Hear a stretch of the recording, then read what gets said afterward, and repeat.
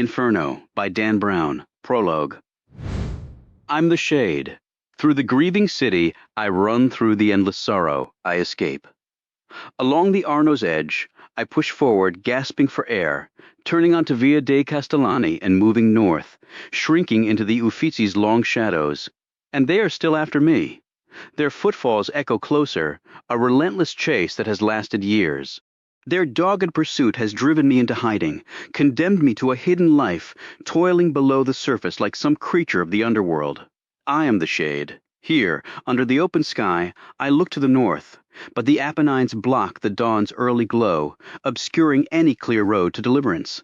I slip behind the palazzo, with its notched tower and single-handed clock, weaving through the vendors in Piazza di San Fiorenzo, their rough calls hanging in air, scented with treep and warm olives. Passing the Bargello, I head west toward the Battia's spire until I meet the iron gate at the stairway's base. Here, doubt must be abandoned. I turn the handle and enter the passage, knowing there is no way back. My heavy legs drive me up the tight, coiling staircase, the soft marble steps worn and pitted. Voices chase me from below, pleading. They are close now, unrelenting. They cannot comprehend what approaches, nor the sacrifice I have made for them, ungrateful world. As I climb, the visions strike with force, bodies twisting in a rain of fire, souls adrift in filth, traitors locked in ice. I reach the final step and stumble into the damp morning, nearly spent. I hurry to the chest-high wall, looking through its openings. Far below lies the city that sheltered me from those who cast me out. The voices are upon me. This is insanity, one cries. Insanity begets insanity. For God's sake, another shouts, tell us where you hid it. It is precisely for God's sake that I will not cornered now. My back to cold stone, they stare into my clear green eyes, their faces hardening from persuasion to threat. You know our methods, we can make you tell us. That is why I have climbed so near to heaven. Suddenly I turn, reach up, and grip the high ledge. I haul myself up, finding my knees, then my feet, swaying at the brink. Guide me, Virgil, across the great divide. They surge forward in shock, wanting to seize my ankles, but afraid to send me over. Their pleas turn to quiet despair, but I have turned away. I know my duty. Far, far below, the terracotta roofs stretch out like a fiery plain across the land where giants once walked. Giotto, Donatello, Brunelleschi. I slide my toes to the very edge. Come down, they yell. It's not too late. Oh, stubborn fools, can you not see what is to come? Can you not grasp the magnificence of my work? Its necessity? I make this final offering willingly, and with it, I erase your last chance to find what you seek. You will never reach it in time. Hundreds of feet down, the cobblestone square waits. A calm haven. How I wish for more time, yet time is the one treasure even my wealth cannot buy. In these last moments, I look down at the piazza and see something that shocks me. I see your face. You're looking up from the shadows. Your eyes are sorrowful, yet in them I perceive a reverence for what I have done. You understand, I have no choice. For the love of humanity, I must shield my creation. It lives even now, waiting, brewing beneath the starless, blood-red waters of the lagoon.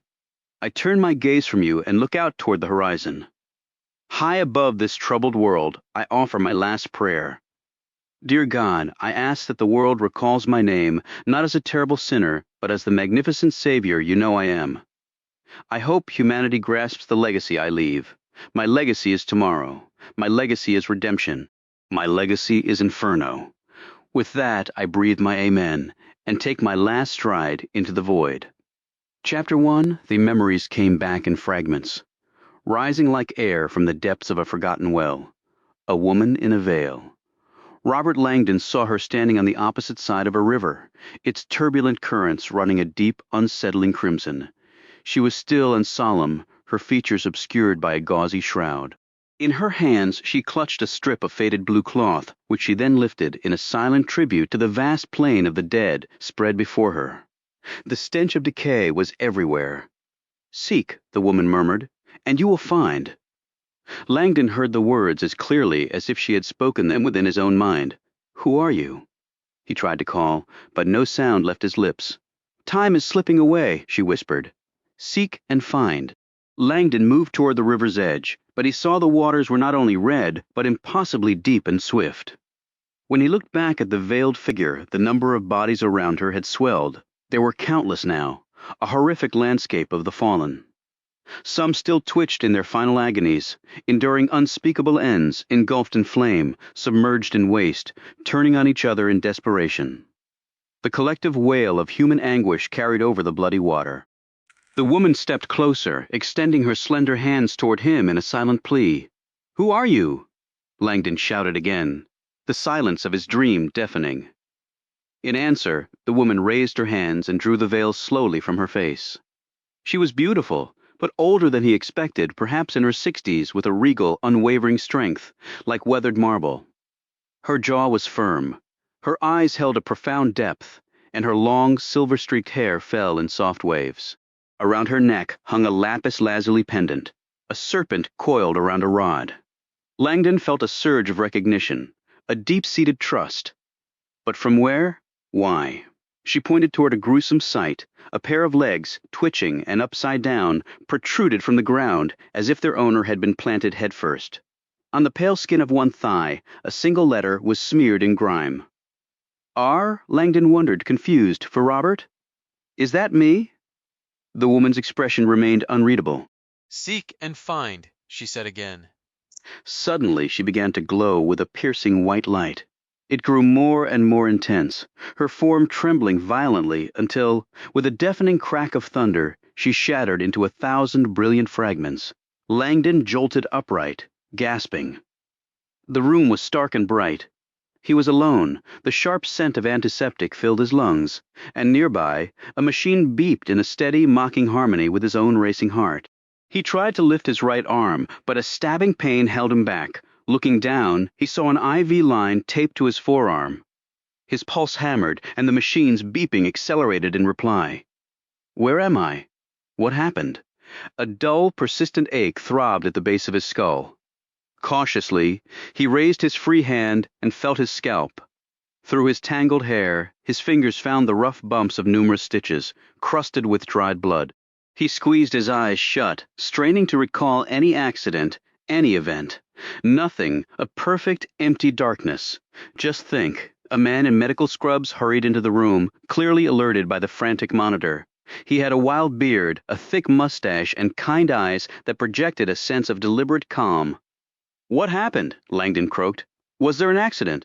The bearded man pressed a finger to his lips in a gentle request for silence, then turned and called urgently for someone down the hallway. Langdon tried to turn his head to follow, but the motion sent a fresh lance of pain through his skull. He lay still, taking slow, deep breaths, waiting for the agony to recede. Robert Langdon took a slow, deliberate inventory of the stark white room. A single bed stood against one wall, its sterile sheets untouched by any sign of well wishes. No flowers, no cards. On a nearby counter, his personal effects sat inside a clear plastic bag. The familiar fabric of his jacket and trousers darkened with alarming stains. "That's a lot of blood," he thought dimly. "It must have been serious." He turned his head, a careful and aching motion, toward the window. Night pressed against the glass, turning it into a dark mirror. Reflected back at him was a gaunt, pallid man he barely recognized, tangled in tubes and wires, framed by the cold gleam of medical monitors. Footsteps sounded in the corridor, and Langdon shifted his focus as the door opened. The doctor re-entered, this time accompanied by a woman in blue scrubs. She looked to be in her early 30s, with her blonde hair pulled into a practical, swinging ponytail. "I'm Dr. Sienna Brooks." She introduced herself with a quick, professional smile. "I'll be assisting Dr. Marconi this evening." Langdon managed a faint nod. Dr. Brooks moved with an easy, athletic confidence, and even in the shapeless hospital uniform she carried a natural grace. Her face was free of makeup, her skin clear save for a small, distinctive beauty mark just above her lip. Her eyes were a warm brown, but they held a sharp, assessing quality that seemed to belong to someone who had seen far more than her years would suggest. Dr. "Marconi's English is limited," she explained, taking a seat beside the bed. "So he's asked me to handle your admission paperwork." She offered another brief smile. "Let's start with the basics. What's your name?" Langdon's mind fumbled for a moment before the answer surfaced. "Robert Langdon." She clicked on a pen light and checked his pupils. "And your occupation?" This took even longer to retrieve from the fog. "Professor. I teach art history and symbology at Harvard University. Dr. Brooks lowered the light, her composed expression flickering with surprise. The older doctor's bushy eyebrows shot up. "You're American?" she asked. Langdon stared back, confused. Why wouldn't I be? It's just you had no ID when they brought you in, she explained. Given the Harris tweed and the English loafers, the staff assumed you were British. American, Langdon repeated wearily, lacking the energy to defend his sartorial choices. Honestly, the whole Ivy League aesthetic was practically a uniform back in Cambridge. Did no one in this Italian hospital watch old college movies? Are you in any pain right now? Dr. Brooks asked. My head, Langdon admitted, the throbbing in his skull aggravated by the recent brightness. She tucked the penlight away and took his wrist, her fingers cool against his skin as she checked his pulse. You were shouting when you woke up, she noted. Do you remember why? The fragmented image rushed back. A woman shrouded in a veil, a chaotic sea of contorted figures, and those echoing words, "Seek and ye shall find." A nightmare, he murmured. Can you describe it? He did, haltingly. Dr. Brooks listened without reaction, jotting notes on a clipboard. Any idea what might have triggered such a vivid dream? Langdon searched his memory but came up empty, the effort sending a fresh wave of pain through his temples. He shook his head slightly. All right, Mr. Langdon, she continued, still writing. A few standard orientation questions for me. What day is it today? He concentrated. Saturday. I remember walking across campus earlier. There was an afternoon lecture series after that. Everything gets hazy. Did I have a fall? We'll discuss that shortly. Do you know where you are right now? Langdon glanced around again. Massachusetts General Hospital. She made another note. Is there someone you'd like us to contact? A spouse? Children? No one. He said automatically. His long-embraced bachelorhood usually meant freedom and quiet focus. But here, in this impersonal room, the solitude felt suddenly heavy. A familiar face would have been a profound comfort. There are colleagues, of course, but I'll be fine. As Dr. Brooks finished her notations, the older physician approached. He smoothed the hand over his prominent eyebrows, then produced a small digital recorder from his pocket, showing it to Dr. Brooks. She gave a slight understanding nod and turned her attention back to Langdon, her demeanor shifting into something more intently focused. The moment the recording played, Langdon heard his own weary voice, a low murmur that seemed to come from somewhere else entirely. Vey! Sorry! Vey! Sorry! The woman Dr. Brooks tilted her head. To me, it sounds like you're saying, very sorry. Langdon could only nod, a hollow agreement, as the words held no anchor in his memory. Dr. Brooks's gaze intensified, pinning him to the bed. Does that mean anything to you? Is there something you need to apologize for? In the murky depths of his mind, the vision returned, the veiled figure, the crimson river, the silent forms scattered along its banks. The phantom smell of decay filled his nostrils, and with it came a surge of primal alarm, a warning that felt far bigger than himself. The steady beep of the heart monitor jumped into a frantic rhythm. His body tensed, a reflexive attempt to rise, but Dr. Brooks pressed a firm hand against his chest, holding him down. She exchanged a look with the bearded doctor, Dr. Marconi, who moved to a counter to prepare an injection. Leaning close, Dr. Brooks kept her voice low and steady. Anxiety is normal after a head injury, Mr. Langdon, but you must stay calm. No sudden movements. Just rest. Your memories will return in time. Dr. Marconi returned and handed her a syringe. She administered its contents into his IV line. This is just a mild sedative. It will ease your anxiety and help with the pain, She explained. She stood to leave. Try to sleep. Use the call button if you need anything. With that, she turned off the light and left with Dr. Marconi. In the sudden darkness, Langdon felt the drug's cool tide moving through his veins, pulling him back toward that deep, unconscious void. He resisted, forcing his eyes to stay open in the black room. He tried again to sit up, but his limbs were impossibly heavy. As he managed a slight turn, he faced the window. The interior lights were off, and his own ghostly reflection vanished from the glass, replaced by a distant, glittering cityscape. Against a silhouette of spires and domes, one formidable structure commanded his view, a stark stone fortress with a crenellated rooftop and a towering bell tower that bellied out near its summit into a massive, overhanging battlement. Langdon jerked upright, a white-hot spike of pain driving through his skull. He gritted his teeth against the agony, his eyes locked on the tower. He knew this medieval landmark instantly. It was unmistakable, and it was supposed to be on another continent. A cold realization washed over him, sharper than any sedative. Outside, on the quiet Via Torrigalli, a muscular woman swung off her BMW motorcycle with a predator's grace. Her spiked cropped hair contrasted with the black leather of her riding jacket. She checked the silenced pistol at her side, her eyes, hard and focused, lifting to the window where Robert Langdon's light had just been extinguished. The night's operation had derailed spectacularly hours before, a simple, unexpected sound scattering the plan. Now she was here to clean up the mess. Chapter 2. Langdon's head pounded in rhythm with his heart. He was bolt upright, stabbing repeatedly at the nurse call button. The sedative did nothing to slow the panic coursing through him. Dr. Brooks rushed back into the room, her ponytail swaying. "What's wrong? Are you in pain? I'm in Italy." Langdon's voice was thick with disbelief. "That's a good sign," she replied evenly. "Your memory is coming back. No, you don't understand." He thrust a finger toward the window at the now hidden skyline. "I recognize the Palazzo Vecchio out there." Dr. Brooks quickly flipped the room lights back on, erasing the view of Florence. She approached his bedside, her voice dropping into a calm, measured whisper. "Mr. Langdon, try to relax.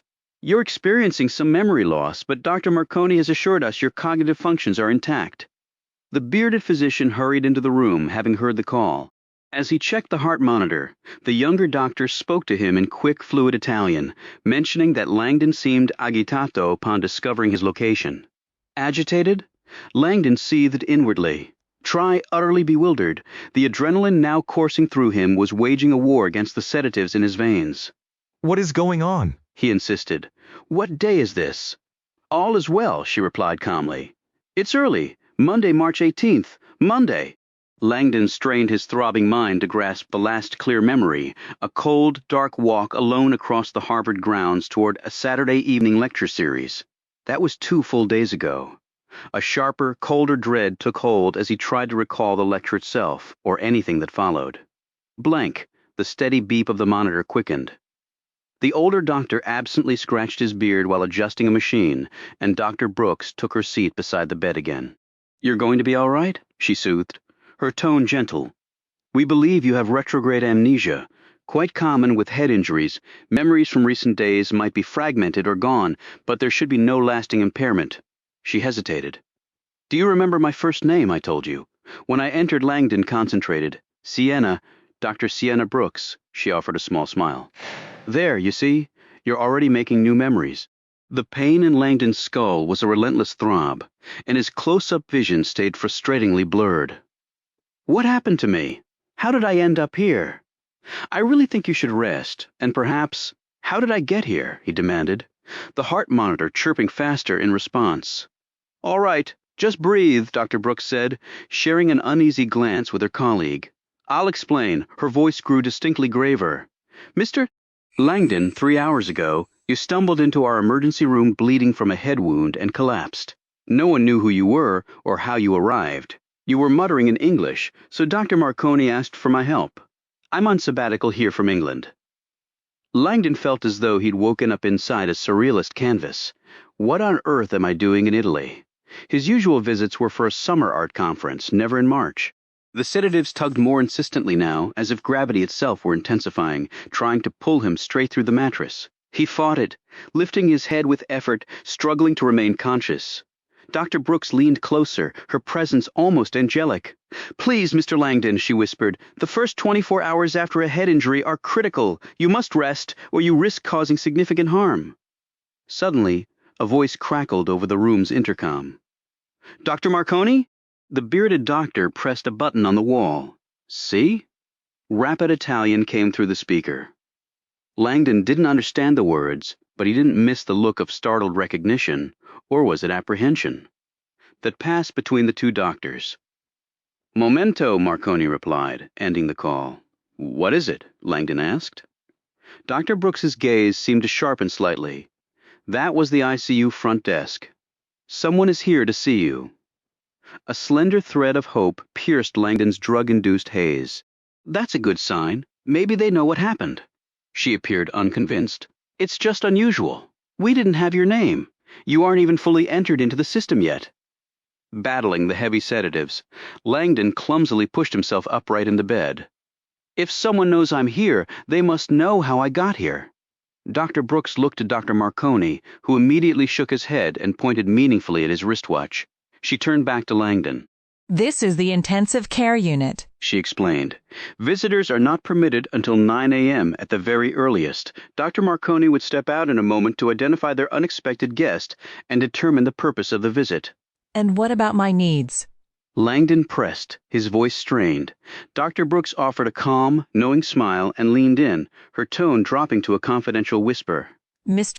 Langdon, there are certain details from last night about what truly happened to you that you are not yet aware of before you engage with anyone else. I believe you deserve to have the complete picture. The problem is, I'm not entirely convinced you're in a stable enough condition to... What details? Langdon demanded, attempting to push himself up against the pillows. A sharp sting from the IV needle shot through his arm, and his limbs felt impossibly heavy, as if weighed down by sandbags. All I understand is that I'm in a hospital in Florence, and I apparently arrived here muttering an apology over and over. A sudden, chilling possibility dawned on him. Was I in some kind of wreck? He asked, dread tightening his chest. Did I cause harm to someone else? No, nothing like that, she assured him quickly. I don't believe that's the case. Then what is it? Langdon insisted, his furious gaze darting between the two physicians. I have every right to know what's happening to me. A tense silence filled the room until Dr. Marconi, with clear reluctance, gave a slow, conceding nod to his younger colleague. Dr. Brooks let out a steadying breath and moved closer to the bedside. All right, I'll share what I know, but you must promise to remain calm. Do we have an agreement? Langdon gave a quick nod, the motion sending a fresh wave of throbbing pain through his head. He pushed the discomfort aside, his focus entirely on the promised answers. The first thing you need to understand, she began, is that your head injury was not the result of any accident. Well, that's something, I suppose. Not exactly. The truth is, your wound was caused by a gunshot. The steady beep of the heart monitor accelerated sharply. Excuse me, Dr. Brooks continued, her words measured and swift. A bullet grazed the crown of your skull, which almost certainly resulted in a concussion. You are extraordinarily fortunate to be alive. Another inch lower, and... She left the sentence unfinished, a grave shake of her head conveying the rest. Langdon could only stare, struggling to process the information. Someone tried to kill me. From the hallway, raised, arguing voices suddenly erupted. It seemed the person who had come for Langdon was not inclined to wait. Almost instantly, the heavy door at the corridor's end crashed open. Langdon's eyes were fixed on the figure now striding toward his room, a woman clad head to toe in form-fitting black leather. She moved with a powerful athletic grace, her dark hair styled in sharp spikes, her advance so smooth it seemed she was gliding. She was headed straight for him. Dr. Marconi moved swiftly to block the doorway, his hand raised in a halting gesture. Stop, he commanded firmly. The stranger didn't slow. In one fluid motion, she drew a pistol fitted with a silencer, aimed it squarely at Dr. Marconi's torso, and fired a muted phut, hissed through the air. Langdon watched in paralyzed horror as the doctor stumbled backward into the room, collapsing to the floor, his hands clutching at the dark, rapidly spreading stains soaking through his white coat. Chapter 3. 5 miles off the Italian coastline, the 237-foot luxury yacht Mendacium cut through the pre-dawn fog hovering above the gentle swells of the Adriatic Sea. Its stealth-designed hull, painted a somber gunmetal gray, lent it the austere, imposing appearance of a naval warship. Valued at over $300 million, the vessel featured the expected indulgences: a full spa, a swimming pool, a private cinema, a submarine, and a helipad.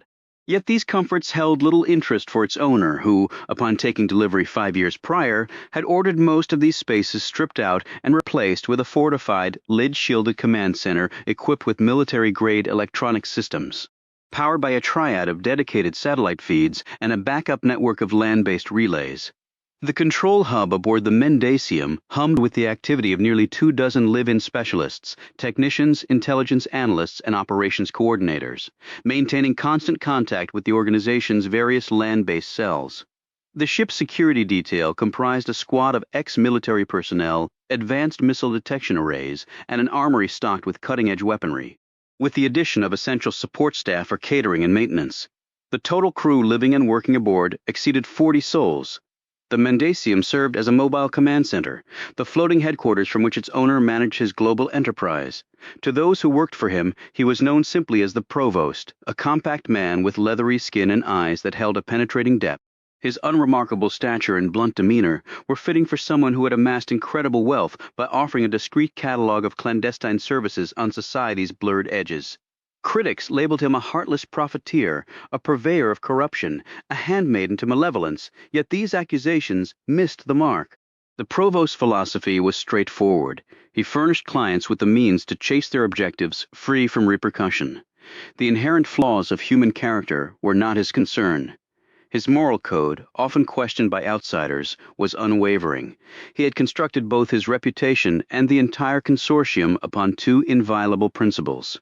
First, never offer a guarantee you cannot fulfill. Second, absolute honesty with every client, without exception. Throughout his career, the Provost had never defaulted on a pledge or altered the terms of an agreement. His promise was as solid as currency, a certainty so complete that even regrettable contracts were honored without hesitation. This particular morning, as he emerged onto the private veranda of his yacht's master suite, the Provost stared at the restless ocean and attempted to quiet the unease tightening in his stomach. Our past choices design our current reality. His own past decisions had, until now, equipped him to navigate any perilous situation and emerge victorious. But today, watching the hazy glow of the Italian coast in the distance, he felt a rare prickling of anxiety. Exactly 1 year ago on this very deck, he had accepted a client whose repercussions now jeopardized his entire life's work.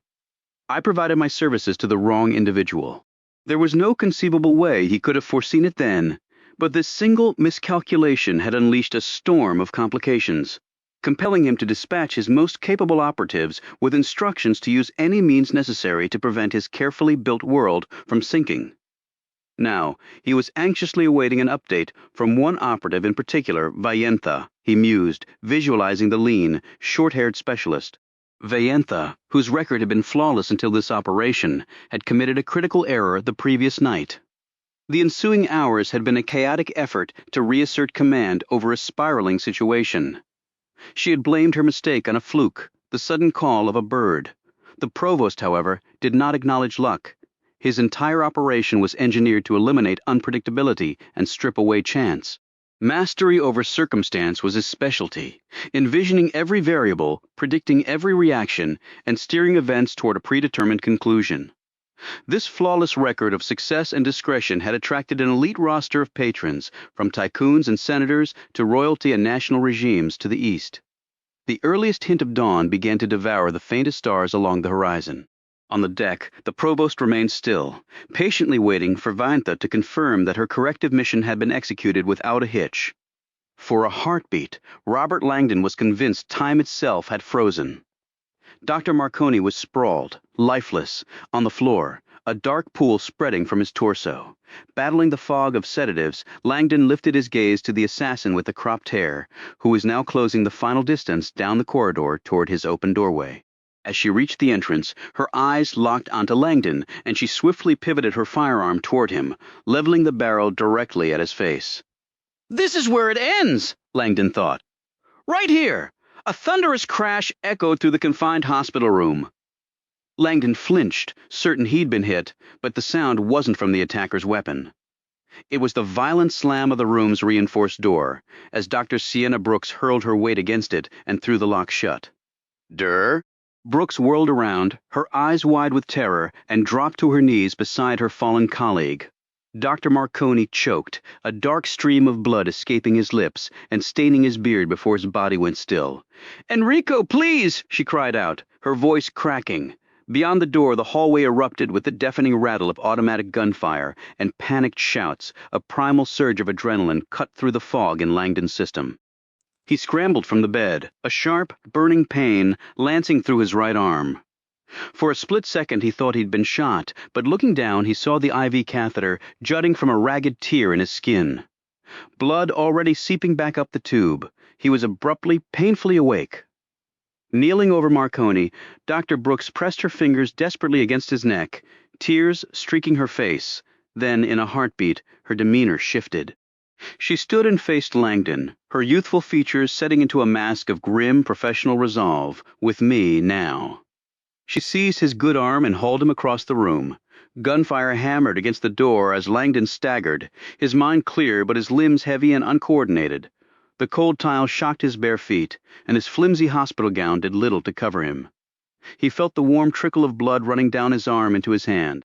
With a final thunderous impact, the door's lock shattered.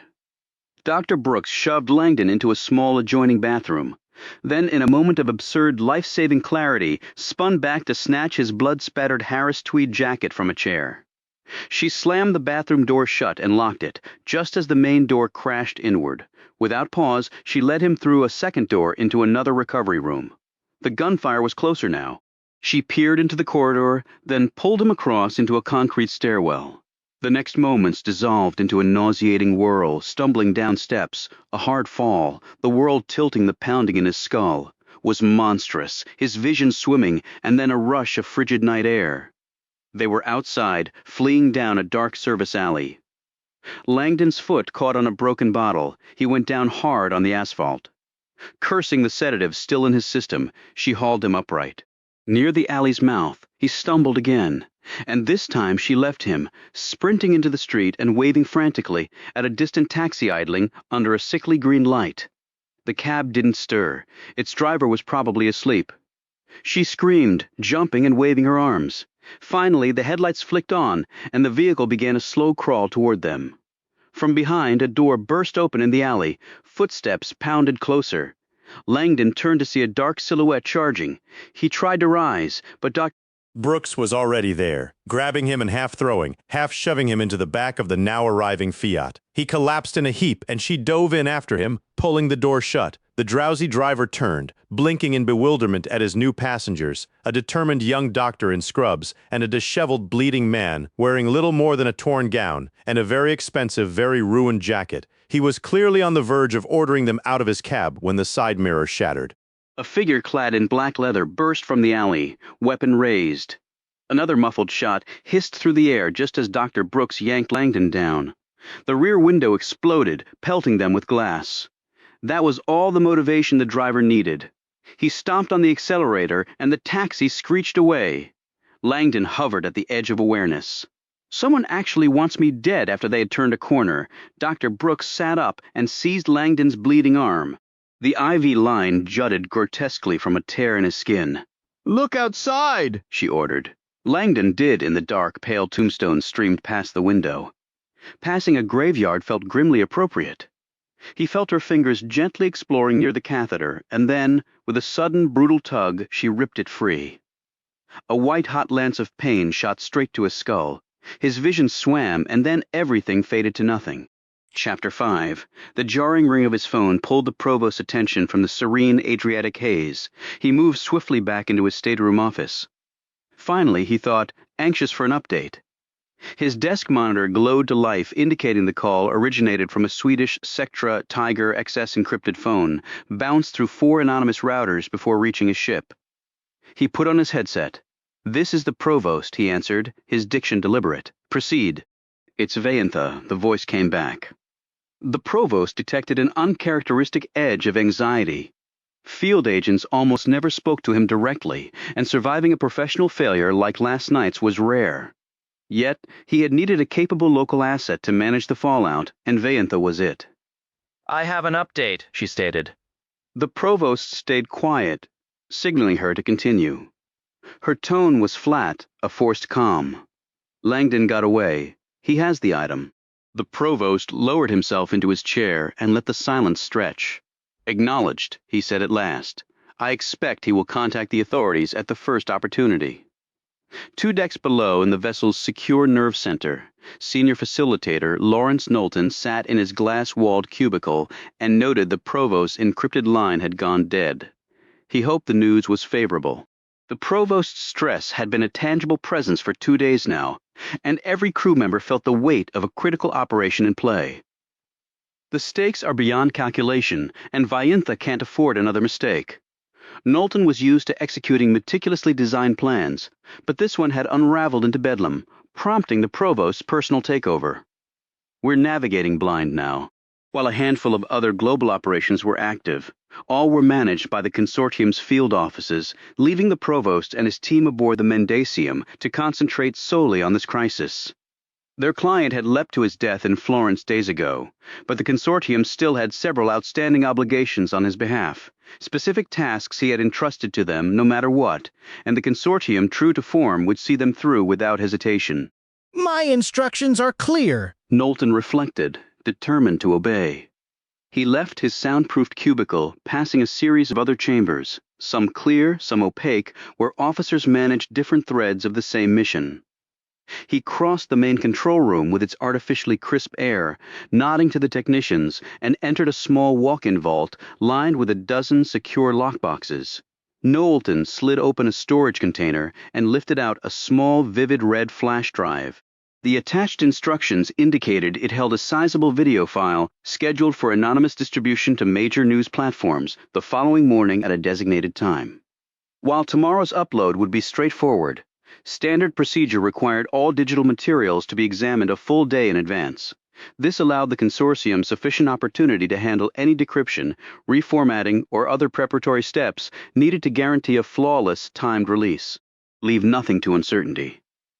Knowlton stepped back into his glass-walled office and sealed the thick door, shutting out the surrounding activity. He tapped a wall panel, and the clear walls instantly frosted to a milky white. For confidentiality, every office on the Mendacium utilized smart glass technology. A simple electrical charge could shift the glass from transparent to opaque by realigning microscopic particles suspended within it. Operational secrecy was fundamental to the Consortium's effectiveness.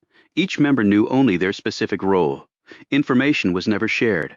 Now, isolated in his secure pod, Knowlton plugged the drive into his workstation and opened the file to begin his review. His monitor went dark, and a gentle rhythmic sound of water filled the room. A hazy, indistinct shape materialized on the screen, gradually resolving into a vast subterranean space. The floor of this enormous chamber was entirely submerged, forming a still, underground pool. Oddly, the water itself seemed to glow, emitting a soft, internal light. Knowlton stared, perplexed. The entire cavern was bathed in a faint, unsettling crimson radiance, with ghostly, wavering reflections dancing across the smooth stone walls. What in the world am I looking at? As the watery sounds continued, the camera angle began to tilt, then descended straight down, piercing the illuminated surface. The lapping noise vanished, replaced by a profound, muffled silence underwater. Submerged, the camera drifted downward through several feet of clear water before halting, its focus settling on the silty bottom. There, anchored to the floor, was a sleek rectangular plate made of polished titanium. An inscription was etched into its surface. "In this place, on this date, the world was changed forever." Below the message, engraved smaller, was a name, their client's, and a date. That date was tomorrow. Chapter 6. Strong hands gripped Langdon, pulling him from his stupor and helping him out of the cab. The sidewalk was chilling against his bare feet, leaning heavily on the surprisingly sturdy Dr. Brooks. He stumbled along a narrow, empty path flanked by apartment buildings. A brisk morning breeze fluttered his hospital gown, delivering an unwelcome chill. The sedatives still clouding his system made his thoughts as fuzzy as his sight. He felt trapped in a thick, murky liquid, struggling to reach the surface. Sienna Brooks propelled him forward with determined force. "Steps," she announced, and Langdon saw they had arrived at a side door. He clutched the cold railing and hauled himself upward, each step a laborious effort. His limbs felt like lead. Dr. Brooks practically shoved him from behind. At the top, she punched a code into a worn keypad, and the door released with a metallic clunk. The interior air was only slightly warmer, but the smooth tile was a welcome relief to his sore feet after the abrasive concrete. Brooks guided him to a minuscule elevator, slid open a creaking accordion gate, and steered Langdon into a compartment no larger than a closet. The elevator car carried the scent of MS cigarettes, a bittersweet aroma as common in Italy as the smell of strong coffee. It was a faint, familiar odor that helped sharpen Langdon's thoughts a little. Dr. Brooks hit a button, and somewhere overhead, a set of worn gears groaned and whirred to life. They were moving up. The cramped carriage shuddered and swayed as it climbed, its walls made of nothing but metal mesh, giving Langdon an unsettling view of the elevator shaft sliding steadily past. Even in his foggy state, his old dread of confined spaces flared up. Don't look. He braced himself against the wall, struggling to steady his breathing. His forearm throbbed, and glancing down, he saw the sleeve of his Harris tweed jacket had been clumsily knotted around his arm like a makeshift bandage. The rest of the coat trailed behind him on the floor, torn and grimy. He shut his eyes against the pounding in his head, but the darkness only pulled him back under. The vision returned, the tall, veiled woman with the ornate amulet and cascading silver curls. Once again, she stood on the banks of a river, the color of blood, surrounded by twisting, lifeless forms. Her voice reached him, desperate and clear. Seek and you will find. Langdon was flooded with an urgent need to rescue her, to save them all. Nearby, the half-submerged, inverted legs were going slack one after another. Who are you? He cried out silently. What do you want from me? A hot wind stirred, lifting her luxurious silver hair. Our time is running out, she whispered, her fingers brushing the amulet at her throat. Then, without warning, she burst into a searing column of flame that roared across the river, swallowing them both. Langdon gasped, his eyes snapping open. Dr. Brooks studied him, her expression tight with worry. What's wrong? It's happening again, Langdon said, his voice unsteady. The same hallucination. The woman with the silver hair? And all those bodies, Langdon nodded, a cold sweat gathering on his forehead. You're going to be all right, she told him, though she didn't sound entirely convinced herself. Repeating visions are normal with memory loss. The part of your brain that organizes and files your experiences has been jostled. It's tossing everything into one chaotic image. Not a pleasant one, he muttered.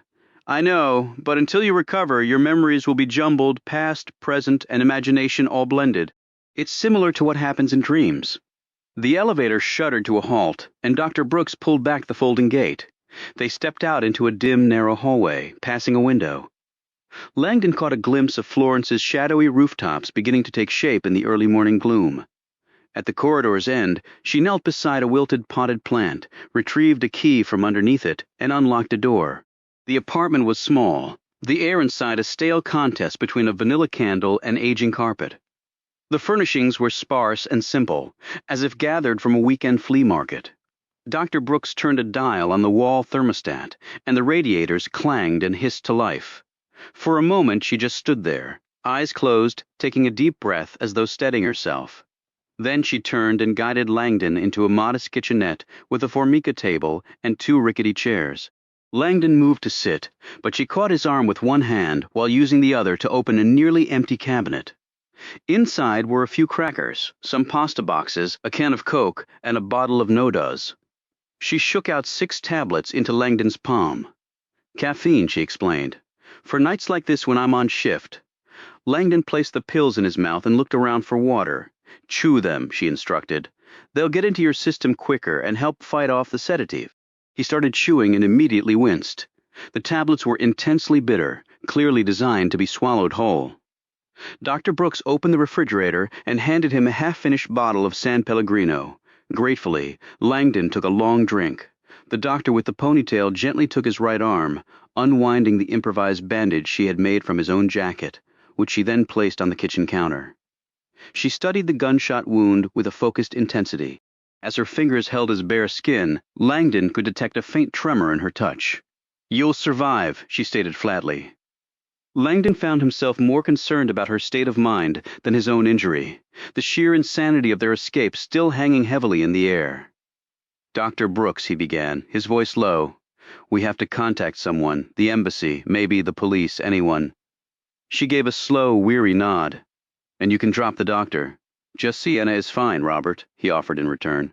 The life-or-death partnership they'd just formed certainly seemed to bypass formalities.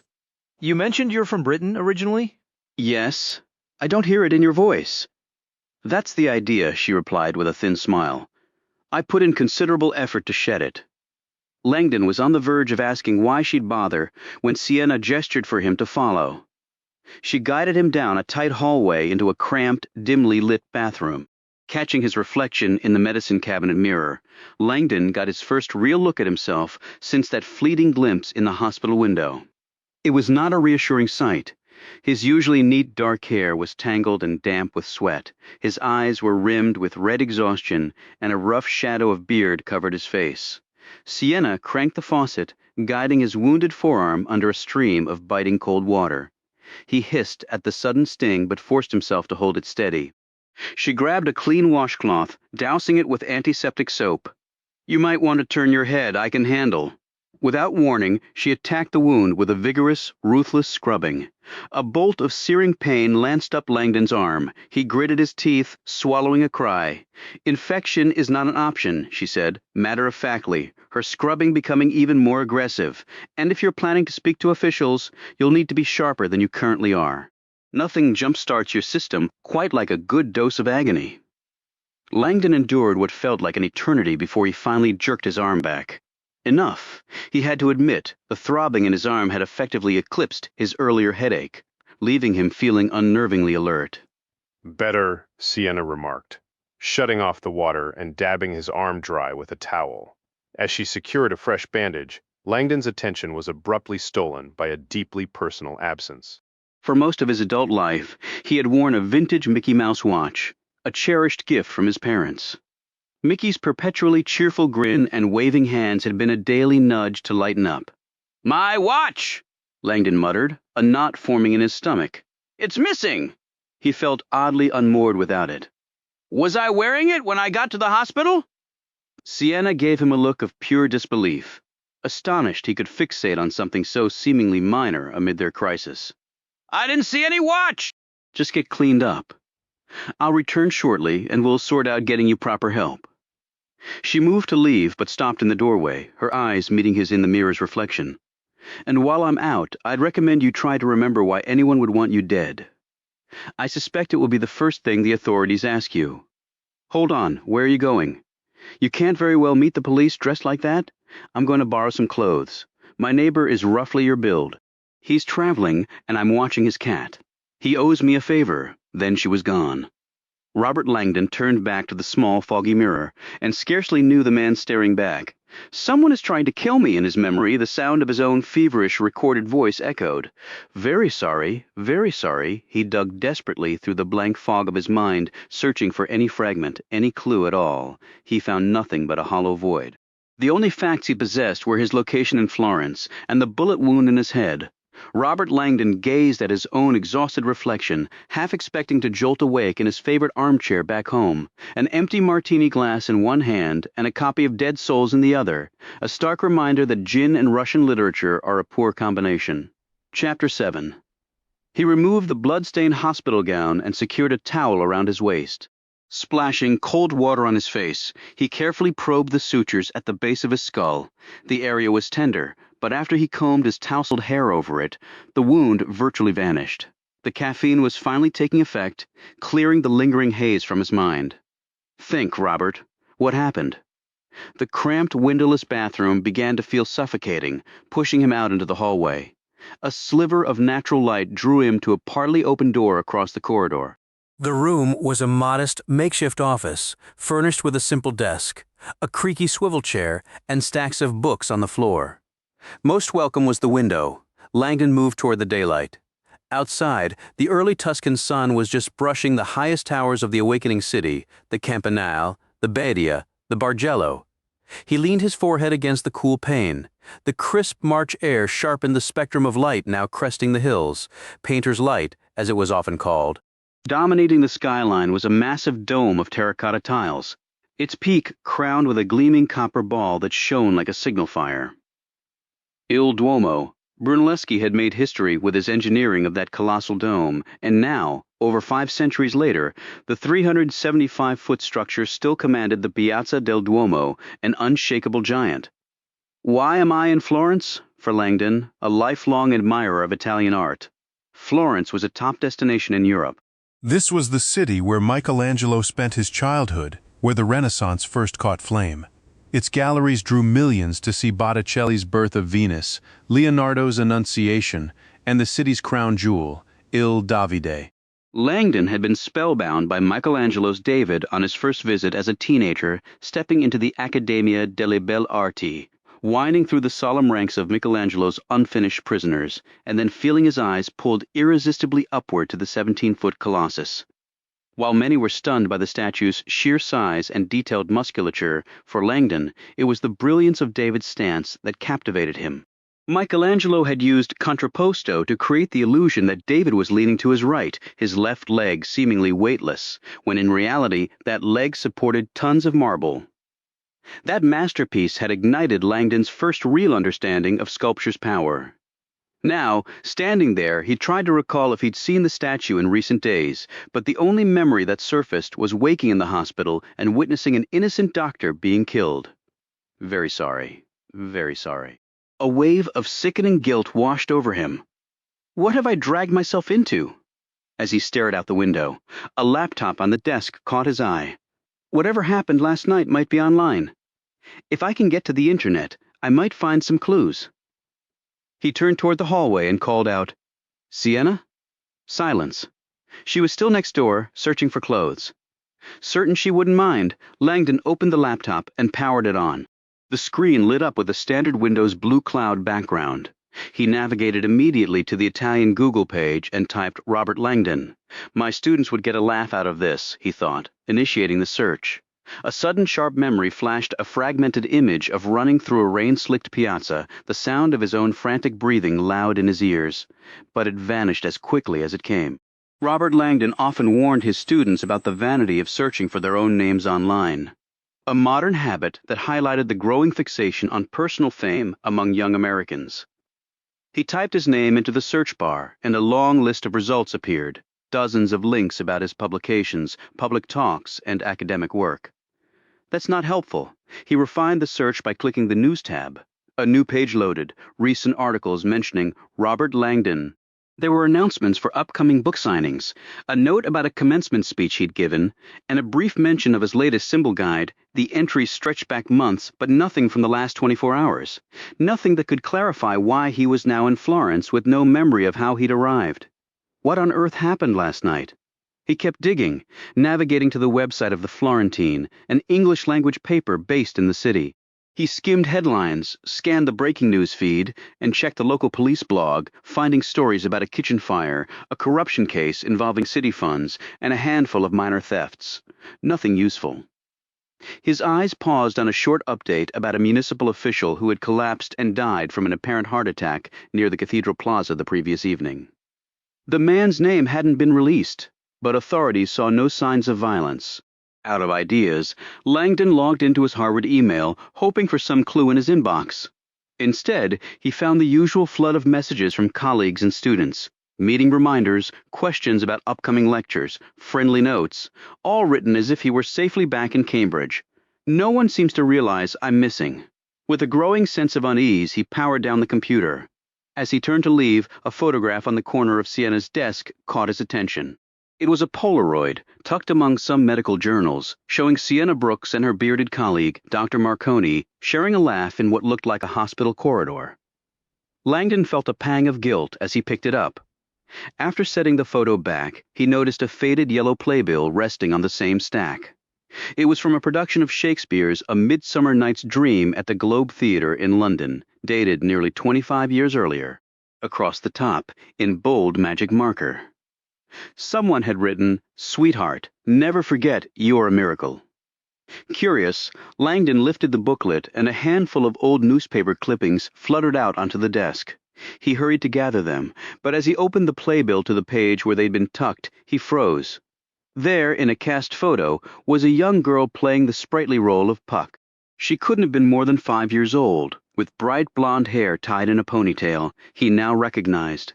The caption below her picture declared, A star is born.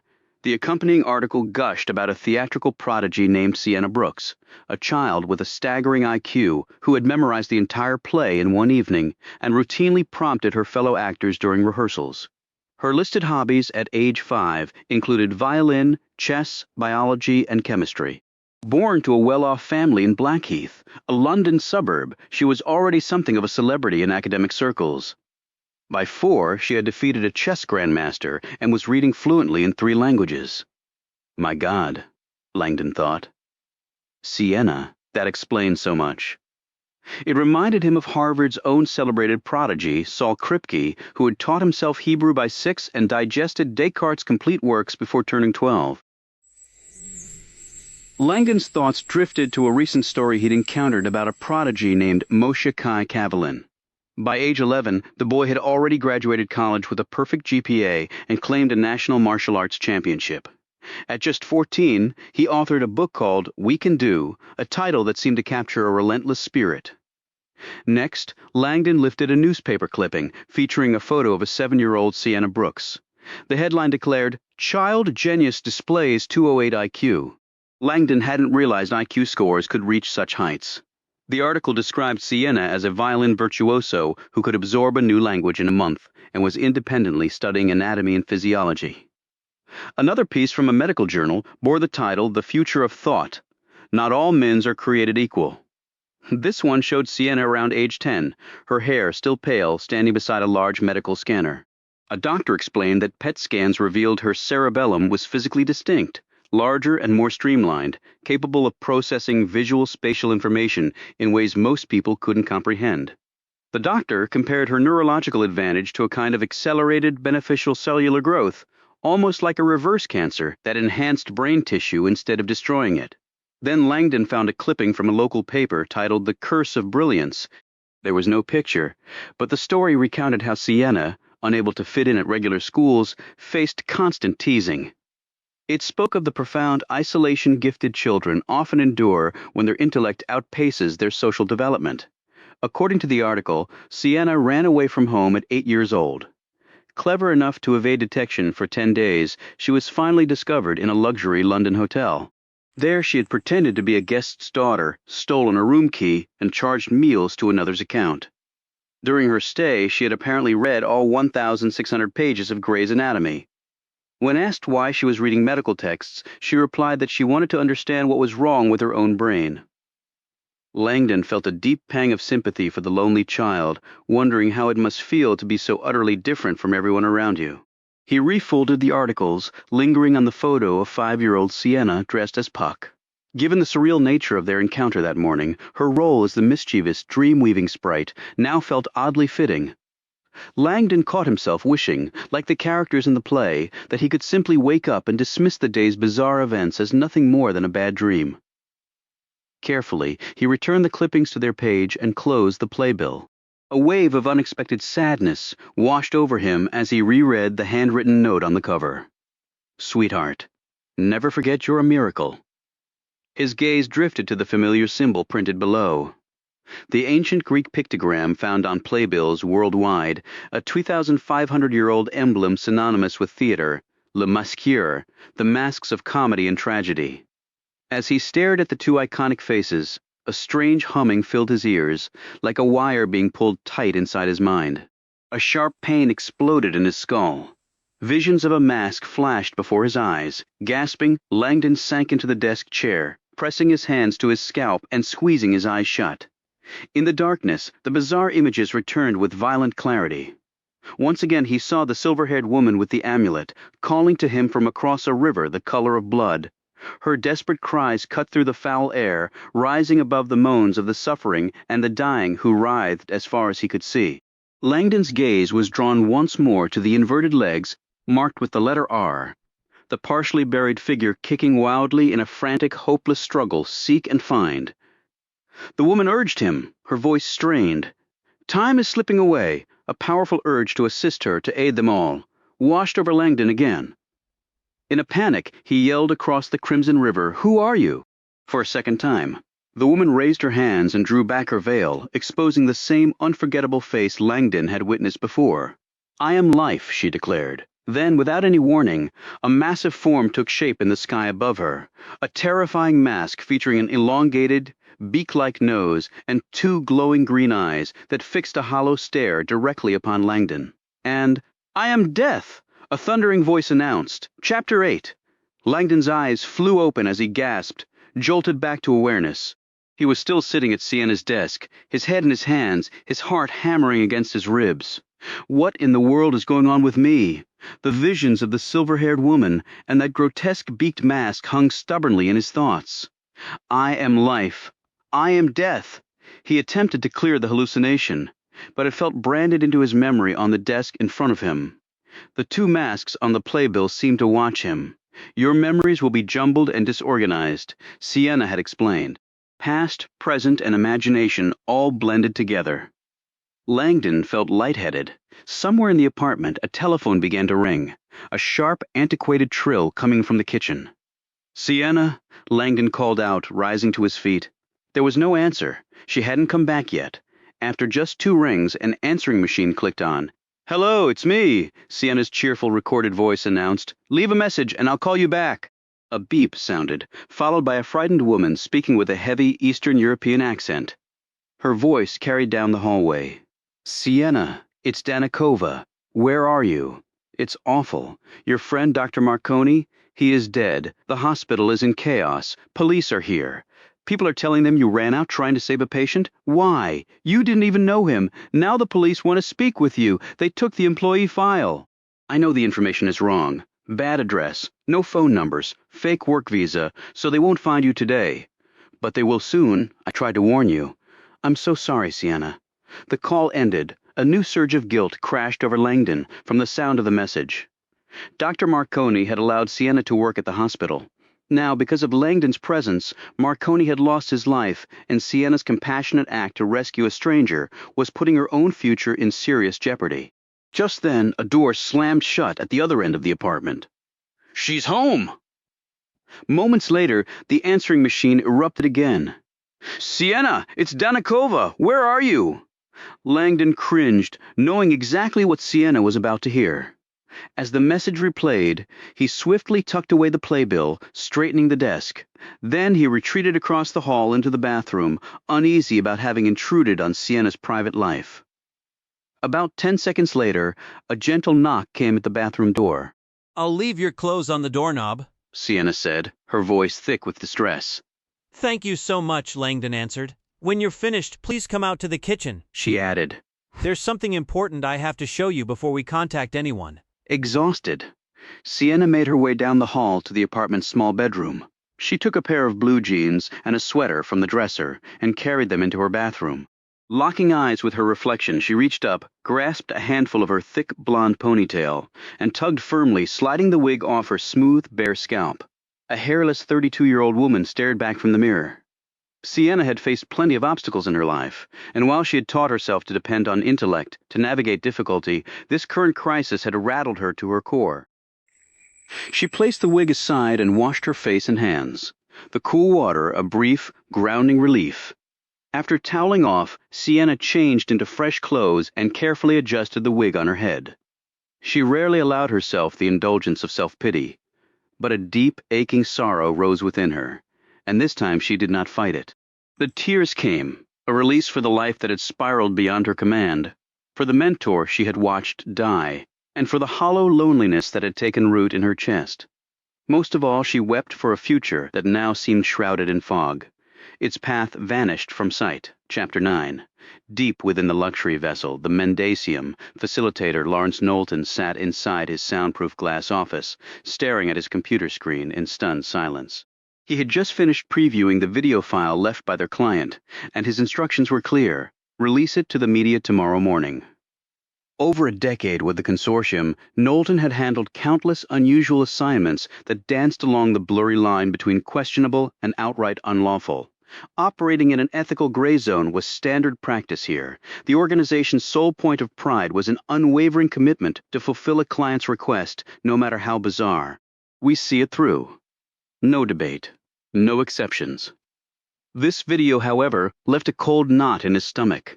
Past tasks, no matter how odd, always had a logic he could trace. A motive he could decipher, an outcome he could foresee. This footage made no sense. Something about it was fundamentally unsettlingly different. Sinking back into his chair, Knowlton restarted the file, turning up the volume. Maybe a second look would provide some clarity. For 9 minutes he watched. The video opened as before with the gentle slap of water in a cavern awash in an unearthly crimson glow. The camera dove beneath the illuminated surface, sweeping over the silt-covered floor until it found the submerged plaque. Knowlton read the engraved words again. In this place, on this date, the world was changed forever. The fact that the polished plaque was signed by their client was disturbing enough. That the date inscribed was tomorrow sent a fresh jolt of anxiety through him. But what came next truly set his nerves on edge. The camera panned left to reveal a strange object hovering in the water beside the plaque. Tethered to the cavern floor by a thin cord was a quivering sphere of thin plastic. It bobbed delicately like a giant transparent soap bubble, an underwater balloon inflated not with air but with a viscous yellow-brown fluid. The amorphous sac was distended, roughly a foot across, and within its walls the murky liquid churned slowly like the silent gathering eye of a storm. Good God! Knowlton thought, his palms growing damp. The suspended orb looked even more sinister upon this review. The image faded to black, replaced by a view of the cavern's damp wall, alive with the rippling reflections from the red lagoon. A shadow appeared on the stone, the silhouette of a man, but the shape of the head was grotesquely wrong. Where a nose should be, there protruded a long beak-like extension, as if the figure were part bird. When the shadow spoke, its voice was muffled, yet carried an eerie, poetic cadence, like a narrator from some ancient Greek tragedy. Knowlton held his breath, utterly still, as the beaked shadow delivered its message. I am the shade. If this recording reaches you, then my spirit has found its peace. Forced into hiding, I address the world from the bowels of the earth, confined to this sunless cavern where blood-red waters pool in a lagoon that mirrors no sky. Yet here is my sanctuary, the perfect cradle for my fragile creation, Inferno. Soon you will understand what I have wrought, and even in this deep refuge, I feel the approach of those who hunt me in their ignorance. They were determined to stop me at any cost. You could argue they should be forgiven, for they do not understand what they are doing, yet there is a point in time when ignorance ceases to be an excuse, a moment when only true insight can grant forgiveness. With a clear heart, I have given you all the promise of hope, of deliverance, of a future, and still I am pursued like a hunted animal, driven by those who arrogantly believe I am insane. There is the silver-haired woman who dares name me a monster, like the narrow-minded priests who demanded Copernicus be silenced. She brands me a devil, afraid because I have seen what is real. But I am no messenger. I am your redemption, I am the shade. Chapter 10, take a seat, Sienna instructed. I need to ask you a few things. Entering the kitchen, Langdon found his balance had improved. The neighbor's Brioni suit fit him surprisingly well, and even the borrowed loafers were comfortable. He reminded himself to consider Italian shoes when he returned home. If he returned home, Sienna had changed into snug jeans and a soft cream sweater that highlighted her slender frame. With her hair still tied back, and without the clinical presence of her scrubs, she seemed more exposed. Langdon saw her eyes were rimmed with red, and a sharp pang of responsibility hit him again. Sienna, I truly am sorry. I heard the message. I don't even know what to say. I appreciate that, she answered, her voice shifting to something more direct. Right now we have to concentrate on you. Please sit. Her tone carried a new authority, reminding Langdon of the articles detailing her brilliant, accelerated childhood. I need you to think, Sienna said, gesturing toward the chair. Can you recall how we arrived here? Langdon wasn't sure why it mattered. By taxi, he replied, settling at the table. Someone was firing at us. Firing at you, Professor. Let's be precise. Right, of course. And do you remember hearing any gunshots during the ride? An unusual question? Yes, two. One struck the side mirror, the other shattered the back window. Good. Now close your eyes. He understood she was checking his recall. He shut his eyes. What am I wearing? He could picture her clearly. Black flats, dark jeans, a cream V-neck sweater. Your hair is blonde, about shoulder length, pulled back. Your eyes are brown. Opening his eyes, he studied her, relieved his visual memory was intact. Correct? Your visual encoding is strong, which suggests your amnesia is fully retrograde, and there's no lasting impairment to memory formation. Have you remembered anything new from the past few days? Nothing, I'm afraid, although I did have another episode of visions while you were out. He described the return of the veiled woman, the crowds of corpses, and the twisting, partially buried legs branded with the letter R. Then he mentioned the odd, beak-faced mask suspended in the sky. I am death? Sienna repeated, her expression concerned. That's what it said, yes. All right, I suppose that's marginally better than I am Vishnu. Destroyer of worlds, she had just quoted Robert Oppenheimer at the first atomic test. And this beaked mask with green eyes? Sienna pressed, looking puzzled. Any idea why your mind would create that image? None at all, though that design was fairly widespread centuries ago. Langdon hesitated. It's known as a plague doctor's mask. Sienna appeared unexpectedly unsettled. A plague mask? Langdon briefly explained that in his field of symbolism, the distinct long-beaked mask was almost interchangeable with the Black Death, the devastating pandemic that ravaged Europe in the 1300s, wiping out a third of the population in some areas. Many people assumed the term Black Death referred to the dark, gangrenous patches that appeared on victims' skin, but it actually described the overwhelming fear and despair that swept through communities. That distinctive mask with the long beak, Langdon explained, was used by doctors during plague outbreaks to protect themselves from miasmas, the bad air they believed carried disease. These days, you might spot one as part of a Venetian carnival costume, a haunting nod to a very dark chapter in Italy's past. Sienna's voice wavered slightly. And you're sure what you saw in your vision was one of those plague doctor masks? Langdon gave a firm nod. That beak was unmistakable. He noticed Sienna furrowing her brow, as if weighing how to deliver troubling news. And the woman kept repeating, seek and find, exactly, just like in the earlier visions, but I still have no clue what I'm supposed to be looking for. Sienna released a slow, measured breath, her face solemn. I might have an idea, and honestly, I think you might have already located it. Langdon gaped at her. What does that mean? Robert, when you were brought into the hospital last night, there was something unusual in your jacket pocket. Do you remember? Langdon shook his head, bewildered. You were carrying an object, something quite startling. I discovered it while we were getting you cleaned up. She gestured toward his bloodied Harris tweed jacket, spread out on the table. It's still in the pocket if you want to check. Hesitant, Langdon studied his coat. Well, that explains why she went back for it. He picked up the stained tweed and checked each pocket carefully. Nothing. He tried again, more thoroughly, then turned to Sienna with a shrug. There's nothing here. What about the hidden compartment? What hidden compartment? This jacket doesn't have one. Are you sure? She looked genuinely confused. Then, is this even your jacket?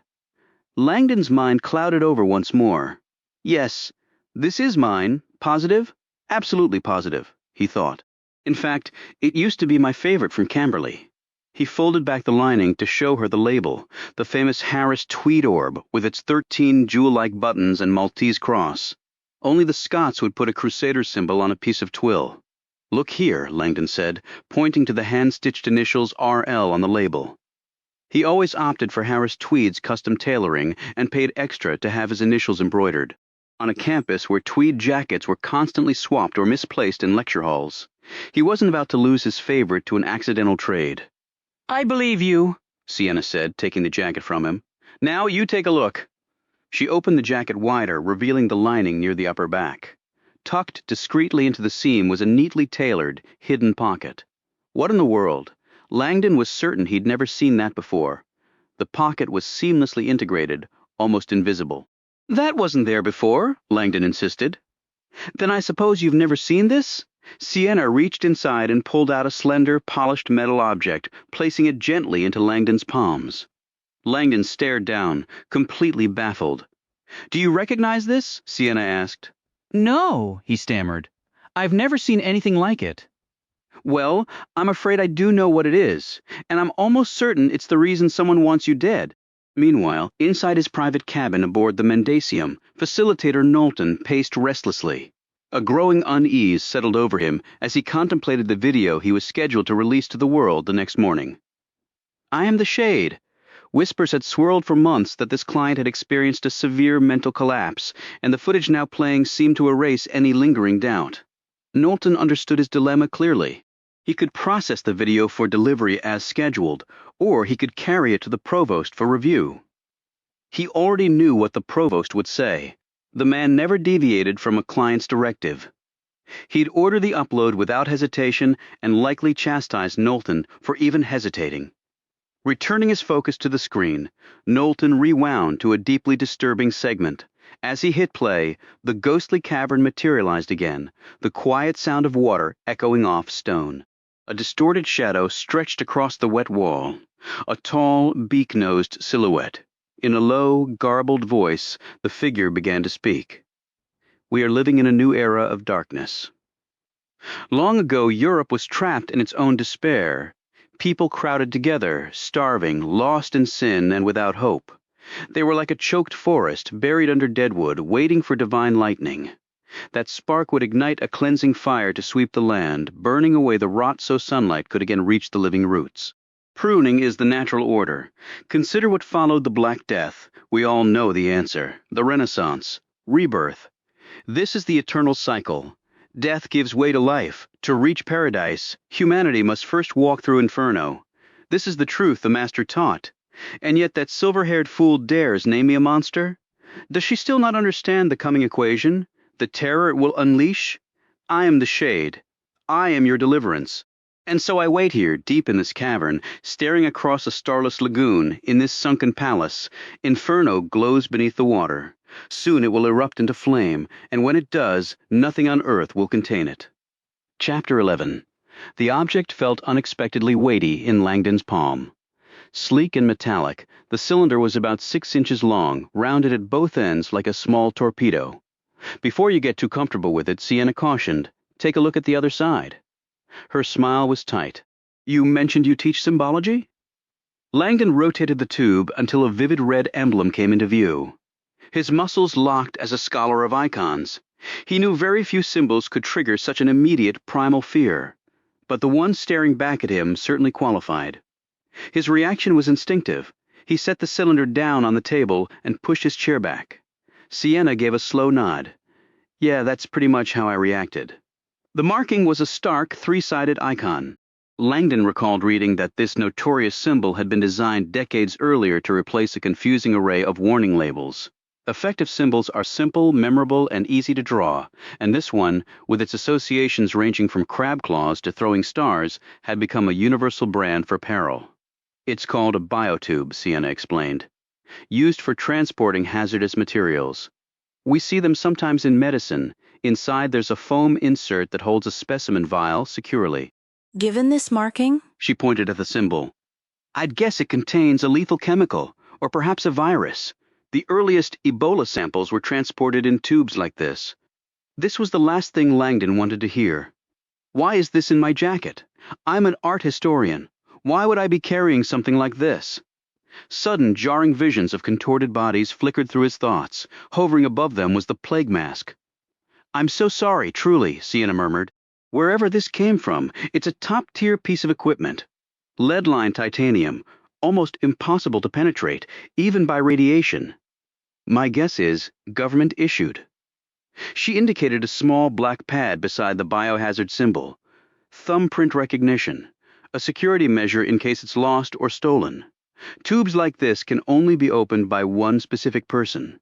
Though Langdon felt his mind finally clearing, he still couldn't shake the sense that he was lagging behind. I've been carrying a biometrically sealed canister this whole time. When I found this in your jacket, I wanted to show Dr. Marconi in private, but you woke up before I had the chance. I thought about trying your thumb while you were out, but I had no idea what was inside, and my thumb. Langdon shook his head firmly. There's no way this thing is coded for me. I don't know the first thing about biochemistry. I would never have something like this. Are you absolutely sure? Langdon was positive. He reached over and pressed his thumb against the pad.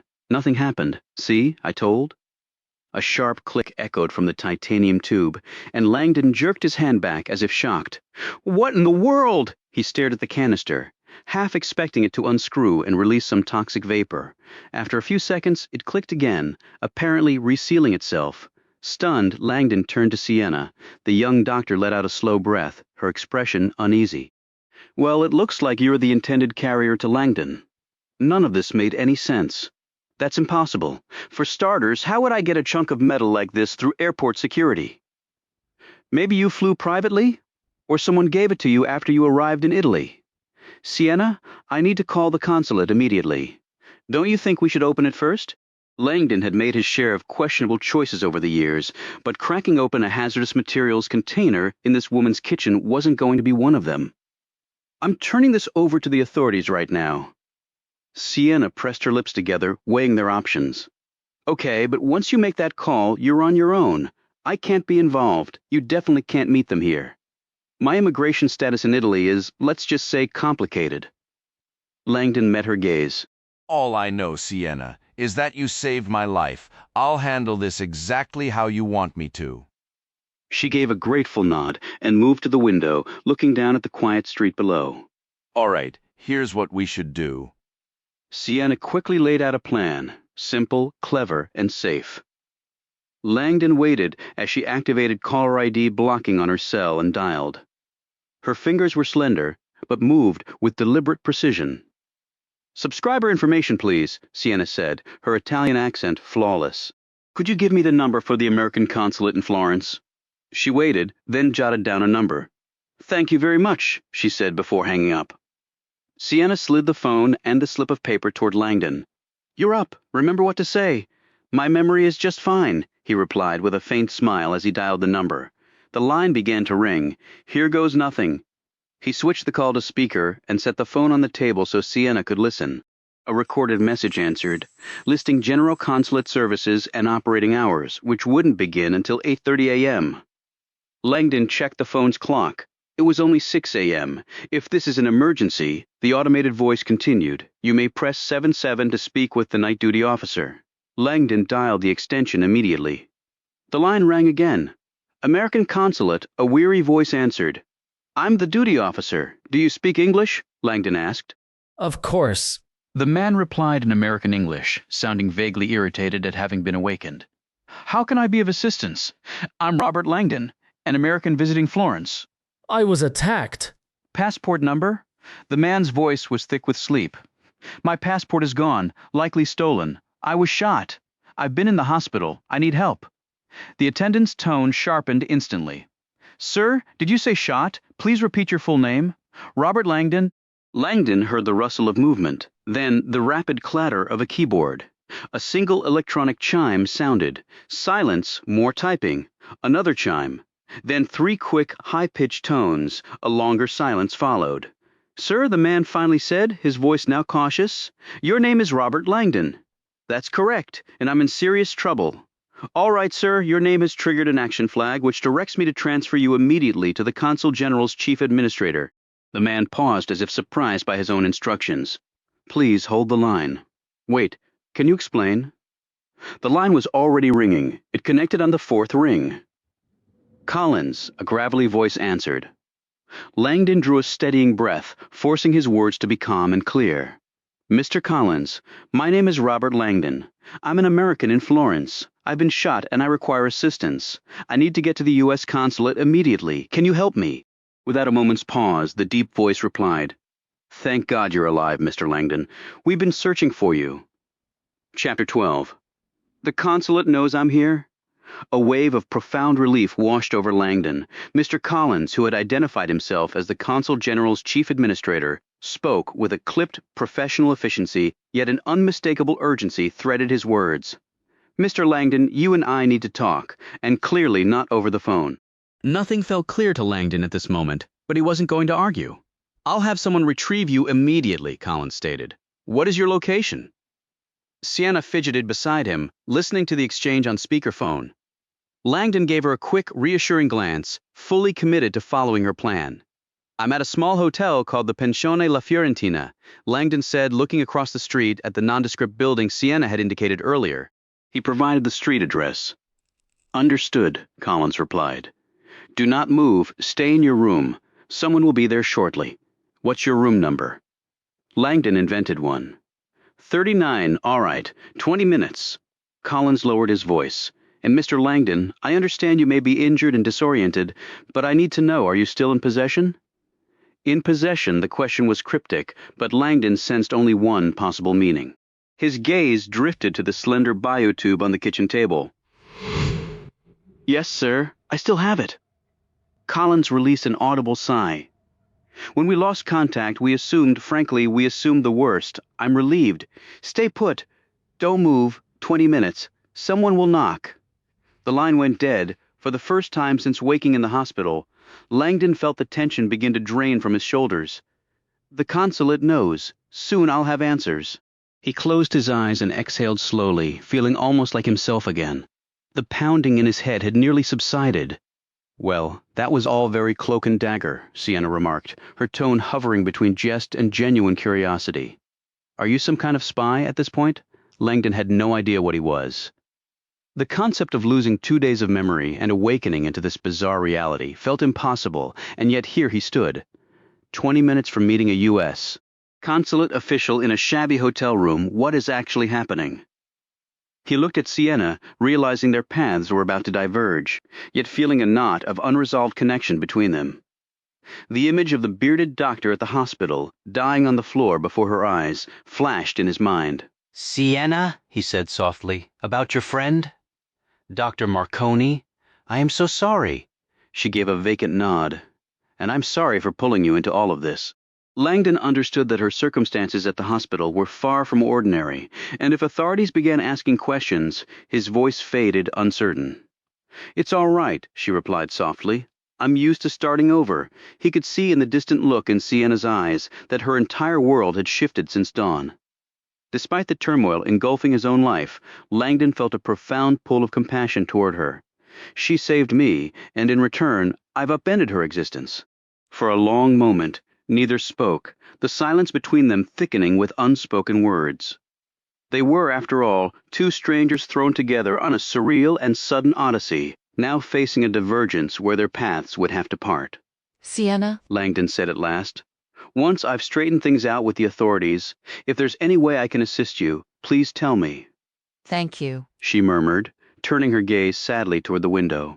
As time slipped by, Sienna Brooks stared blankly out the kitchen pane, wondering where this day would ultimately take her.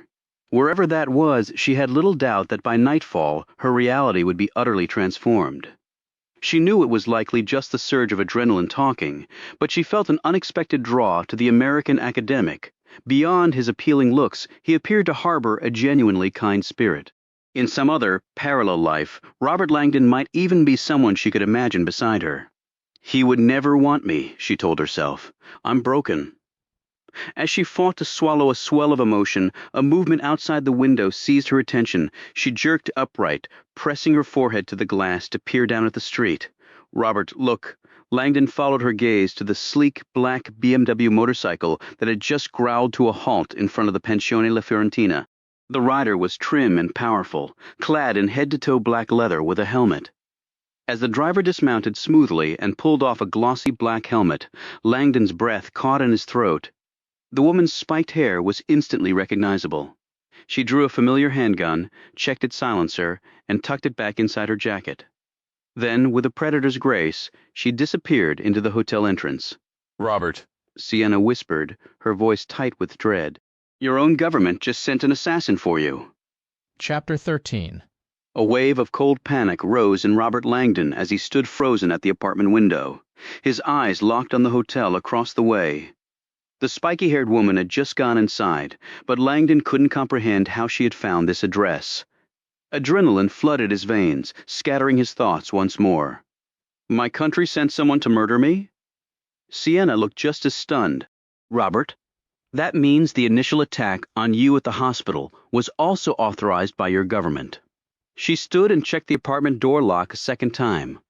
If the U.S. consulate has clearance to eliminate you, she left the sentence hanging, but the terrifying meaning was clear. What do they believe I've done? Why is my own nation hunting me down? Once again, those two words he'd apparently muttered when he stumbled into the hospital echoed in his mind. Very sorry, very sorry. You can't stay here, Sienna stated. We can't stay here. She gestured toward the street. That woman saw us escape the hospital together, and I'd bet anything your government and the police are already trying to find me. This apartment is leased under another name, but they'll track me down eventually. She turned her focus to the biotube on the table. You need to open that now. Langdon stared at the titanium cylinder, seeing only the stark biohazard symbol. Whatever is inside that tube, Sienna insisted, probably has an identification code, an agency label, a contact number, something. You need answers. I need answers. Your government murdered my friend. The raw anguish in Sienna's voice snapped Langdon from his spiraling thoughts, and he nodded, knowing she was right. Yes, I'm truly sorry. He winced, hearing the phrase yet again. He stared at the sealed container on the table, his mind racing with possibilities.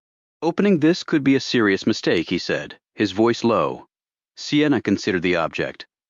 Whatever is inside will be securely housed, likely in an unbreakable protective casing. This outer tube is just for transport, an extra layer of safety. Robert looked through the window at the dark motorcycle idling near the hotel entrance. The woman would emerge soon and realize he was gone. He wondered what she would do next, and how many minutes they had before she tracked them to this apartment. Time was slipping away. He reached for the tube, his thumb hesitating over the biometric scanner. A soft beep and a decisive click followed. Before the mechanism could re-engage, he twisted the two halves in opposite directions. Another beep confirmed the action. His palms were damp as he continued unscrewing the cylinder, the motion smooth and precise. It felt like opening a mysterious puzzle box, each turn heightening the tension of the unknown. After several rotations, the halves separated. Taking a steadying breath, he carefully pulled them apart. A foam insert, shaped like a slender cushion, slid out onto the table. Well, here we go, he thought, and gently peeled back the protective foam. The object within was revealed. Sienna leaned in, her expression shifting to one of genuine surprise. That's not what I pictured at all. Robert had expected some sleek, modern capsule. Instead, he was looking at something ancient and intricately carved, about the size of a roll of candy. It looks centuries old, Sienna murmured. Is that a cylinder seal, Robert finished, finally allowing himself to breathe. These artifacts, dating back to ancient Sumeria, were early printing tools, carved drums rolled across clay to leave an impression. This one was undoubtedly valuable, but its presence in a high-security canister was baffling. As he turned it in his fingers, the detailed carving became clear. A grotesque, three-headed demon with horns, each mouth devouring a separate man. Charming. His eyes dropped to the 7 letters inscribed below the figure. The script was reversed, as required for printing, but he read it easily. Saligia, Sienna sounded it out slowly. Robert nodded, a cold ripple passing through him at the spoken word. It's a medieval Latin device from the Vatican, a mnemonic for the 7 deadly sins.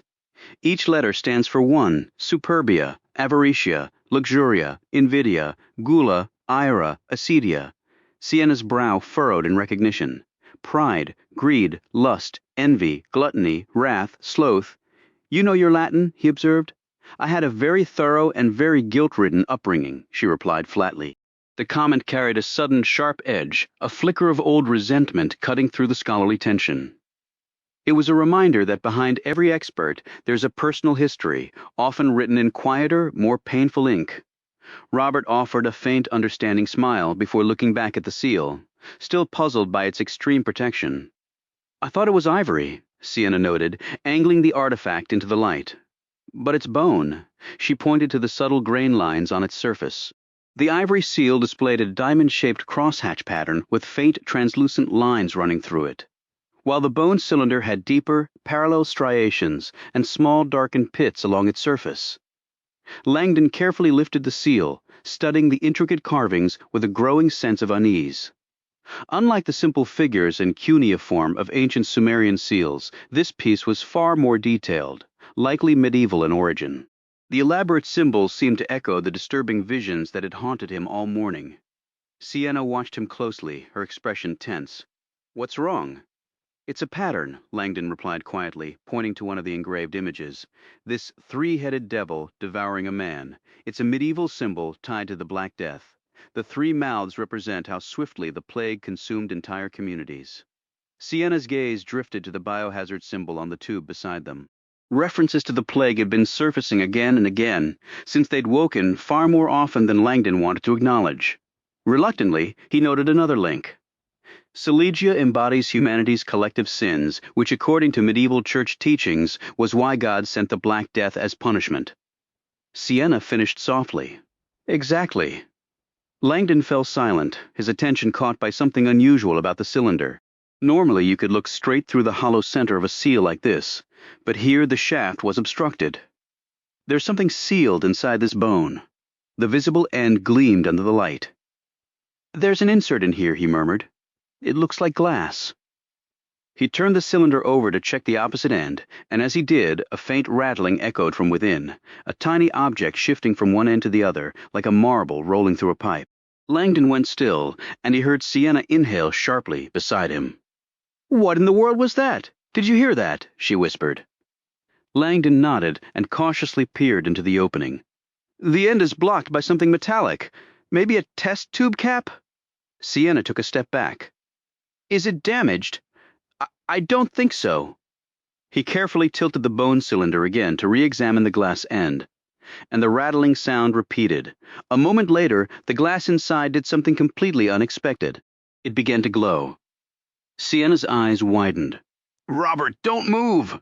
Langdon froze, his hand suspended in midair, keeping the bone cylinder perfectly steady. Without question, the glass insert was now emitting a faint light, glowing as if something inside had been stirred to life. Almost as quickly as it appeared, the glow faded back into darkness. Sienna edged closer, her breathing shallow. She leaned in, studying the sliver of visible glass within the bone. "Tip it again," she whispered. Very slowly. Langdon gently inverted the cylinder. Once more, a small object rattled along its length before settling again, she urged. Gently. He repeated the motion, and again the tube rattled.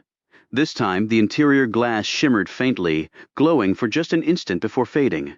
It has to be a test tube, Sienna concluded, with some kind of mixing ball inside. Langdon knew about agitator balls used in spray cans, little pellets that help blend the contents when shaken. It probably holds a phosphorescent compound, Sienna suggested, or maybe a bioluminescent organism that lights up when agitated. But Langdon's mind was racing elsewhere. While he'd seen chemical glow sticks and even ocean plankton that glowed when disturbed, he felt certain this cylinder held something different. He carefully tilted the tube several more times until it glowed again, then held the luminous end above his open palm. As anticipated, a soft crimson glow materialized, casting its light across his skin. It was oddly reassuring to see that even a 208 IQ could be mistaken on occasion. "Just wait," Langdon declared, vigorously shaking the cylinder. The object inside clattered from end to end, picking up speed. Sienna leaped backward. "Are you out of your mind?" Still agitating the tube. Langdon crossed to the light switch and flicked it off, enveloping the kitchen in near darkness. "This isn't a simple test tube," he explained, his arm still pumping. "It's a Faraday pointer." He recalled a student once gifting him a similar gadget, a laser pointer designed for professors tired of constantly replacing AAA batteries, who didn't mind a few seconds of vigorous shaking to convert their own motion into immediate electrical power. Inside, a metal ball would roll rapidly across a series of tiny paddles, spinning a minuscule generator. Someone, it seemed, had cleverly housed this modern electronic tool inside a hollow, intricately carved bone, a prehistoric casing for a contemporary device. The tip of the pointer in his grasp now shone with a fierce intensity, and Langdon shot Sienna a tense, lopsided smile. "Curtains up." He directed the bone-encased pointer toward a blank section of the kitchen wall. When the wall illuminated, Sienna gasped sharply. It was Langdon, though, who actually flinched in shock. The light appearing on the wall was not a mere pinpoint of red laser light. It was a stark, high-definition image that streamed from the tube like a beam from an antique slide projector. Good heavens! Langdon's grip wavered slightly as he took in the ghastly tableau now displayed before them. No wonder visions of death have been haunting me. Beside him, Sienna brought a hand to her mouth and edged closer, clearly mesmerized by the sight. Projected from the ancient bone was a grim oil painting depicting human agony. A multitude of souls enduring horrific torments across various tiers of the underworld. This vision of hell was portrayed as a vast sectional cut into the earth, revealing a deep funnel-shaped abyss of unimaginable depth. This pit was segmented into descending concentric ledges, each one representing a deeper level of despair, each populated by anguished sinners of every description. Langdon knew this image instantly. The masterpiece before them, La Mappa dell'Inferno, was the work of a titan of the Italian Renaissance, Sandro Botticelli. An elaborate cartography of damnation, the map of hell, stood as one of the most terrifying artistic conceptions of the afterlife ever rendered. Somber, bleak, and horrifying, the painting had the power to halt viewers in their tracks even centuries later. Unlike the lush and vibrant hues of his Primavera, or The Birth of Venus, Botticelli had executed his map of hell with a dismal palette of rust reds, murky sepias, and muddy browns. Langdon's pounding headache surged back with a vengeance. Yet for the first time since awakening disoriented in a hospital, he felt a fragment of the mystery click into place. His disturbing mental images had undoubtedly been triggered by exposure to this infamous painting. I must have been analyzing Botticelli's map of hell, he reasoned, though he could not remember the purpose. While the image itself was unsettling, it was the painting's origins that now seeded a growing dread within him. Langdon was acutely aware that the inspiration for this ominous masterpiece had sprung not from Botticelli's own imagination, but from the genius of a man who had lived 2 centuries prior, one great work of art paying homage to another. Botticelli's Map of Hell was, in fact, a meticulous visual tribute to a seminal 14th-century literary work, a notoriously dark and enduring vision of perdition that still echoed through modern culture. Dante's Inferno. Meanwhile, from her vantage point across the street, Vaiantha silently ascended a maintenance stairwell and settled into a concealed position on the rooftop terrace of the quiet Pensione La Fiorentina, the evening breeze carrying the distant scent of baking bread from a nearby trattoria, a mundane detail that felt utterly alien to her current mission. Langdon had given his consulate contact a false room number and a meeting spot that didn't exist. What people in her line of work called a mirrored meet. It was a standard tradecraft move, letting him scope out the scene before ever showing himself. The mirrored location was always chosen because it sat directly within sight of where he actually was. Vaiantha settled into a hidden spot on the rooftop, giving her a sweeping, bird's-eye view of the whole block. Her gaze traveled slowly up the face of the apartment building opposite. "Your play, Mr. Langdon?" Meanwhile, aboard the Mendacium, the provost stepped out onto the polished mahogany deck and drew a deep breath, tasting the Adriatic salt on the air.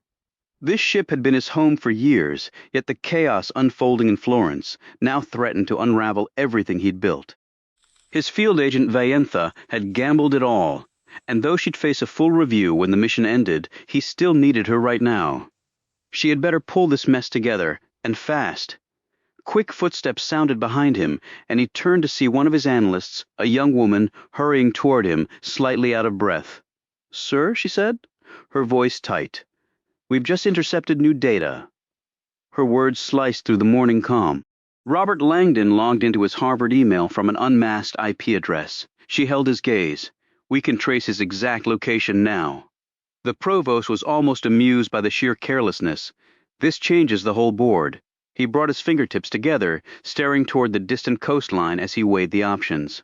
"What's the status of the SRS team?" "Less than 2 miles from Langdon's position, sir." The provost didn't hesitate. "Move them in." Chapter 15. "Dante's Inferno," Sienna whispered, her face alight with fascination as she edged closer to the stark, haunting image of the underworld now glowing on her kitchen wall. Dante's vision of hell, Langdon reflected, rendered here in vivid, chilling detail. Celebrated as one of the crowning achievements of world literature, the Inferno was the opening part of Dante Alighieri's Divine Comedy, an epic poem stretching over 14,000 lines that chronicled the poet's harrowing descent into the underworld, his arduous climb through purgatory, and his final ascent into paradise. Of the comedy's 3 sections, Inferno, Purgatorio, and Paradiso, the Inferno was by far the most widely read and vividly remembered. Penned in the early 1300s, Dante's Inferno had fundamentally reshaped the medieval imagination of damnation. Never before had the idea of hell seized the public's mind in such a gripping, almost theatrical way. Almost overnight, Dante crystallized the abstract notion of hell into something tangible, visceral, and terrifying, an unforgettable landscape of torment. Unsurprisingly, after the poem spread, Catholic churches saw a sharp rise in attendance from frightened sinners hoping to avoid Dante's freshly painted version of eternal punishment. Here, in Botticelli's rendering, Dante's horrific hell was shaped like a vast subterranean funnel of agony. A nightmarish realm of fire, filth, monstrous creatures, and Satan himself coiled at its very bottom. This pit was divided into 9 distinct tiers, the 9 circles of hell, where sinners were cast according to the severity of their sins. Near the top, the lustful, those overcome by passion, were tossed and battered by ceaseless winds, a symbol of their own ungoverned desires. Just below them, gluttons lay face down in a foul sludge of waste, their mouths filled with the very excess they had indulged. Deeper down, heretics suffered inside flaming tombs, condemned to burn for eternity. And so it continued, each circle more brutal than the last, the punishments growing ever more severe the deeper one ventured.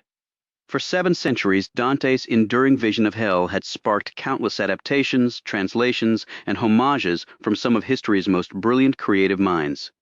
The influence of Dante's Inferno stretched far and wide, inspiring not only literary giants like Longfellow, Chaucer, and Milton, but also composers from Wagner to Tchaikovsky. Even in modern pop culture, from Lorena McKennett's music to countless video games, Dante's shadow loomed large. Langdon often taught a course exploring this very symbolic legacy, eager to show his students the enduring power of Dante's vision. "Robert," Sienna urged, her voice tight with excitement as she leaned toward the projected image. "Look down there!" She was pointing to the lower depths of the funnel-shaped hell, a region known as the Malebolge, or evil ditches. This 8th circle, reserved for fraudsters, was split into 10 distinct pits. Her finger tapped the wall insistently. "Look, isn't this exactly what you described from your vision?" Langdon strained to see, but the projector was dimming. He gave it a vigorous shake until it brightened, then repositioned it on the kitchen counter to cast a larger, clearer image, joining Sienna. He followed her gaze back to the 8th circle. "You said you saw legs sticking upside out of the ground with the letter R," she reminded him, touching a specific spot. "There. Right there. Sure enough. In the 10th ditch, sinners were buried headfirst with their legs protruding, a classic depiction. But here, one pair of legs clearly bore a muddy letter R, a detail that mirrored Langdon's hallucination with unsettling precision. This isn't in the original Botticelli, he thought, a jolt of adrenaline cutting through his fatigue. "There's another one," Sienna said, directing his attention to a different ditch, where the letter E was smeared on a figure with its head twisted backward. This image has been altered. Now he saw them everywhere, letters defacing the condemned throughout all 10 ditches. A C marked a seducer lashed by demons. Another R appeared on a thief entwined with snakes, and A was scrawled on a politician stewing in tar. "These are additions," Langdon stated firmly, "digital edits, without a doubt." His eyes traveled from the topmost ditch downward, reading the letters in sequence. C-A-T-R-O-V-A-C-E-R, catastrophe, he muttered. "Is that Italian?" "Not Latin either," Sienna replied, frowning. "I've never heard it. Could it be a signature? Catastrophe as a name?" She sounded skeptical. "But look over here." She pointed to a figure in the 3rd ditch, and Langdon felt a cold wave of recognition. Mingled with the sinners was a haunting, anachronistic sight. A cloaked figure wearing the distinct long-beaked mask and dead eyes of a medieval plague doctor. "Botticelli never included that," Sienna said quietly. "Did he sign the original?" Langdon couldn't remember, but his gaze drifted to the lower corner where a signature would typically be. The space was conspicuously, tellingly blank. The note bore no signature, but along the dark brown border of La Mappa, a line of tiny block letters was just visible. "La verità è visibile solo attraverso gli occhi della morte." Langdon's grasp of Italian was enough to catch the meaning. It says, "The truth can be seen only through death's eyes." Sienna gave a slow nod. "That's unsettling." They stood quietly in the kitchen as the grim image before them began to dissolve. Dante's Inferno, Langdon reflected. For centuries, that epic poem had stirred artists to create works steeped in dread. His university lectures on Dante always devoted a section to the masterpieces the Inferno had inspired. There was Botticelli's famed Map of Hell, of course, and Rodin's enduring sculpture, The Three Shades. He recalled Stradonis's engraving of the ferryman Phlegias poling through a river choked with the dead, and William Blake's rendering of lustful souls swept into a perpetual storm. He thought of Bouguereau's oddly sensual painting of Dante and Virgil observing two naked combatants, and Franz von Baros's vision of tormented figures cowering under a rain of fire. There were Salvador Dali's surreal watercolors and Gustave Doré's extensive black and white etchings, everything from the cavernous mouth of the underworld to Satan himself encased in ice. Now it appeared Dante's nightmarish landscape had captivated not only history's great artists, but also a modern, disturbed mind. Someone had taken Botticelli's classic work and altered it digitally, inserting 10 letters and the figure of a plague doctor, then signed it with that ominous phrase about death granting sight. This creation had been stored inside a sophisticated projector, concealed within a grotesquely sculpted bone. Langdon couldn't begin to guess who might have crafted such an object, though right now, that mystery took a back seat to a more pressing and personal question. Why on earth was he the one carrying it? As Sienna stood beside him, weighing their options, a sudden roar from a powerful engine cut through the morning quiet from the street below. Tires screeched, followed by the slam of multiple doors. Alarmed, Sienna rushed to the window and looked down. A black, unmarked van had come to an abrupt halt. Men in black uniforms, each with a circular green emblem on the shoulder, poured out, moving with disciplined urgency and carrying automatic weapons. 4 of them immediately sprinted toward the apartment building's entrance. A chill shot through Sienna. "Robert," she called out, her voice tight. "We've got company, armed men, and they're coming inside." Down on the street, Agent Christoph Bruder issued crisp commands to his team as they entered the building. He was a solidly built man whose military career had forged a cool, procedural efficiency and a strict adherence to orders. He understood the mission and the high stakes involved.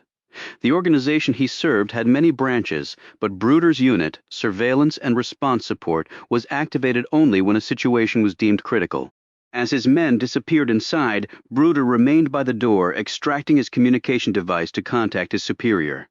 "Bruder here," he reported. "We've traced Langdon's IP to this location. The team is moving in now. I'll notify you once we have him in custody." Several floors above, on the rooftop terrace of the Pensione La Fiorentina, Vaientha stared down in stunned silence at the agents swarming the building. "What are they doing here?" She dragged a hand through her short, spiked hair, the full weight of her failed operation the previous night crashing down on her. One misplaced moment, a single dove's coup, and everything had unraveled spectacularly. A straightforward assignment had morphed into a relentless nightmare. If the SRS team was involved, her own part in this was finished. She was already as good as caught. Vaientha snatched her Sectra Tiger XS communicator and dialed the provost. "Sir," she blurted, voice trembling. "The SRS team is on site. Bruder's operatives are all over the apartment building opposite." She braced for a reply, but instead of a human voice, she was met with a series of sharp, mechanical clicks, followed by a synthesized tone that coolly announced, "Disavowal protocol initiated." Stunned, she pulled the device from her ear and watched the screen fade to black. A cold numbness spread through her as the reality solidified. The Consortium had cut her loose. No support, no connection. "I've been disavowed." The initial jolt of disbelief was swiftly swallowed by a rising tide of pure dread. Chapter 16. "Robert, move!" Sienna's voice was a sharp command. Langdon's mind was still wrestling with visions of Dante's infernal circles as he burst into the apartment hallway. Until now, Sienna Brooks had navigated the morning's chaos with a remarkable, almost clinical composure, but that facade had shattered. A raw, palpable fear now tightened her features, an emotion he hadn't seen in her before.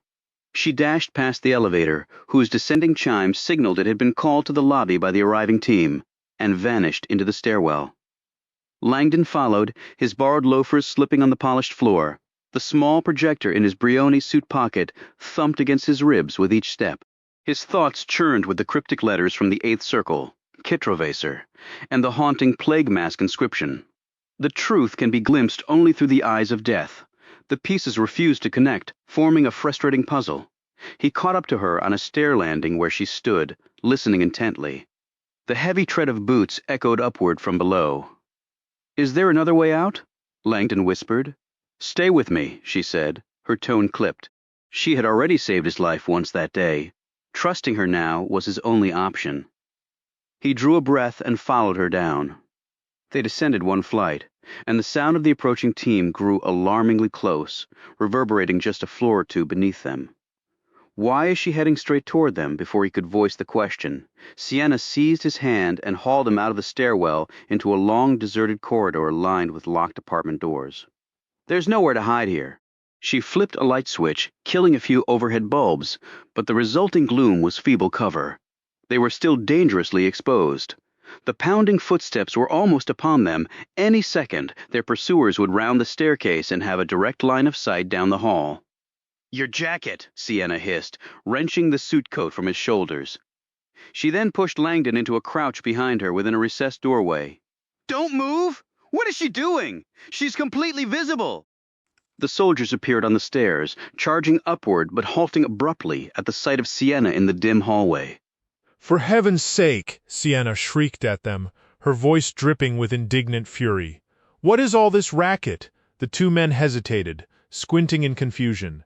Sienna continued her tirade. So much noise at this hour. Langdon now saw her strategy. She had draped his black jacket over her head and shoulders like a shawl, hunched her posture to obscure him in the shadows, and transformed herself into a furious, hobbling elderly woman. She took a shaky step forward, shaking a fist and screeching with impressive vehemence. One of the soldiers raised a hand, urging her back inside. Ma'am, return to your apartment immediately! Sienna took another wobbly step, her fists still clenched in theatrical rage. You woke my husband, and he's sick! The woman shouted, her voice trembling with a mix of anger and fear. Langdon stared, trying to make sense of the scene. They disturbed her ill husband before he could process it. The second soldier lifted his weapon, pointing it straight at her. Stop, or I'll shoot! Sienna froze, then began backing away, muttering a string of curses under her breath. The men didn't wait. They rushed past her and vanished up the staircase. Not exactly a performance for the stage, Langdon mused, but it got the job done. It seemed a little theatrical training could be surprisingly useful in a pinch. Sienna pulled the jacket from her head and tossed it back to Langdon. All right, let's go. This time, Langdon followed without a second thought. They moved down to the landing just above the lobby, where two more soldiers were stepping into the elevator, heading up. Outside, beside the ominous black van, another guard stood watch, his uniform straining against a muscular frame. Without a word, Sienna led Langdon down toward the basement. The underground parking area was dim and carried the sharp scent of ammonia. Sienna hurried to a cluttered corner filled with scooters and motorcycles. She stopped at a silver three-wheeled moped, a quirky hybrid that looked like a cross between a sleek Italian scooter and a bulky tricycle. Reaching beneath the front fender, her fingers found a small magnetic box. Inside was a key. She inserted it, and the engine sputtered to life. Moments later, Langdon was seated behind her on the narrow bench. Unsteady on the small seat, he fumbled at his sides, searching for something to hold on to. Now's not the time to be shy, Sienna said, grabbing his hands and pulling them firmly around her waist. You're going to need to hang on. Langdon held tight as Sienna revved the trike up the exit ramp. The little vehicle had surprising power, and they almost became airborne as they burst out of the garage into the pale morning light, emerging about 50 yards from the building's main entrance. The muscular soldier by the entrance whirled around at the sound, spotting Langdon and Sienna as they sped away, the trike's engine whining shrilly as she pushed it faster. Perched on the back, Langdon glanced over his shoulder, just in time to see the soldier raise his weapon and take aim. He tensed, bracing for impact. A single gunshot cracked through the air, pinging off the trike's rear fender and narrowly missing Langdon's lower back. Good grief. Sienna swerved hard left at the crossing, and Langdon felt himself slipping, struggling to stay balanced. Lean into me, she yelled. He pressed forward, recentering himself as Sienna accelerated down a broader street. They had covered an entire block before Langdon finally took a full breath. Who on earth were these people? Sienna's attention stayed fixed on the road ahead as she darted through the light morning traffic, weaving between cars. Several pedestrians did a double take as they passed, clearly confused by the sight of a tall man in an expensive suit clinging to a slender woman on a three-wheeled moped. They had traveled 3 blocks and were nearing a major intersection when horns blared ahead. A sleek black van rounded the corner on two wheels, skidding sideways into the intersection before straightening and accelerating directly toward them. It was identical to the van back at the apartment. Sienna instantly jerked the handlebars hard to the right and slammed the brakes. Langdon's chest slammed against her back as they skidded to a stop, ducking out of sight behind a parked delivery truck. She nudged the trike up against the truck's rear bumper and cut the engine. "Did they see us?" She and Langdon crouched low, holding their breath as they waited. The van roared past without slowing, apparently unaware of them. But as it sped by, Langdon caught a fleeting glimpse inside. In the back seat, an elegant older woman was squeezed between two soldiers, looking like a prisoner. Her eyes were heavy-lidded, and her head lolled slightly, as if she were disoriented or sedated. Her amulet caught the light, and her long silver hair cascaded in perfect ringlets. For a heartbeat, Langdon's throat tightened. He felt a chill, as if he'd glimpsed a phantom. It was her, the woman from his visions. Chapter 17. The provost left the control room in a fury, striding along the starboard deck of the Mendacium to clear his head. The events at the Florence apartment were beyond comprehension. He completed 2 full circuits of the yacht before finally entering his office. From a cabinet, he retrieved a bottle of 50-year-old Highland Park single malt. He placed it on his desk, but did not pour a glass, turning his back on it as a silent testament to his own discipline. His gaze drifted to a thick, worn volume on the shelf, a gift from a client, the very client he now deeply regretted ever meeting. A year ago, how could I have possibly known? Ordinarily, the provost did not personally vet potential clients, but this referral had come through an impeccable channel, prompting him to make an exception. The day had been unnaturally still at sea when the man's private helicopter touched down on the deck. The visitor, a prominent figure in his own right, was 46, impeccably groomed, and unusually tall, with striking green eyes. "As I'm sure you're aware," the man began, "a mutual friend suggested I seek you out." He settled into the plush chair in the provost's office, stretching his long legs as if he owned the place. "Let me outline what I require."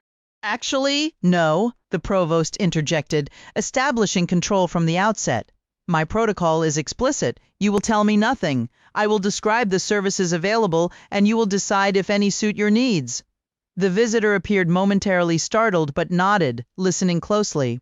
What the lanky man ultimately wanted was, for the Consortium, remarkably straightforward, a complete disappearance from the public eye, a chance to operate in absolute secrecy. Simple. The Consortium would furnish a new identity and a secure off-grid location where he could work undisturbed, whatever that work might be. The Consortium's policy was never to ask. The less they knew about a client's purpose, the better. For a full year, the arrangement proceeded flawlessly and with immense profit. The green-eyed man proved to be a model client. No contact, all payments punctual. Then, 2 weeks ago, everything shifted. The client demanded an urgent face-to-face meeting. Given the substantial fees paid, the provost agreed. The man who boarded the yacht was almost unrecognizable from the composed professional of a year prior. Disheveled, with a frantic glint in his once calm green eyes, he seemed almost feverish. What on earth happened to him? What has he been doing in that hideaway? The provost guided the agitated man into his office.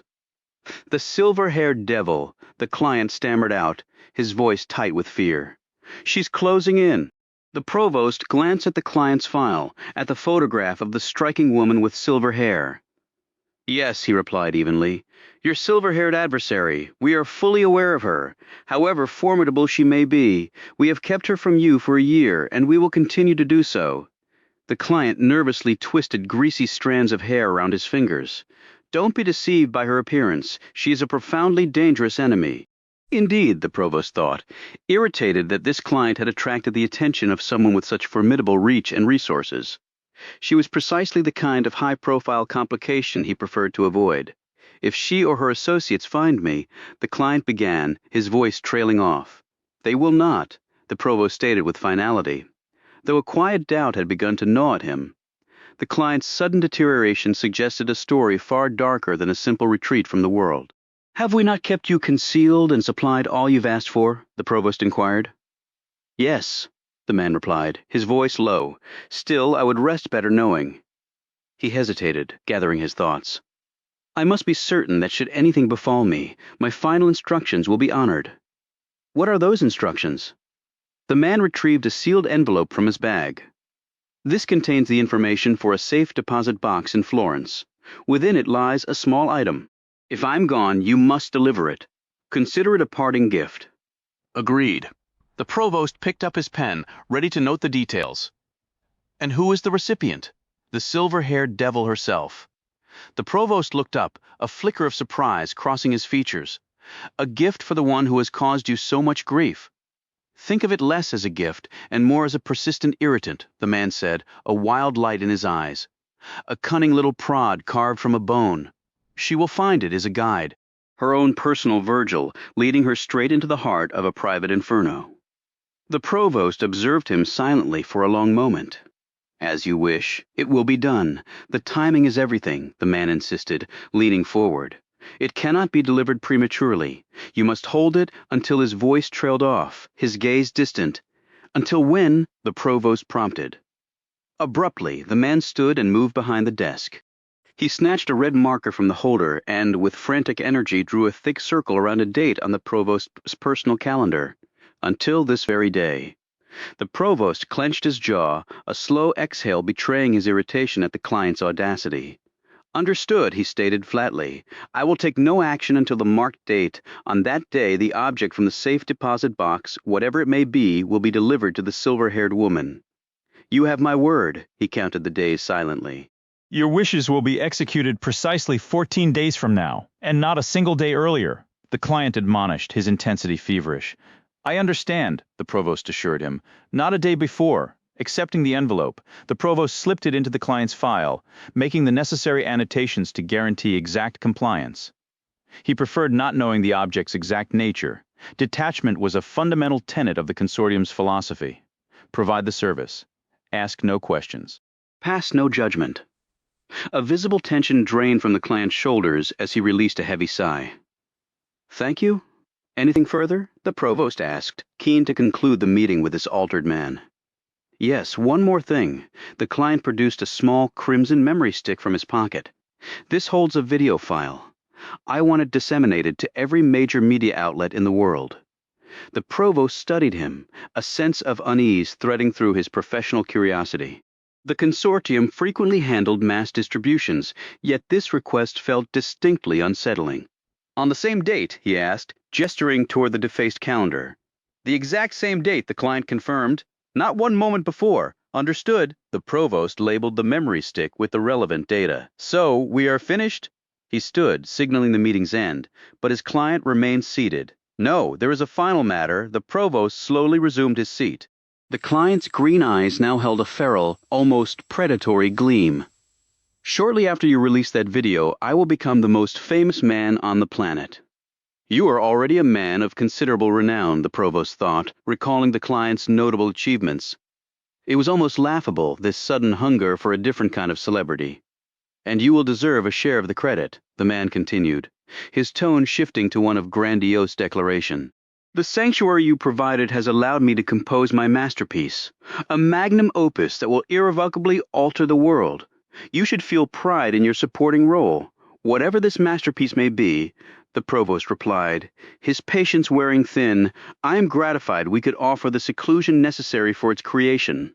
As a token of my gratitude, I have brought you a farewell gift. The disheveled man reached once more into his bag. The provost stared at the volume, his mind racing. Could this be the secret project his client had been laboring over for so long? Is this your work? He asked. Not at all, the man replied, hefting the enormous book onto the desk. In fact, it was written for me, baffled. The provost examined the classic tome. Written for him? It was a 14th century masterpiece.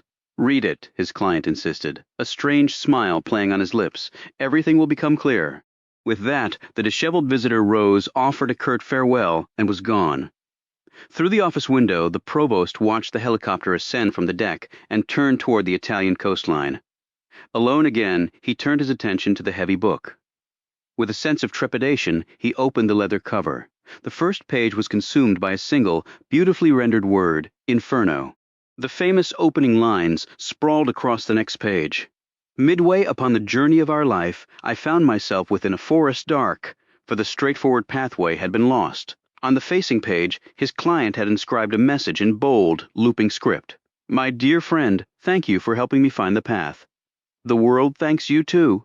The provost understood none of it. He shut the book and shelved it, relieved that his professional dealings with this eccentric would conclude in a mere 14 days. He glanced at the frantic red circle on his calendar, marking the date. In the following days, an unshakable unease settled over him. His client's behavior had grown increasingly erratic, bordering on unstable. Yet against the provost's instincts, the time passed quietly.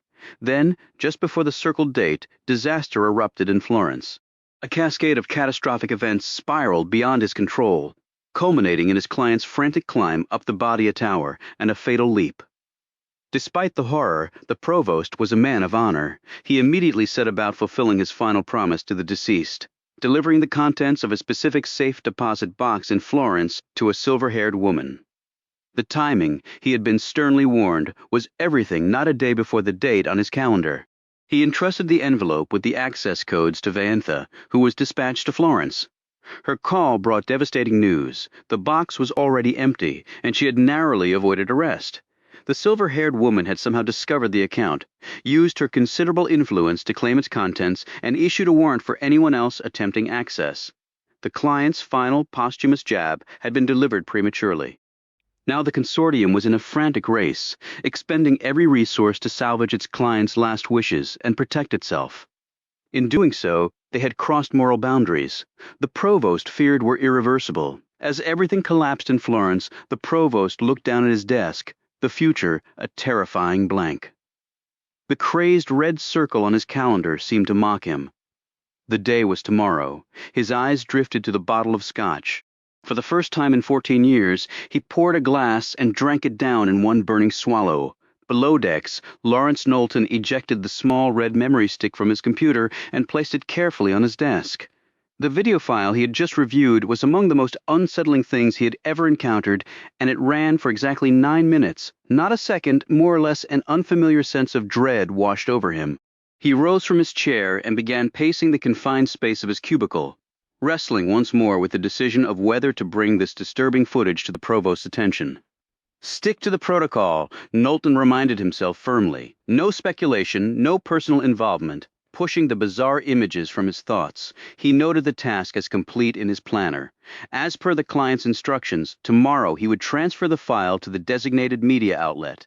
Via Niccolò Machiavelli is often celebrated as Florence's most elegant boulevard. Its broad, sweeping curves wind through verdant landscapes of trimmed hedges and leafy trees, making it a popular route for both cyclists and sports car drivers. Sienna guided the trike expertly through each graceful turn as they left the cramped residential streets behind and entered the refined atmosphere of the city's affluent West Bank. The crisp morning air carried the scent of cedar. They passed a small chapel just as its clock began chiming 8 o'clock. Langdon held tight, his thoughts swirling with disturbing visions from Dante's Inferno and the haunting image of a striking silver-haired woman he had glimpsed moments earlier, squeezed between 2 large soldiers in the back of a van. Whoever she is, he thought with a sinking feeling, they've taken her. Over the rumble of the trike's engine, Sienna called back, "That woman in the van. You're certain she's the same one from your hallucinations?" "Without a doubt," Langdon replied. "Then you must have crossed paths with her sometime in the last 48 hours. The real mystery is why she keeps appearing to you and why her message is always the same. Seek and find." Langdon couldn't argue. "I don't remember meeting her," he admitted, "but every time I see her face, I feel this urgent, overwhelming need to come to her aid." Very sorry, very sorry. The words echoed in his mind, and he suddenly wondered if his strange, repeated apology had been meant for her. Did I let her down somehow? The possibility tightened like a fist in his stomach. For Langdon, losing his memory felt like having his most essential tool ripped away. Blessed with an eidetic memory since childhood, he had always relied on his ability to recall the finest details of everything he observed.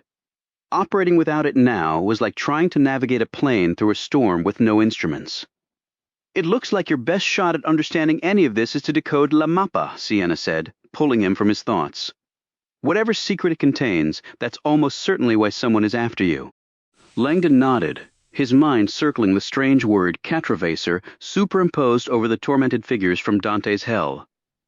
A sudden crisp realization cut through the fog in his mind. I woke up in Florence. No city on earth was more deeply intertwined with Dante Alighieri. Florence was where Dante was born, where he grew up, where, according to legend, he first beheld his beloved Beatrice, and from where he was later brutally exiled, forced to wander the Italian countryside for years, aching for the home he could not return to. You shall leave everything you love most, Dante wrote of banishment. This is the arrow that the bow of exile shoots first. Recalling those lines from the Paradiso, Langdon looked to his right, across the Arno River, toward the historic spires of old Florence. He envisioned the ancient city center, a tangled maze of narrow streets, swarming with tourists and traffic, weaving around the famed cathedral, museums, chapels, and bustling market squares. He had a strong hunch that if they abandoned the trike, they could disappear into those crowded thoroughfares. We need to get to the old city, Langdon stated decisively. If there are answers to be found, that's where they'll be. Dante's entire world was contained in old Florence. Sienna agreed with a quick nod. It'll be safer there too, she added, glancing back.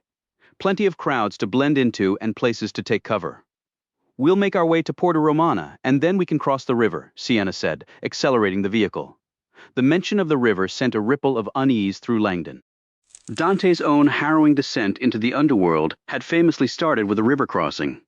As the cityscape streaked past the window, Langdon's mind raced through visions of the Inferno, the tormented souls, the 10 treacherous ditches of the Malebolge, the haunting figure of the plague doctor, and that cryptic rearranged word, catastrophe.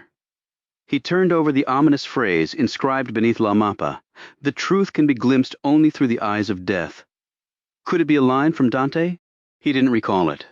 Langdon's expertise as an art historian, particularly in symbolic interpretation, meant he was often consulted on the dense iconography woven through Dante's work. It was no accident, he mused, that he had delivered a lecture titled Divine Dante, Symbols of Hell almost 2 years prior. Dante Alighieri had transcended his era to become a genuine cultural phenomenon, inspiring dedicated societies across the globe. The oldest American chapter was established back in 1881 in Cambridge, Massachusetts, by the renowned poet Henry Wadsworth Longfellow. As the first American to translate the Divine Comedy, Longfellow's version remained a cornerstone of Dante's studies. Langdon, recognized for his scholarly work on Dante, had been invited to speak at a prestigious gathering organized by one of the world's most venerable Dante societies, the Societe Dante Alighieri in Vienna. The event was held at the Grand Viennese Academy of Sciences, its 2,000-seat auditorium secured by the conference's primary benefactor, a wealthy scientist and society member. Upon arriving, Langdon was greeted by the event director and escorted inside. Crossing the expansive lobby, his eyes were immediately drawn to 5 words splashed across the far wall in colossal letters: "What if God was wrong?" "It's a Lucas Troberg piece," the director murmured, noting Langdon's gaze. Our latest installation? Quite thought-provoking, don't you think? Langdon studied the imposing text, scrambling for a diplomatic reply. Well, he finally offered, the artistic ambition is certainly bold, though the grammatical precision might be considered aspirational. The director blinked, looking momentarily perplexed. Langdon hoped his connection with the actual audience would be smoother. When he finally took the stage, he was met with a thunderous, sustained applause from a completely packed house. Meine Damen und Herren, Langdon began, his voice amplified through the hall. Willkommen, bienvenue, welcome. The classic cabaret greeting elicited warm laughter from the crowd. I understand we have a wonderful mix here tonight, long-standing Dante Society members alongside many scientists and students who may be encountering Dante's world for the very first time. So for anyone who has been occupied with other pursuits and hasn't yet dived into medieval Italian epic poetry, let me start with a brief introduction to the man himself, his life, his legacy, and why he endures as one of history's most pivotal figures. Another wave of applause followed.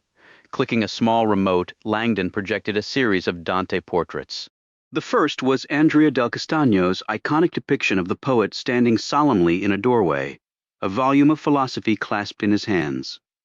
Dante Alighieri, Langdon narrated, This Florentine writer and philosopher lived from 1265 to 1321. Here, as in most renderings, he wears the distinctive red cappuccio, a snug, plaited hood with flaps, which, combined with his crimson Lucca robe, has become his most recognizable image.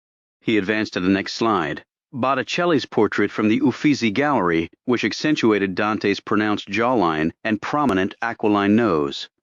Once more, Dante's distinctive profile is framed by his crimson cappuccio, but here Botticelli has adorned the cap with a laurel wreath, a timeless emblem of mastery, specifically mastery of the poetic arts.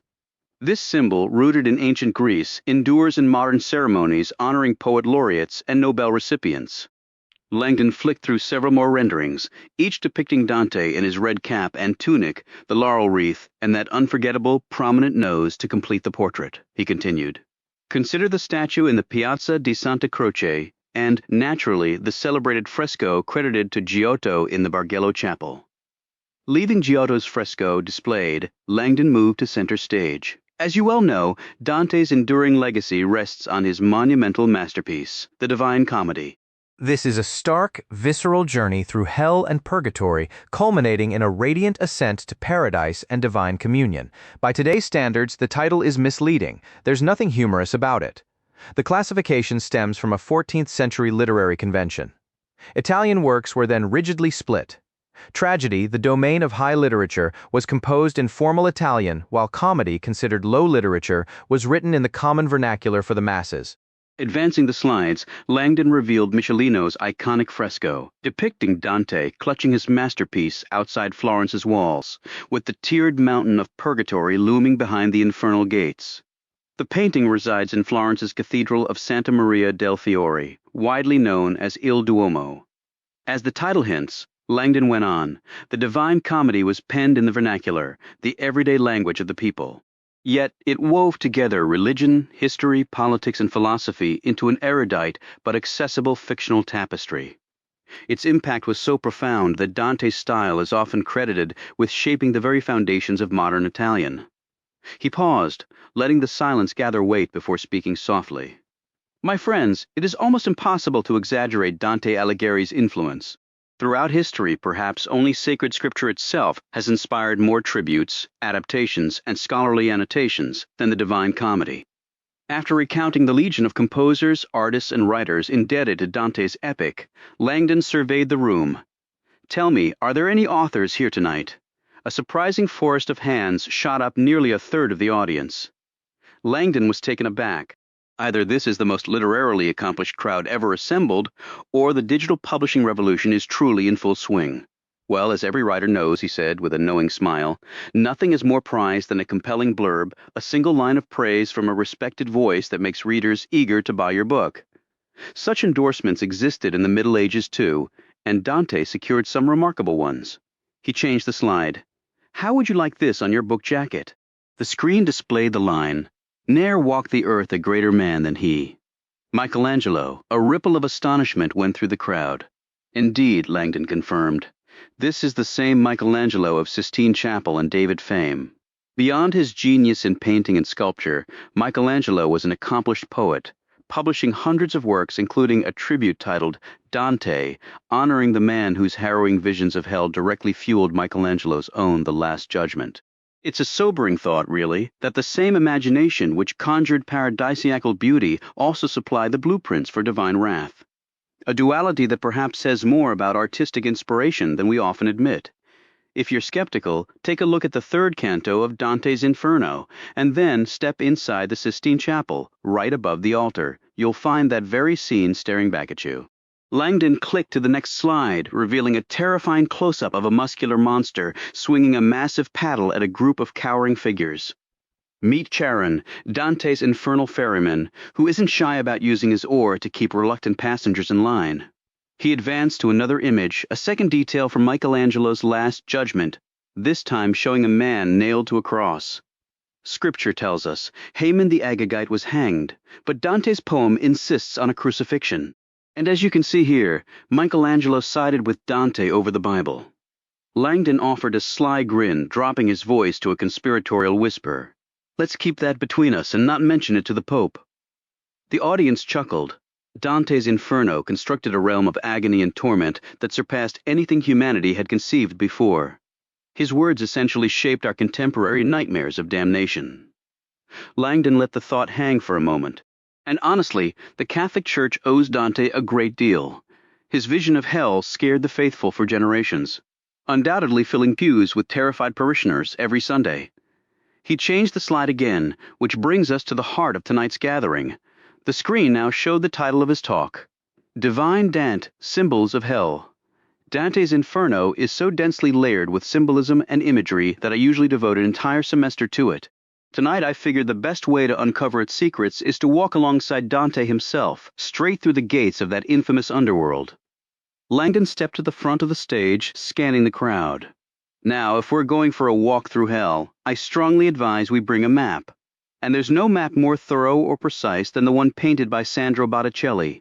He pressed the remote and Botticelli's ominous map of hell materialized on the screen. A few audible groans rose as the audience took in the grotesque scenes unfolding within the funnel-shaped subterranean pit.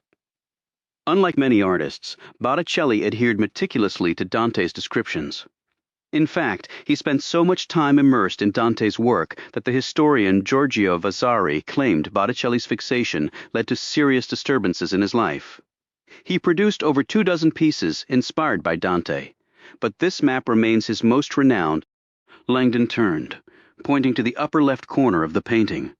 Our descent starts right there, above ground, where you see Dante in red, standing with his guide Virgil just outside Hell's entrance. From that point, we'll travel downward, through all 9 concentric circles, until we finally come face to face with. He quickly advanced to another slide, a magnified section of the same painting depicting Satan as a monstrous, 3-headed beast, each mouth devouring a different sinner. The crowd gasped. A little preview of where we're headed, Langdon announced. This terrifying figure is our final destination, the 9th circle where Satan himself resides. But he paused for effect. The journey is where the real adventure lies, so let's rewind a bit, back to those gates where it all begins. The next slide displayed a Gustave Doré lithograph of a dark, tunnel-like entrance cut into the face of a stark cliff. Above the doorway, the infamous warning was etched, "Abandon all hope, ye who enter here." "So," Langdon said with a faint smile, "shall we step inside?" Suddenly the screech of tires tore through the air, and the entire audience vanished before his eyes. He lurched forward, bumping into Sienna's back as the trike jerked to a halt in the middle of Viale Machiavelli, disoriented. Langdon's mind was still fixed on the looming gates of hell. As his senses cleared, he took in his surroundings. "What's happening?" he demanded. Sienna gestured toward the ancient stone archway of the Porta Romana, about 3 football fields ahead, marking the entrance to Florence's historic center. "Robert," she said, her voice tight, "we have a serious problem." Agent Bruder stood in the cramped apartment, his gaze sweeping over the sparse, mismatched furniture. It looked more like a temporary crash pad than a home.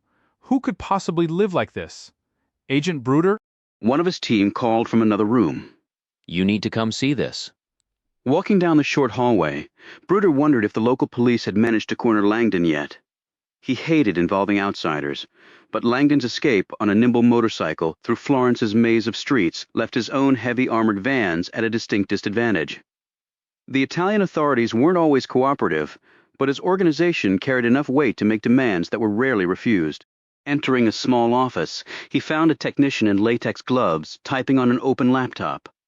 "This is the machine he used," the man reported. Langdon checked his email and ran several searches. "The cache is intact." Bruder stepped closer. "It's not registered to Langdon," the tech added. "The initials are S.C. We'll have the full name soon." As he waited, a stack of papers on the desk caught Bruder's eye. He picked them up, flipping through a curious collection, a vintage playbill from the Globe Theatre in London, and several clipped newspaper articles. With each page he scanned, his surprise grew. Taking the documents, he stepped back into the hall and called his superior. "It's Bruder," he said. "I believe I've identified Langdon's accomplice. Who is it?" The voice on the line asked. Bruder let out a slow breath. "You're not going to believe this."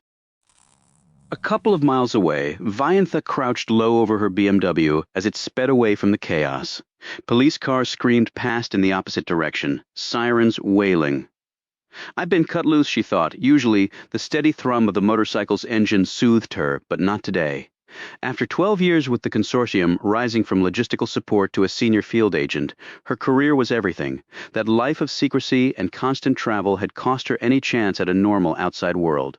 I've been on this assignment for an entire year, she reflected, still stunned by the provost's sudden and brutal decision to disavow her.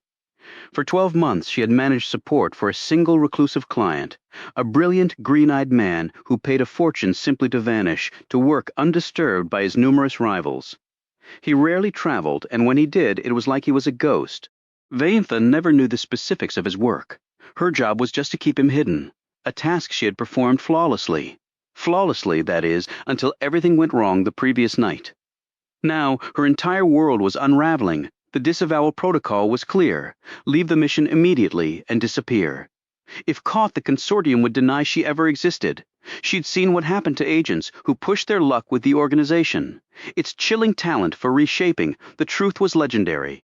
Vaintha knew of only 2 other agents who had been disavowed. Funny, she realized with a cold jolt, she never saw either of them again. She had always believed they were simply called in for a formal review and then dismissed, forbidden from ever contacting Consortium employees again. Now Vaintha wasn't so certain. You're overthinking this, she told herself. The Consortium operates with far more sophistication than resorting to outright murder, yet a new wave of cold dread washed over her.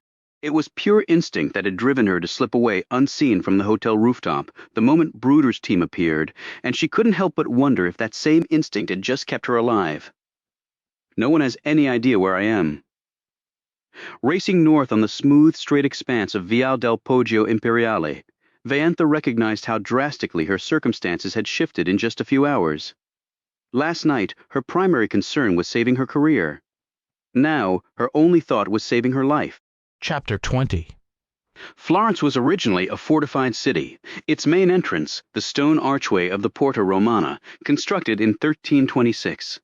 While most of the city's defensive walls were demolished long ago, the Porta Romana remains standing. To this day, traffic flows into the city through the deep arched tunnels carved into the massive fortification.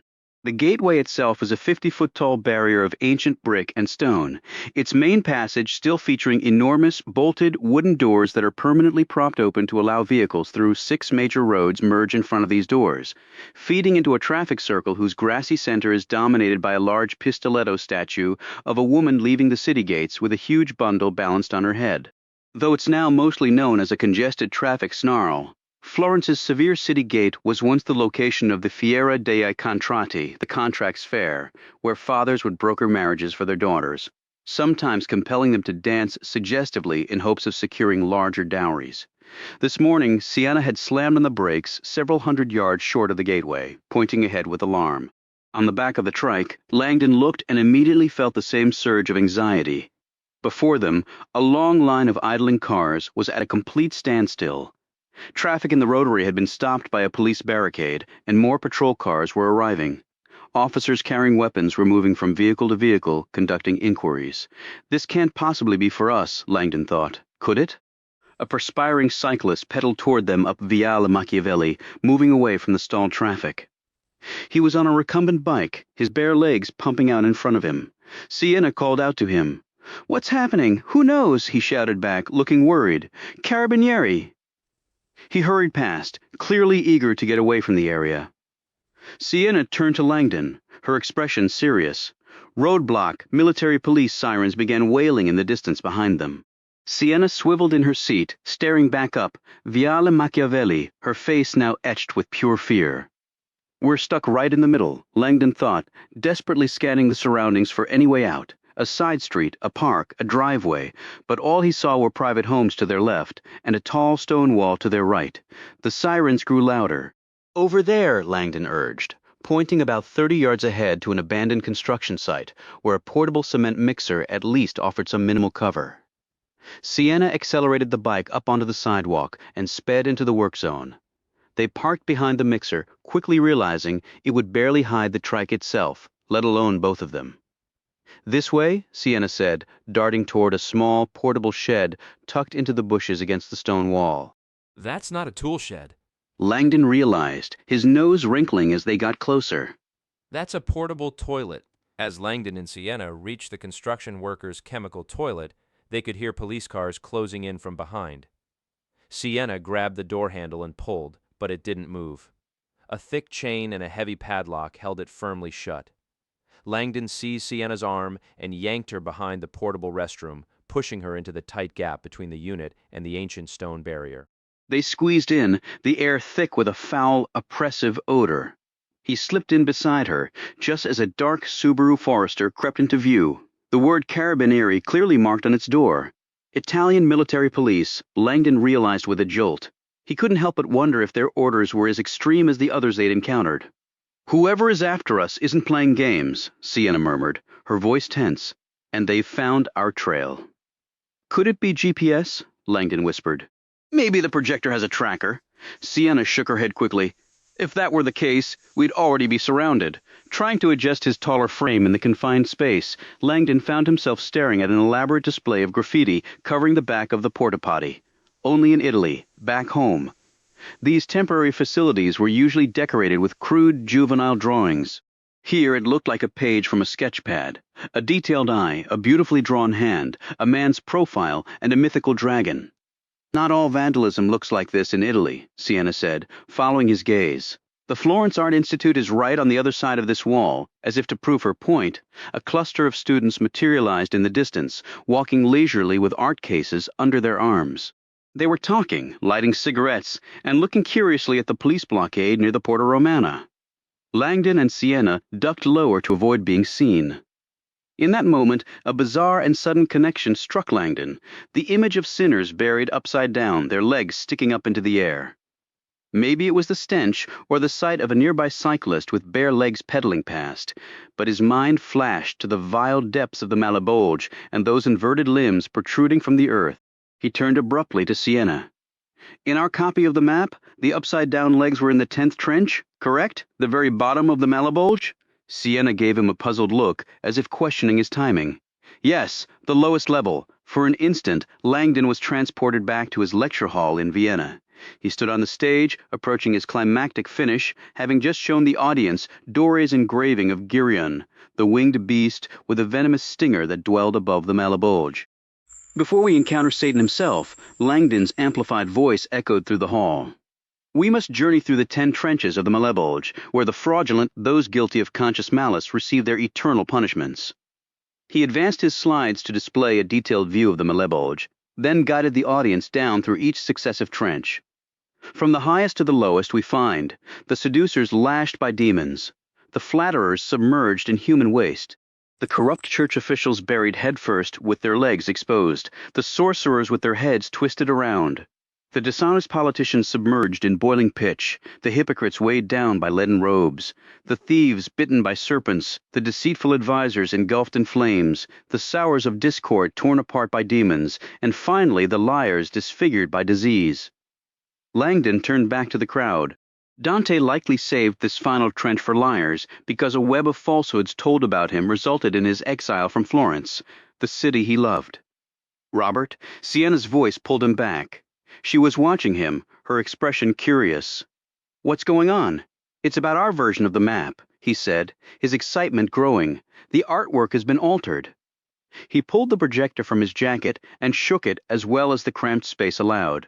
The agitator ball clattered noisily, though the blaring sirens swallowed the sound. Whoever made this image has rearranged the sequence of the Malebolge's circles. As the device started to glow, Langdon aimed it at the flat surface in front of them. La Mappa dell'Inferno materialized, casting a bright glow in the low light. Botticelli displayed on a portable restroom, Langdon thought, feeling a pang of embarrassment. This had to be the most undignified setting a Botticelli had ever been presented. His eyes traveled down through the 10 trenches, and he began nodding with growing excitement. "Exactly," he burst out. "This isn't right. The final trench of the Malebolge should be filled with the diseased, not figures hanging upside down. The 10th level is reserved for falsifiers, not corrupt clergymen." Sienna looked fascinated. "But why would anyone make that change?" "Catastrophe, sir," Langdon murmured, studying the small letters added to each level. "I don't believe that's their true meaning." Despite the injury that had wiped his memories of the past 48 hours, he could feel his mind functioning with sharp clarity now. He shut his eyes, holding the two versions of La Mappa in his mental vision to compare their discrepancies. The alterations to the Malebolge were fewer than he had expected, and yet it felt as if a curtain had been abruptly drawn aside. In an instant, everything became perfectly clear. "Seek, and ye shall find. What is it?" Sienna pressed. Langdon's mouth went dry. "I understand why I'm in Florence. You do?" "Yes, and I know exactly where I need to go." Sienna seized his arm. "Where?" Langdon felt as though his feet had finally found stable ground for the first time since waking in the hospital. "These 10 letters," he whispered. They actually indicate a specific location in the historic district. That's where we'll find the answers. Where in the historic district? Sienna demanded. "What did you discover?" The sound of cheerful voices echoed from the other side of the portable toilet. Another cluster of art students was passing by, laughing and chatting in a mix of languages. Langdon cautiously peered around the cubicle, watching them depart. Then he scanned the area for any police. "We need to keep moving." "I'll explain as we go." "As we go?" Sienna shook her head in disbelief. "We'll never get past the Porta Romana checkpoint. Wait here for half a minute," he instructed her. "Then follow my lead." With that, Langdon slipped away, leaving his newly found companion both confused and alone. Chapter 21. "Excuse me." Robert Langdon hurried after the group of students. "Pardon me." They all turned, and Langdon put on a convincingly lost tourist act, glancing around anxiously. "Where is the State Art Institute?" Langdon asked in deliberately rough Italian. A tattooed young man took a casual drag from his cigarette and replied with a sneer, "We don't speak Italian." His accent was distinctly French. One of the girls scolded her tattooed friend and politely pointed down the long wall toward the Porta Romana. "Keep going, straight ahead, straight ahead." Langdon translated, "Thank you." Right on schedule. Sienna emerged unnoticed from behind the portable restroom and walked over. The slender 32-year-old approached the group, and Langdon placed a friendly hand on her shoulder. "This is my sister, Sienna. She's an art instructor." The tattooed kid muttered, "TILF," and his male friends chuckled. Langdon ignored them. "We're in Florence, scouting potential locations for a study abroad program. Mind if we walk in with you?" "Of course," the Italian girl said with a smile.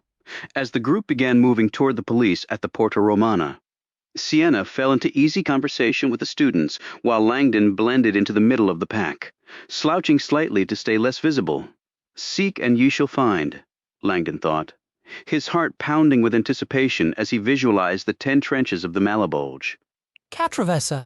These 10 letters, Langdon had now realized, were central to one of the art world's most enduring mysteries, a puzzle centuries old that had never been deciphered.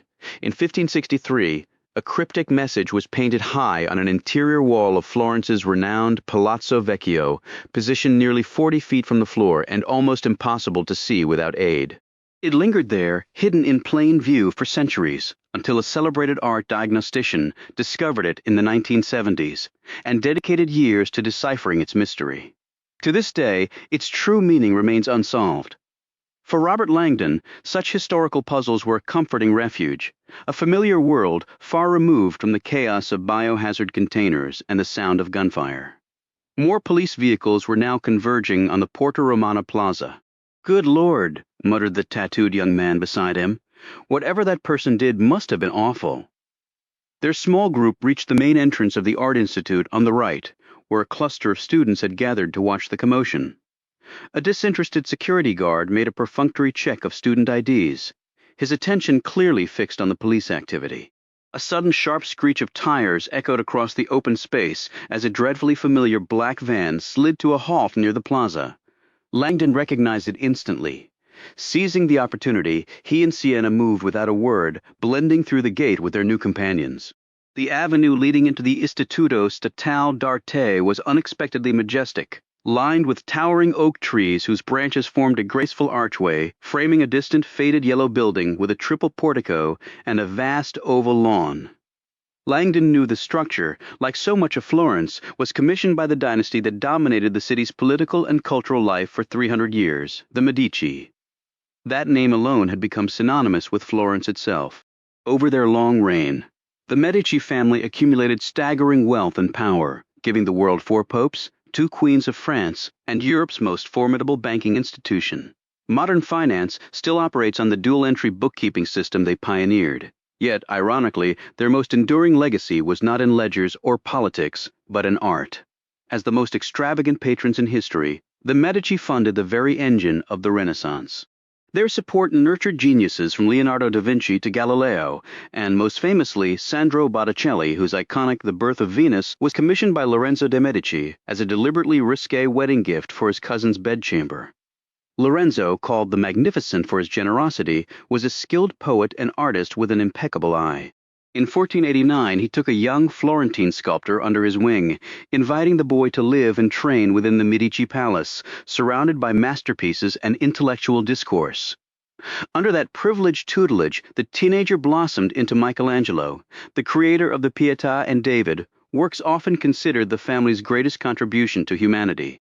Given the Medici obsession with beauty, Langdon mused they would probably appreciate that their former horse stables, chosen for their proximity to the exquisite riding paths of the Boboli Gardens, now housed this vibrant art school, inspiring a new generation of creators. In this serene setting, Langdon looked to his left, where the tops of trees rose above a high stone wall. The sprawling Boboli Gardens were now a major draw for visitors. He felt certain that if he and Sienna could slip inside, they could cross the entire grounds unseen, avoiding the Porta Romana checkpoint entirely. The gardens were enormous, filled with potential cover, dense woods, winding hedge mazes, hidden grottos, and ornate fountains.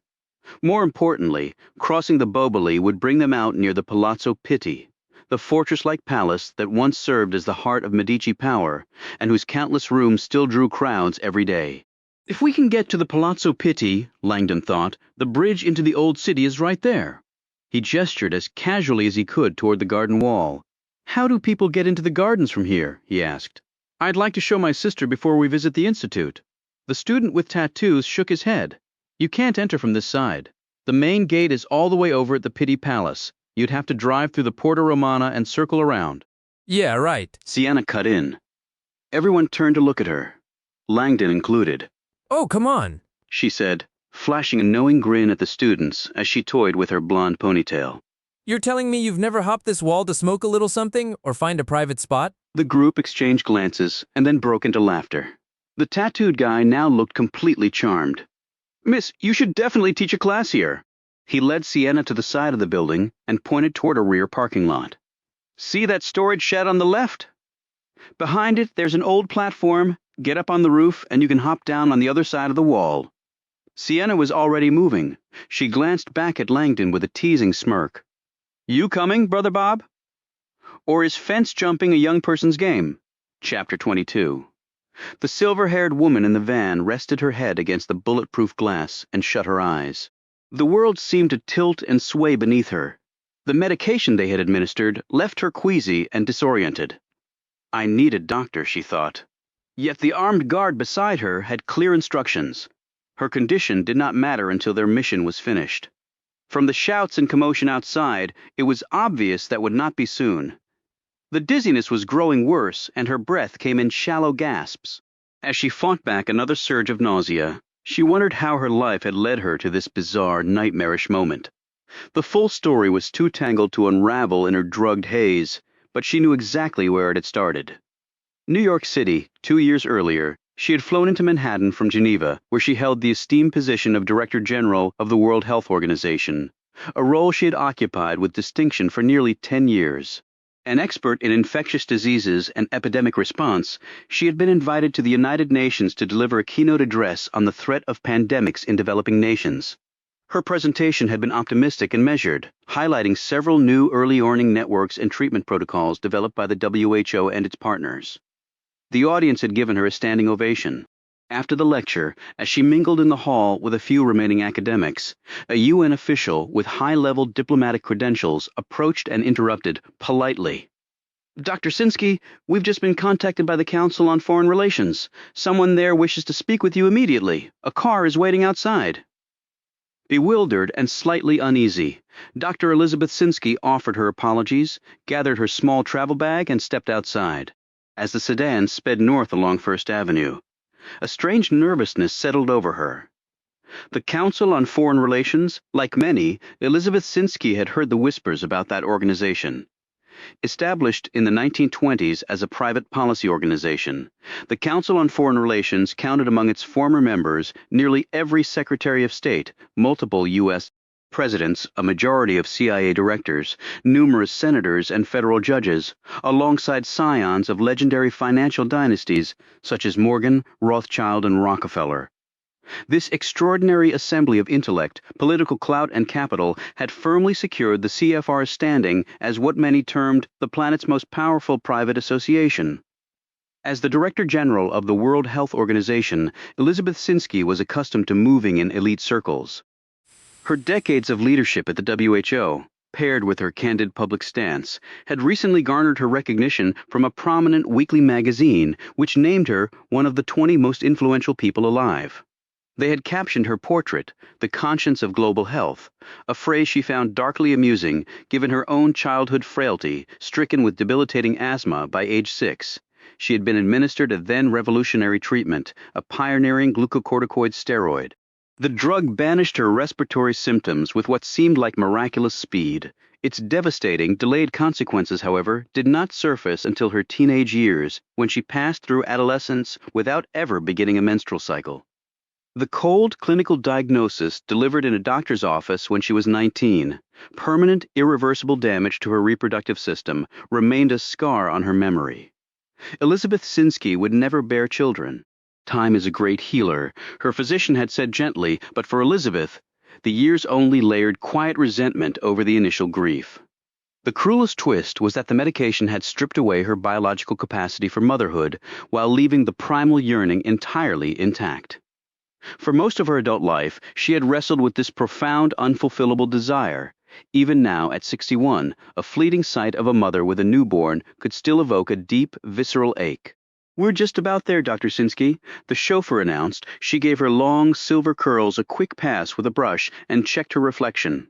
Almost before she realized it, the limousine had halted, and the driver was assisting her onto the sidewalk in an upscale Manhattan neighborhood. "I'll be right here," he said. "We can proceed directly to the airport at your convenience." The New York headquarters of the Council on Foreign Relations was a discreet neoclassical structure on the corner of Park Avenue and 68th Street. Once the private mansion of a Standard Oil magnate, its facade melded effortlessly with the surrounding opulence, betraying nothing of the singular discussions held within. Dr. Sinsky, a portly female receptionist, greeted her warmly. "Right this way, please. He's expecting you." She followed the woman down a richly appointed hallway to a closed door. The receptionist gave a brief knock, opened it, and gestured for Elizabeth to enter. She stepped inside, and the door shut softly behind her. The small conference room was dim, illuminated solely by the pale light of a video screen. Before it stood a tall, slender silhouette. Though his features were obscured, an aura of authority was palpable. Sinsky, a voice with a sharp, precise accent, said, "Swiss or perhaps German. Thank you for coming." He gestured to a chair near the front of the room. "Please sit. No name? No pleasantries?" Elizabeth sat. The strange image frozen on the screen did nothing to settle her nerves. "What on earth is that?" "I attended your lecture this morning," the silhouette stated. "I traveled a considerable distance to hear you, a compelling presentation." "Thank you," she replied, her voice cautious. "May I also say," the voice continued, its tone shifting to one of dry, almost surgical mockery, "you are far more aesthetically pleasing than I anticipated, especially given your advanced years and your frankly narrow perspective on international health." Elizabeth felt a jolt of disbelief. The remark was insulting on multiple levels. "I beg your pardon," she demanded, straining to see into the gloom. "Who are you, and what exactly is the purpose of this meeting?" Sinsky demanded. "My apologies for the poor attempt at levity," the slender figure in the shadows answered. "The display will clarify everything." Sinsky's gaze was drawn to the monstrous scene on the monitor. A sprawling ocean of humanity. A mass of frail, desperate figures clambering over one another in a twisted knot of bare flesh. "The masterful Doré," the man declared. "His brilliantly bleak take on Dante Alighieri's Inferno? I do hope it looks inviting, because that is precisely our destination." He drifted closer, his voice dropping. "Allow me to illustrate." He advanced, his silhouette seeming to stretch with each step. Imagine I take this single sheet and tear it cleanly in two. He stopped at a table, snatched up a page, and ripped it with a sharp crack. Then, if I place the two halves together, he stacked them neatly, and then I repeat the action. He tore the stack again, creating a thicker pile. I now have a stack 4 times the thickness of the original sheet, correct? His eyes glinted in the dim light. Elizabeth disliked his patronizing manner and the way he loomed. She remained silent. In theory, he pressed on, closing the distance. If that original sheet is a mere 1/10 of a millimeter thick, and I repeat this process, say, 50 times, can you fathom the height of that final stack? Elizabeth stiffened. I can, she shot back, her voice sharper than she meant it to be. It's 1/10 of a millimeter multiplied by 2 raised to the 50th power. Geometric progression. Now, would you care to tell me why I'm here? The man offered a thin, approving smile. Indeed, but can you visualize that number, 1/10 of a millimeter doubled 50 times? Do you know where our humble stack of paper ends up? He didn't wait for an answer. After just 50 doublings, our stack would reach nearly all the way to the sun. This was no revelation to Elizabeth. The terrifying potential of exponential growth was a daily reality in her field. Contamination zones, viral replication, mortality projections. Forgive my apparent simplicity, she said, letting her irritation show. But I failed to see your point. My point? He gave a low, humorless laugh. My point is that the story of human population growth makes that paper stack look sluggish. Our numbers on this planet started just as humbly, but with a far more terrifying capacity for explosion. He resumed his pacing, a predator circling. Consider the timeline. It took countless millennia from the first humans to the early 19th century for our population to reach 1 billion. Then, astonishingly, it took only about a century to double to 2 billion by the 1920s. Merely 50 years later, by the 1970s, we had doubled again to 4 billion. As you well know, we are hurtling toward 8 billion. Just today, 250,000 new souls were added to this world. 250,000. And that happens every single day without fail. Each year, we add the entire population of a nation like Germany. He halted abruptly, his presence towering over her. How old are you? It was another invasive question, though, as WHO director. She was practiced at deflecting hostility with calm. 61. Are you aware, he continued, his tone almost mocking, that if you live another 19 years to reach 80, you will witness the planet's population triple within your single lifetime, one human lifespan, a tripling. Ponder the consequences. Your own World Health Organization has repeatedly revised its estimates upward, predicting 9 billion souls by mid-century. Animal species are vanishing at a breakneck pace. Our demand for scarce resources is soaring. Finding clean water is becoming a battle in itself. From any biological perspective, our species has surpassed a sustainable population. Yet, in the face of this crisis, the World Health Organization, the very guardian of global well-being, is pouring resources into curing diabetes, stocking blood banks, and fighting cancer. He paused, his gaze locking onto her. So I've brought you here to ask plainly, why does the WHO lack the courage to confront this problem directly? Elizabeth's temper flared. You know perfectly well the WHO treats overpopulation with the utmost seriousness. Just recently, we allocated millions to send medical teams across Africa, distributing free contraceptives and educating communities on family planning. Ah, of course, the tall man mocked, and right behind you came an even larger force of Catholic missionaries, warning those same communities that using condoms would condemn them to eternal damnation. Now Africa has a fresh environmental crisis, landfills stuffed with millions of unused prophylactics. Elizabeth bit back a sharp reply. He wasn't wrong about that part, though she knew many modern Catholics were pushing back against the Vatican's stance on reproduction.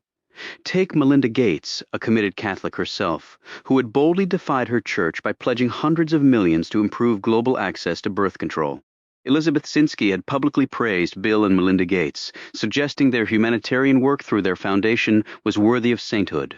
An honor, sadly, the one institution able to grant it seemed blind to. Dr. Sinsky, the voice from the shadows, continued. What the WHO fails to grasp is that there is only one true global health crisis.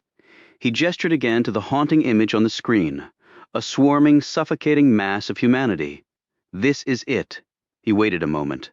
I understand you're a scientist, not necessarily a scholar of classics or art, so let me show you another representation, one that might resonate in terms you recognize. The room dimmed briefly before the screen changed. The new image was familiar to Elizabeth, and it never failed to evoke a cold dread. A thick quiet filled the space. Indeed, the lanky figure said softly, silent horror is the right reaction. Confronting this graph is like staring down an approaching train. He turned slowly toward Elizabeth, offering a thin, patronizing smile. Any questions, Dr. Sinsky? Just one, she shot back.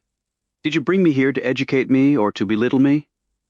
Neither, he replied, his tone shifting to an unsettling, persuasive murmur. I brought you here to collaborate. I don't doubt you see overpopulation as a health issue, but what I fear you miss is that it will corrode humanity's very soul. Under the pressure of overcrowding, honest people will turn to theft to feed their families. Peaceful people will resort to violence to protect their children. All of Dante's deadly sins, greed, gluttony, betrayal, murder, will simmer and then boil over, amplified as our basic comforts vanish. We are entering a war for the soul of mankind. I'm a biologist. I save lives, not souls. Then let me assure you, saving lives will grow far harder in the years ahead. Overpopulation spawns more than spiritual decay. There's a passage in Machiavelli. Yes, she cut in, reciting from memory, when every land is so full of people that they can neither survive where they are nor move elsewhere, the world will purge itself. She held his stare, unflinching. Everyone at the World Health Organization knows that quote. Good. So you're aware Machiavelli also described plagues as nature's method of purging itself. Yes. And as I noted in my presentation, we fully understand the link between dense populations and widespread outbreaks. Yet we're always developing new ways to detect and treat them. The WHO is certain we can stop future pandemics. That's unfortunate. Elizabeth looked at him, stunned. Excuse me? Dr. Sinsky, the man replied with an odd chuckle. You discuss containing epidemics as though it's something to celebrate? She stared up at him, speechless. There it is, the slender man announced, sounding like a lawyer closing his argument. Here I am with the director of the WHO, the very best they have. A frightening notion if you think about it. I've shown you this picture of coming suffering. He brought the image of the corpses back on screen. I've reminded you of the staggering force of uncontrolled population growth. He tapped his small pile of papers. I've made clear that we are nearing a complete spiritual breakdown. He stopped and faced her directly. And your answer? Handing out condoms in Africa? The man gave a scornful smirk. That's like trying to stop a meteor with a fly swatter. The countdown is over. The explosion has already happened, and without radical action, exponential math will become your new deity, and he is a wrathful one. He will deliver Dante's hell right onto Park Avenue, crowds of people suffering in their own filth. A worldwide thinning directed by nature itself. Really? Elizabeth shot back. Then tell me, in your version of a balanced future, what's the perfect number of people on Earth? What's the magical figure where humanity can survive forever, and with some decent quality of life? The tall man smiled, clearly pleased by the question. Any ecologist or demographer will tell you mankind's greatest hope for lasting survival happens with about 4 billion people worldwide. 4 billion, Elizabeth retorted. We're at 7 billion now, so we're a bit past that point. The tall man's green eyes glinted. Are we? Chapter 23. Robert Langdon hit the soft ground just inside the southern stone wall of the Boboli Gardens, deep in the wooded area. Sienna landed next to him, got to her feet, dusted herself off, and scanned the place. They stood in a clearing of moss and ferns at the edge of a thicket. From here, the Pitti Palace was completely hidden, and Langdon felt they were about as far from the building as you could get in these gardens. At least there were no gardeners or visitors out here this early. Langdon looked at a gravel path that curved gently downhill into the woods ahead, where the path vanished into the trees. A marble statue had been placed perfectly to catch your eye. Langdon wasn't surprised. The Boboli Gardens had benefited from the extraordinary design skills of Niccolò Tribolo, Giorgio Vasari, and Bernardo Buontalenti, a dream team of artistic minds that turned these 111 acres into a walkable work of art. If we go northeast, we'll get to the palace, Langdon said, gesturing down the path. We can blend in with tourists there and leave without being noticed. I assume it opens at 9. Langdon looked at his wrist to check the time, but saw only bare skin where his Mickey Mouse watch usually was. He wondered briefly if it was still at the hospital with the rest of his clothes and whether he'd ever get it back. Sienna set her feet firmly. Robert, before we go any farther, I need to know where we're headed. What did you understand back there? The Malabulge? You mentioned it was out of order. Langdon gestured toward a cluster of trees just ahead. Let's step out of the open first. He guided her down a winding trail that led into a secluded, bowl-like clearing, what landscape designers might call an outdoor room, where a few rustic benches and a modest stone fountain were nestled. The shade beneath the canopy was noticeably cooler. Langdon pulled the projector from his pocket and gave it a firm shake. Sienna, whoever designed this digital version didn't just insert letters among the sinners in the Malabulge, they rearranged the sequence of the sins themselves. He stepped up onto one of the benches, looking down at Sienna, and pointed the projector at the flat surface beside her. Botticelli's map of hell shimmered faintly into view on the weathered wood. Langdon indicated the tiered ditches at the funnel's base.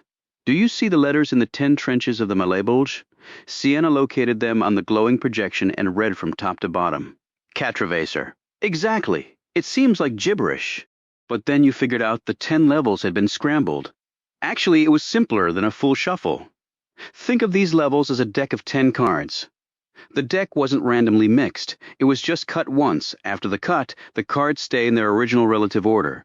But they start with the wrong card. Langdon pointed down at the 10 ditches. According to Dante's original text, the first level should show the seducers being whipped by demons. Yet, in this altered version, the seducers appear all the way down in the 7th trench. Sienna studied the fading image beside her and nodded slowly. All right, I see it. The first ditch has become the 7th. Langdon put the projector away and hopped back down onto the path. He picked up a twig and began scratching letters into a bare patch of earth just off the trail. Here are the letters as they appear in our modified version of hell. C-A-T-R-O-V-A-C-E-R. Catastrophe, Sienna read aloud. Right, and here's where the deck was cut. Langdon drew a line beneath the 7th letter and waited as Sienna examined his markings. C-A-T-R-O-V-A-C-E-R. Okay, she said after a moment. Catastrophe, sir. Yes, and to restore the correct order, we simply reverse the cut, take the bottom portion and move it to the top. The two halves switch places. Sienna stared at the letters. Sir, Catastrophe. She gave a slight shrug, her expression still doubtful. Still meaningless? Sir Catastrophe, Langdon repeated. After a brief pause, he ran the words together. Sir Catastrophe. Finally, he separated them with a deliberate space. Sir Catastrophe. Sienna drew a sharp breath, her eyes widening as she looked up at Langdon. Yes, Langdon said, a smile touching his lips. Cerca trova, the two Italian words, cerca and trova, translated literally to seek and find. Combined into the phrase cerca trova, they echoed the biblical promise, seek and ye shall find. Your visions? Sienna exclaimed, her voice hushed with excitement. The veiled woman! She kept telling you to seek and find. She rose to her feet. Robert, do you understand what this implies? It means the words cerca trova were already buried in your subconscious. You must have solved this phrase before you ever reached the hospital. You likely saw this projector's image earlier, and then forgot. She was right, he realized, feeling a sudden jolt. He had been so absorbed in the puzzle itself that it never crossed his mind he might have already walked this path. Robert, you mentioned earlier that La Mappa points to a specific location in the old city, but I still don't see where. Cerca Trova doesn't sound familiar to you. She shook her head. Langdon felt a flicker of private amusement, finally something Sienna didn't already know. As it happens, this phrase points very directly to a renowned mural inside the Palazzo Vecchio, Giorgio Vasari's Battle of Marciano, in the Hall of the 500.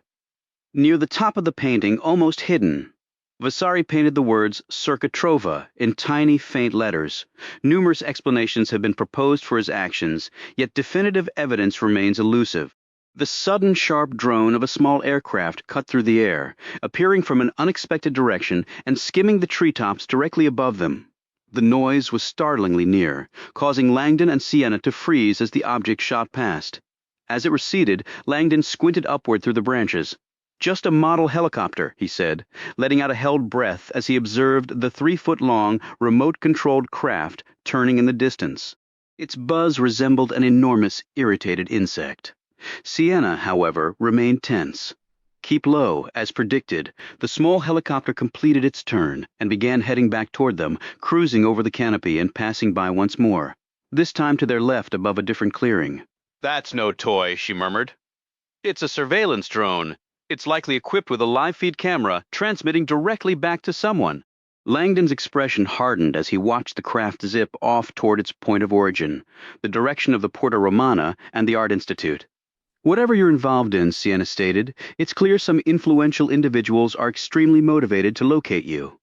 The drone banked once again, initiating a slow, methodical pass along the perimeter wall they had recently vaulted. "Someone at the Institute must have spotted us and reported it," Sienna said, moving quickly down the path. "We need to leave, immediately." As the drone's buzz faded toward the distant end of the gardens, Langdon used his shoe to scuff out the letters he had traced on the pathway before rushing to catch up with Sienna. His thoughts churned with images of Circa Trova, the Giorgio Vasari fresco, and Sienna's assertion that he must have already unlocked the projector's hidden meaning. "Seek and ye shall find." Then, as they entered another sun-dappled clearing, a sudden, jarring realization struck him. He halted abruptly on the wooded trail, his face shifting to a look of dawning comprehension. Sienna stopped and turned. "Robert, what's wrong? I'm not guilty," he announced. "What do you mean? Our pursuers? I assumed it was because I had committed some awful act." "Right, at the hospital, you kept repeating 'very sorry.'" "I know, but I believed I was speaking in English." Sienna stared at him, puzzled. "You were speaking English?" A spark of excitement lit Langdon's blue eyes. "Sienna, when I kept saying 'very sorry,' I wasn't apologizing. I was trying to articulate the secret hidden within the mural at the Palazzo Vecchio." The recording of his own feverish muttering echoed in his memory. "V? Sorry, V? Sorry?" Sienna looked utterly confused. "Don't you understand?" Langdon was now smiling broadly. "I wasn't saying 'very sorry.'" "I was saying the artist's name. Vasari? Vasari?" Vasari. Vantha slammed on her brakes. Her motorcycle swerved violently, tires screeching as they laid a long, dark streak on the Viale del Poggio Imperiale before lurching to a sudden halt behind an unforeseen traffic jam. The avenue was completely gridlocked. "I can't afford this delay." Vantha strained to see over the line of cars, searching for the cause of the obstruction. She had already been forced into a lengthy detour to evade the SRS team and the commotion at the apartment building, and now she urgently needed to reach the historic district to vacate the hotel room she had occupied during the final phase of this operation. "I've been cut loose. I need to disappear from this city." Her run of misfortune, however, appeared unbroken. The route she had chosen into the old city was completely blocked. Unwilling to wait, Vayantha gunned the engine and guided the bike onto the narrow shoulder, weaving forward until she could see the congested intersection ahead. There, a clogged rotary where 6 major streets converged came into view. This was the Porta Romana, one of Florence's busiest traffic hubs and the primary gateway into the ancient city. What is happening here? Vayantha now saw that the entire area was teeming with police officers, establishing what looked like a full-scale roadblock or security checkpoint. A cold knot of apprehension tightened in her stomach as she considered the possibility that the net was already closing, and that this checkpoint might somehow be for her. Moments later, her eyes locked onto the chaotic scene's focal point, and confusion washed over her. Parked prominently was a familiar black van, its presence a stark anomaly. Around it, figures in tactical black were directing local law enforcement with sharp commands. These were unmistakably SRS operatives, but their purpose here was a complete mystery to Vayantha. A cold dread settled in her stomach as a single, improbable possibility formed. Could Langdon have slipped through Bruder's net as well? The notion seemed absurd. His odds of escape had been virtually non-existent. Then again, Langdon wasn't operating solo, and Vayantha had a fresh, personal understanding of his companion's unsettling cleverness. Her thoughts were interrupted by a patrolman moving between vehicles, holding up a photograph. Even from a distance, Vayantha recognized the image, a polished professional headshot of Robert Langdon, his brown hair perfectly in place. A surge of defiant hope shot through her. Bruder lost him. Langdon is still out there. As a seasoned tactician, Vayantha's mind instantly shifted gears, analyzing how this changed the board. Her first option was clear: run as ordered. She had failed the provost on a pivotal assignment and had been officially cut loose. Best case, she'd face a disciplinary hearing and a ruined career. Worst case, and she knew the Consortium's capacity for quiet vengeance, she'd spend every remaining day glancing over her shoulder, waiting for a shadow to solidify into a threat. But now, a second path glimmered with reckless potential. Finish the job. It directly violated her disavowal, yet, with Langdon still a free agent, her original mission was suddenly, miraculously, back in play. If Bruder stumbles, she thought, feeling her heartbeat accelerate, and if I can pull it off, the chances were slim. But if Langdon evaded the entire SRS team, and she alone could deliver him, she wouldn't just salvage her career, she'd become a hero. The provost would have no option but to grant clemency, even reward her. I'd not only keep my position, I'd likely get a promotion. She realized, the ambition tasting sharp and metallic. In that instant, her entire future narrowed to one desperate, high-stakes race. I have to find Langdon before Bruder does. The task was monumental. Bruder commanded limitless resources and cutting-edge surveillance tech. Vayantha had only herself. Yet she held one critical advantage, a piece of intelligence unknown to Bruder, the provost, and the police. I know exactly where he's heading. Gunning the engine of her BMW, she executed a tight skidding turn and accelerated back the way she had come. Ponte alle Grazie, she thought, the bridge's image fixed in her mind. There was always more than one way into the ancient heart of the city. Chapter 25. Not an apology at all, Langdon realized with dawning clarity. It was an artist's signature, Vasari, Sienna, breathed out, taking an involuntary step back on the garden path. The painter who concealed the phrase circa trova within his fresco. Langdon felt a smile tug at his lips. Vasari, of course. The revelation did more than cast a sliver of light on his bizarre circumstances. It was a profound relief. He was no longer haunted by the specter of some unknown grievous error for which he had been endlessly apologizing. Robert, you must have seen this Botticelli illustration on the projector before you were attacked, Sienna reasoned, her voice rising with excitement.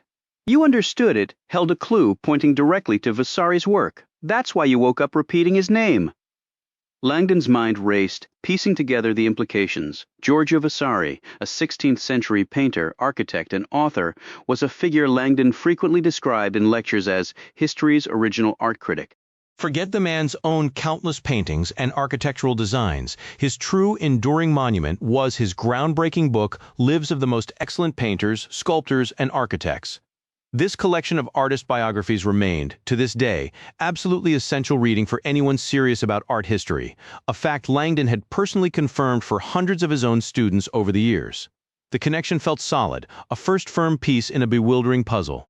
The phrase circa trova had re-entered the public imagination decades earlier, when a faint cryptic inscription was spotted on a green banner within Giorgio Vasari's vast battle scene in the Hall of the 500.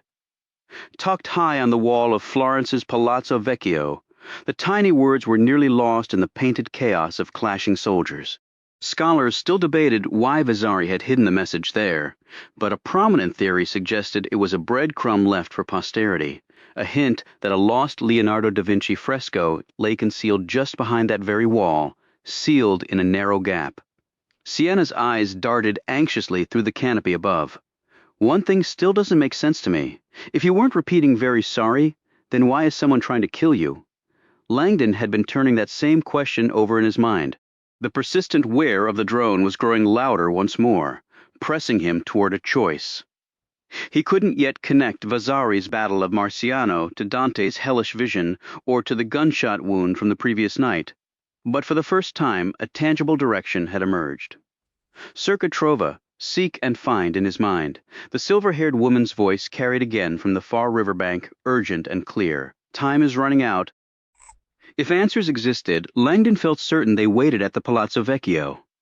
He recalled an old saying among Greek sponge divers who ventured into the submerged caves of the Aegean. When you swim too far into a dark tunnel, you reach a moment where you no longer have enough air to turn back. Your only option is to push forward into the blackness and hope for another way out. Langdon wondered if he and Sienna had already passed that point. He studied the tangled web of garden paths ahead. If they could navigate to the Pitti Palace and slip out of the Boboli Gardens, the old city center was just a short stroll across the Ponte Vecchio. The bridge was always packed with tourists and vendors. It would offer them cover. From there, the Palazzo Vecchio was only a few blocks away. The drone's hum intensified, and a wave of fatigue washed over Langdon. The revelation that his mumbled words weren't an apology left him strangely unsettled about fleeing the authorities. "They're going to catch me eventually, Sienna," he said quietly. "Maybe it's better if I just stop running." Sienna stared at him, alarmed. "Robert, every time you pause, someone shoots at you. You have to understand what you're caught up in. You need to see that Vasari mural. Maybe it will trigger something. Maybe it will explain where that projector came from and why you're carrying it." Langdon pictured the spike-haired woman coolly executing Dr. Marconi, the soldiers opening fire, the military police mobilizing at the Porta Romana, and now this mechanical eye tracking them through the gardens. He fell silent, rubbing his eyes as he weighed their dwindling options. "Robert?" Sienna's voice sharpened. "There's something else, something I didn't think mattered before, but now it feels like it might." Langdon looked up, struck by the seriousness in her tone. "I meant to tell you back at the apartment," she said, hesitating. "But what is it?" Sienna bit her lip, uneasy. "When you first got to the hospital, you were feverish, trying to speak." "Right," Langdon said, muttering Vasari.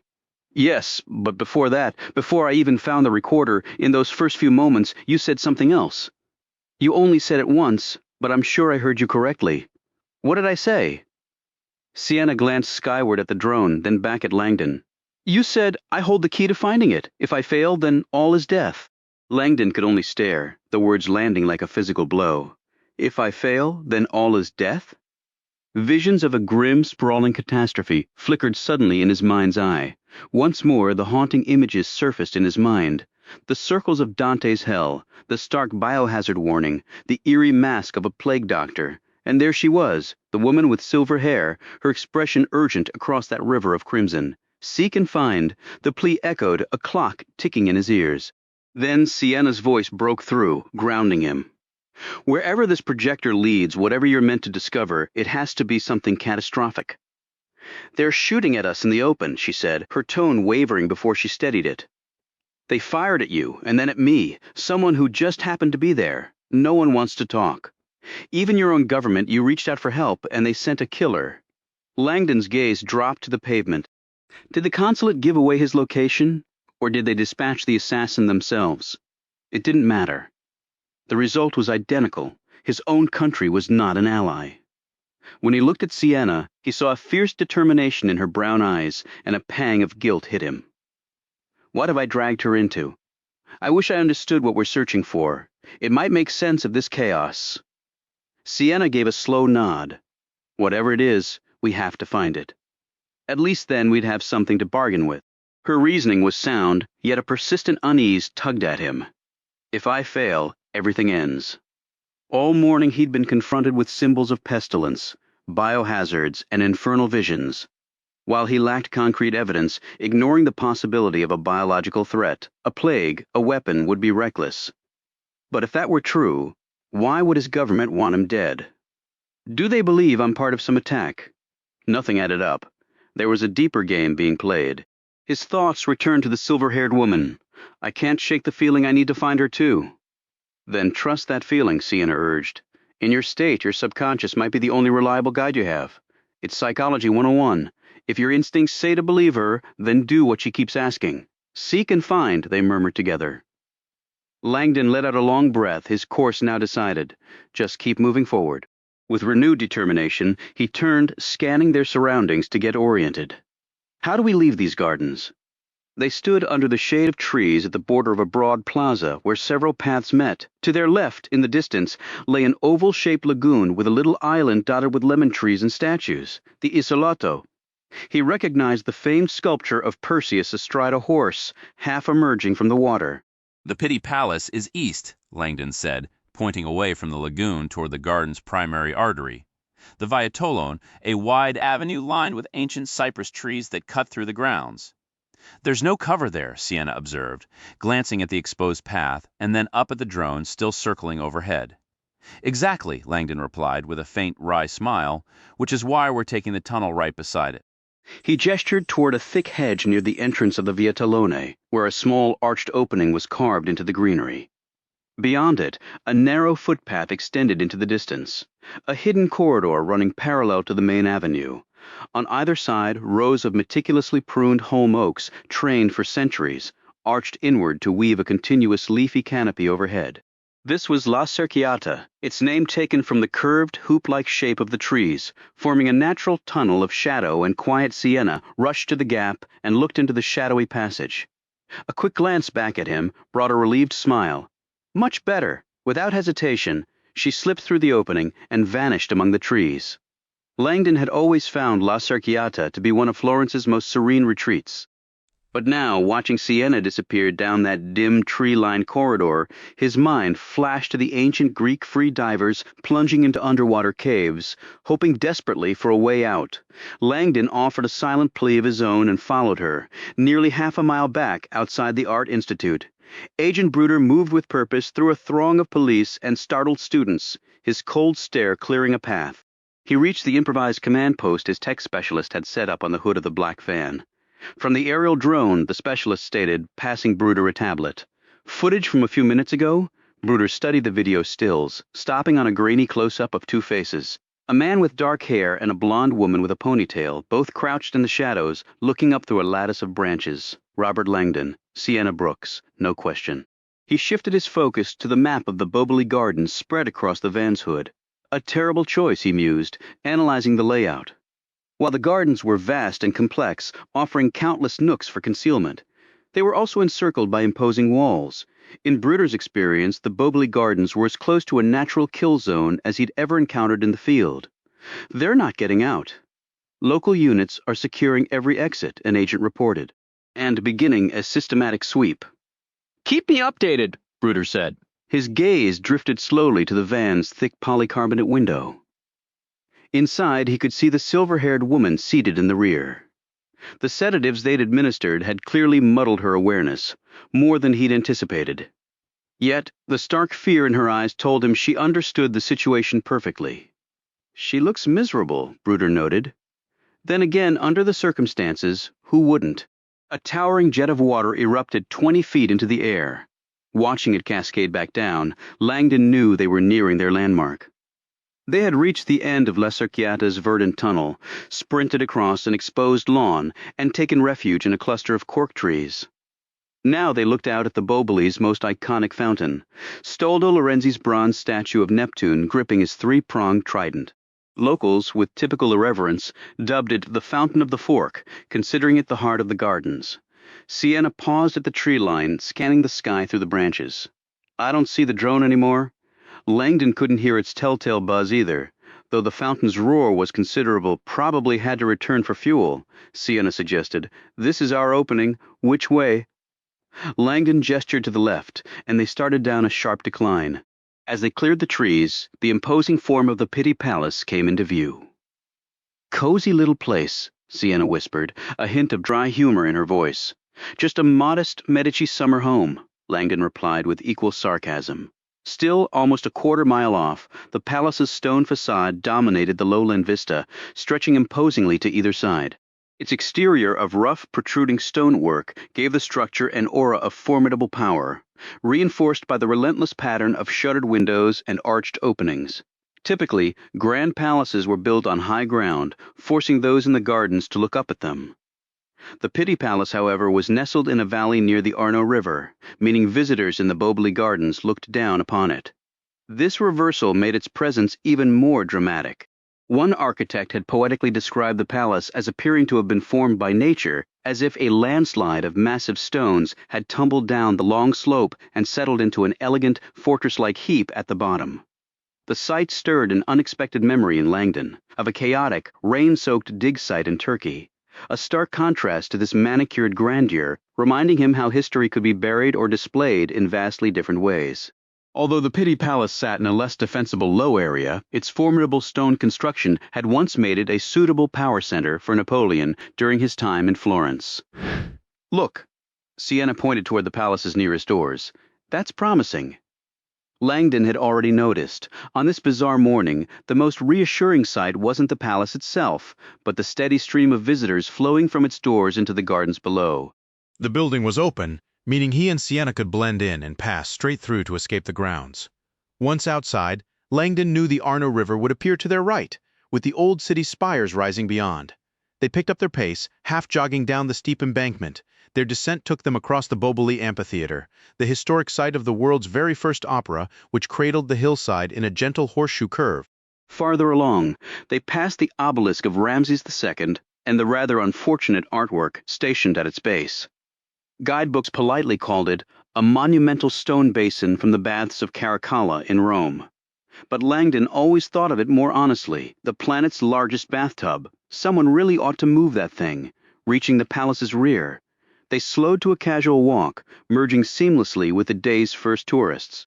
Against the current of visitors, they slipped into a narrow tunnel that led into the cortile, an inner courtyard where people sat at a makeshift cafe, enjoying morning espressos.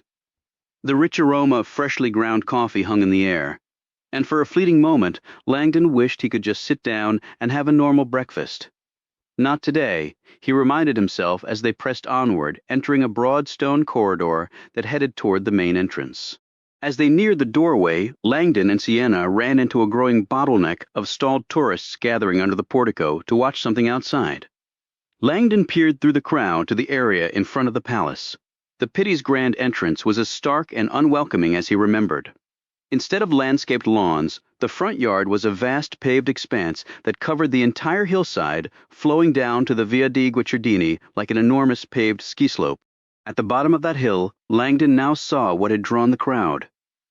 Down in the Piazza dei Pitti, several police cars had converged from all directions. A small army of officers was advancing uphill, weapons drawn, fanning out to secure the front of the palace.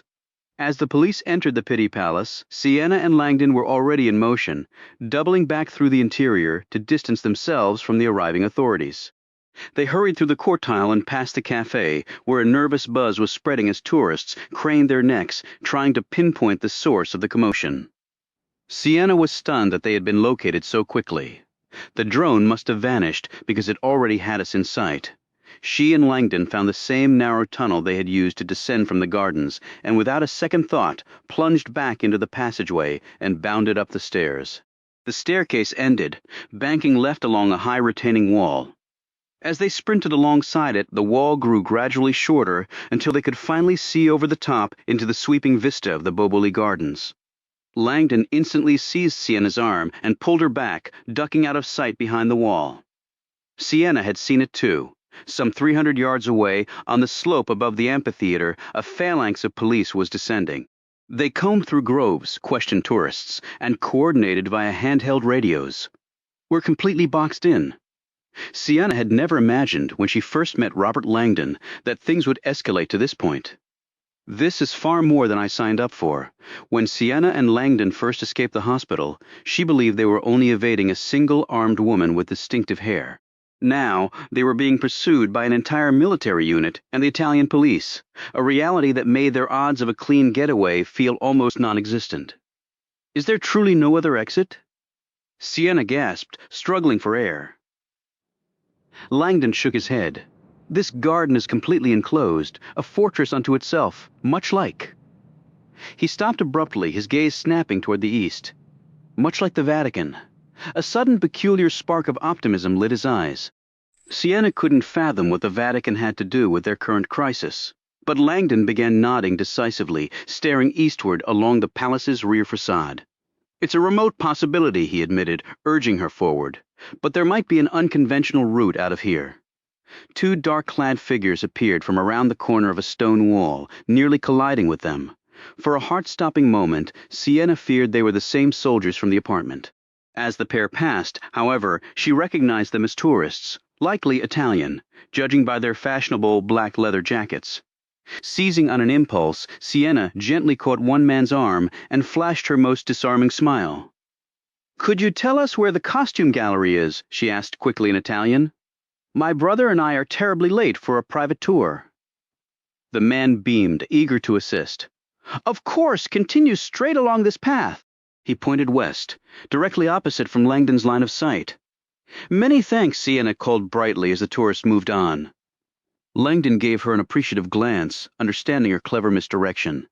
If questioned, witnesses might now send pursuers to the gallery at the palace's far western end, the exact opposite direction from their intended path.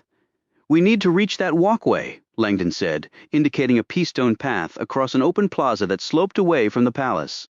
It was shielded on one side by towering hedges, offering potential cover from the authorities now descending the hill barely a football field away. Sienna estimated their chances of crossing the exposed plaza unseen were minimal. Curious tourists were already clustering, watching the police activity. The distant, familiar hum of a drone began to grow louder again. Now or never, Langdon declared, gripping her hand and pulling her into the open. They weaved briskly but calmly through the gathering crowd, Sienna resisting the urge to sprint. Reaching the pathway's entrance, she dared to look back. The police officers were all turned away, their attention captured by the approaching drone in the sky.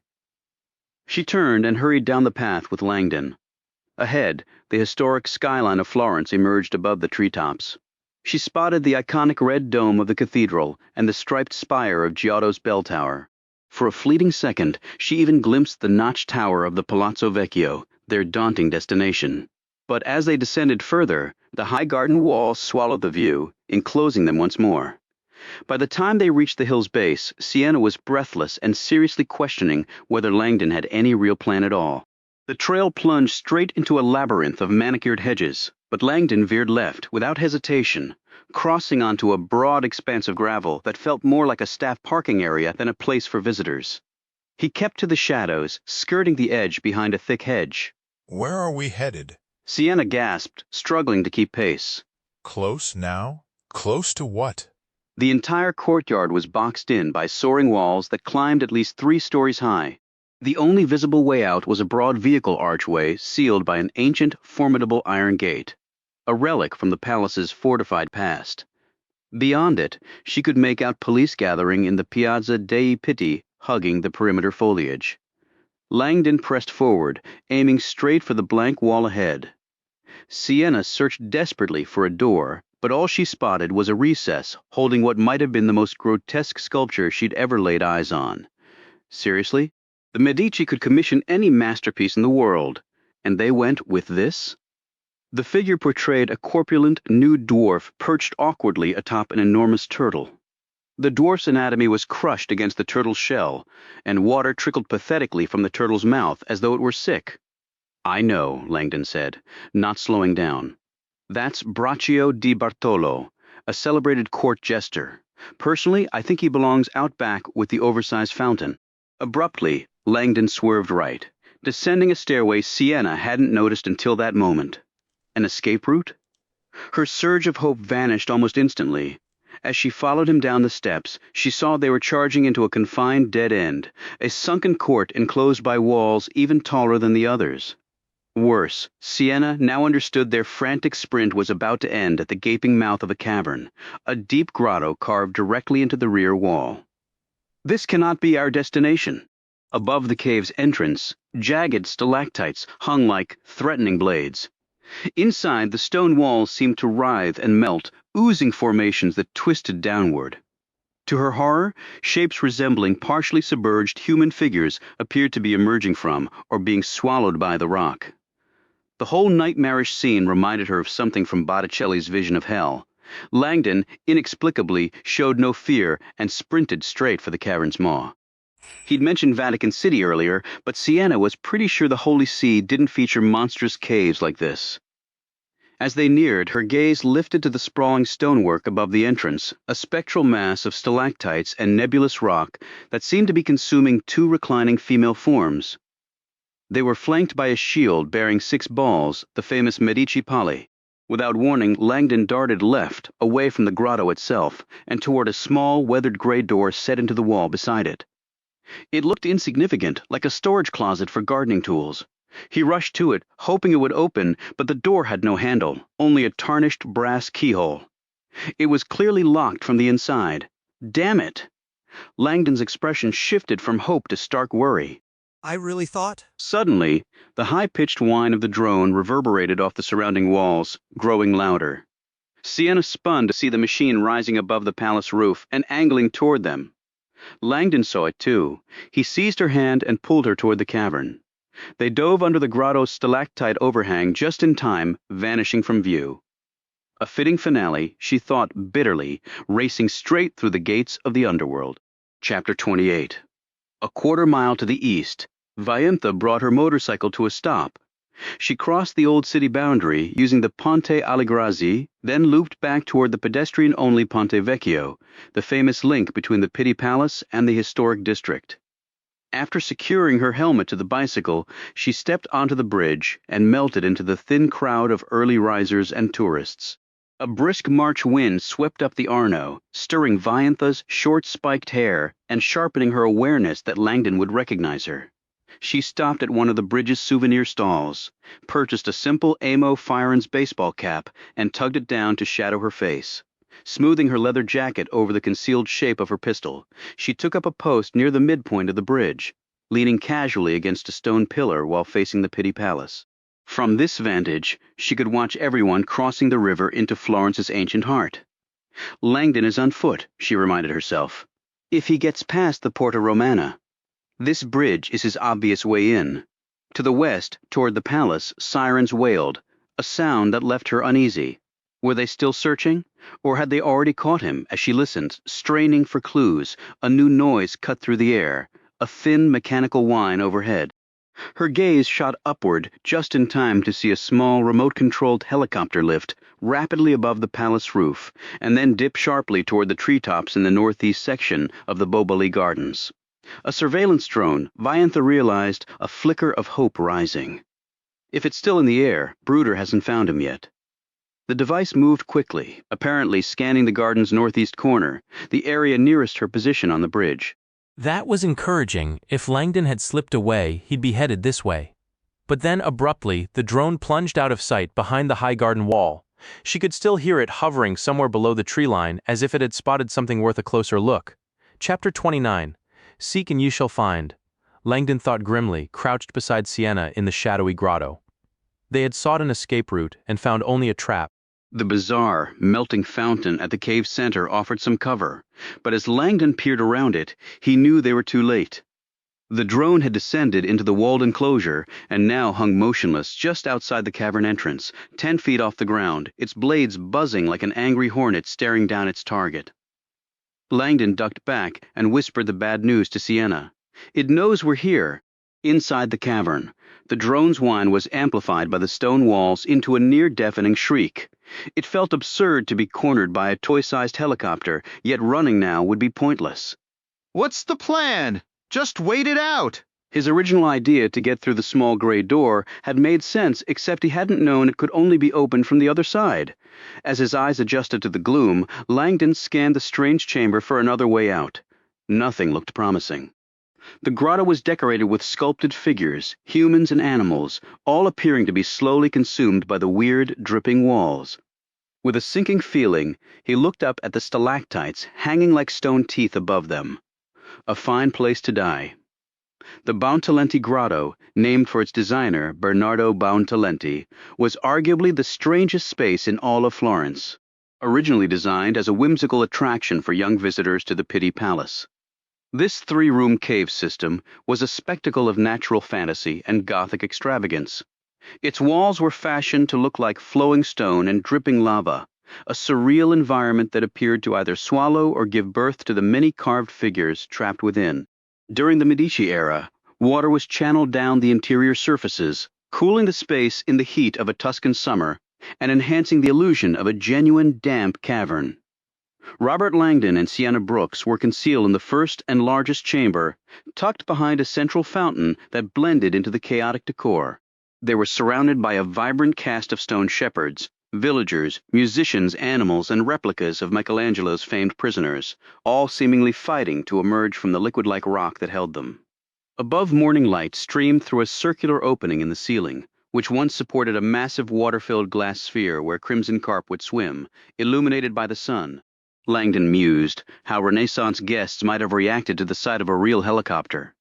A flying machine dreamed up by Italy's own Leonardo da Vinci, now hovering just outside this ancient grotto. Suddenly, the relentless whirring of the drone ceased. It didn't taper off. It just stopped dead. Confused, Langdon risked a glance from behind the fountain and saw the device had landed.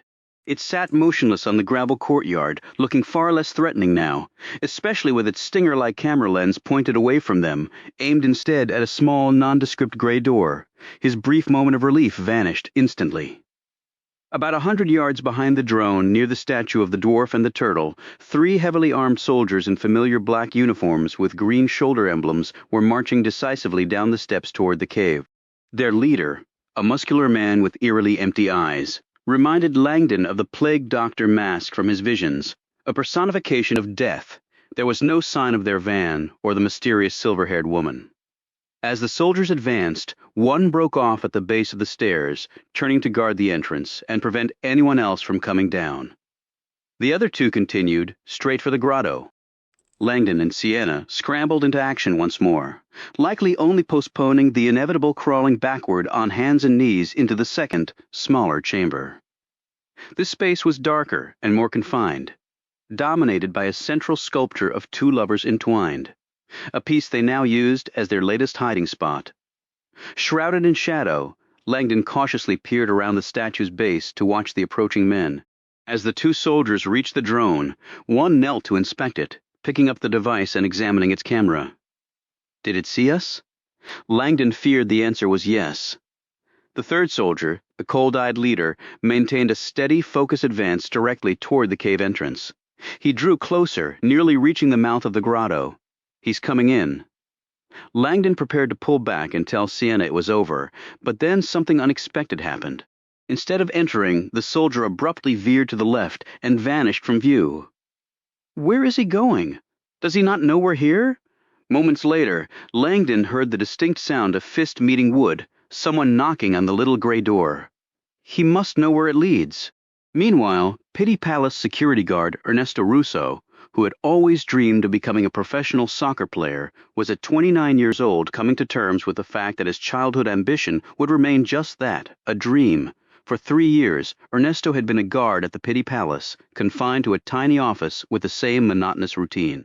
He was accustomed to the occasional tourist knocking on his plain gray door, and his usual response was to ignore them until they gave up.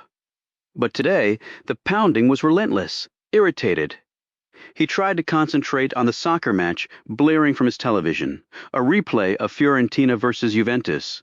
The knocking only intensified. Muttering about tourists, he finally left his post and walked down the narrow hallway toward the noise. He paused at the heavy steel security gate that blocked the passage, unlocked the padlock with practiced ease, and slid the barrier aside. After stepping through, he secured the gate again behind him, a procedure as automatic as breathing. He reached the wooden door. "It's closed," he shouted through the wood. "You cannot enter." The pounding didn't stop. Ernesto clenched his jaw. Probably Americans, he thought bitterly, impatient and entitled. Their only claim to soccer fame was stealing a top European coach for their New York team. With a sigh of resignation, he unbolted the door and opened it, just a crack. "It's closed." The knocking ceased. Ernesto found himself looking into the eyes of a soldier whose gaze was so icy it actually made him take a step backward. The man flashed an official badge with an unfamiliar acronym. "What is happening?" Ernesto demanded, suddenly uneasy. Behind the first soldier, a second was kneeling, adjusting a device that looked like a small drone. Farther back, another stood watch on the staircase.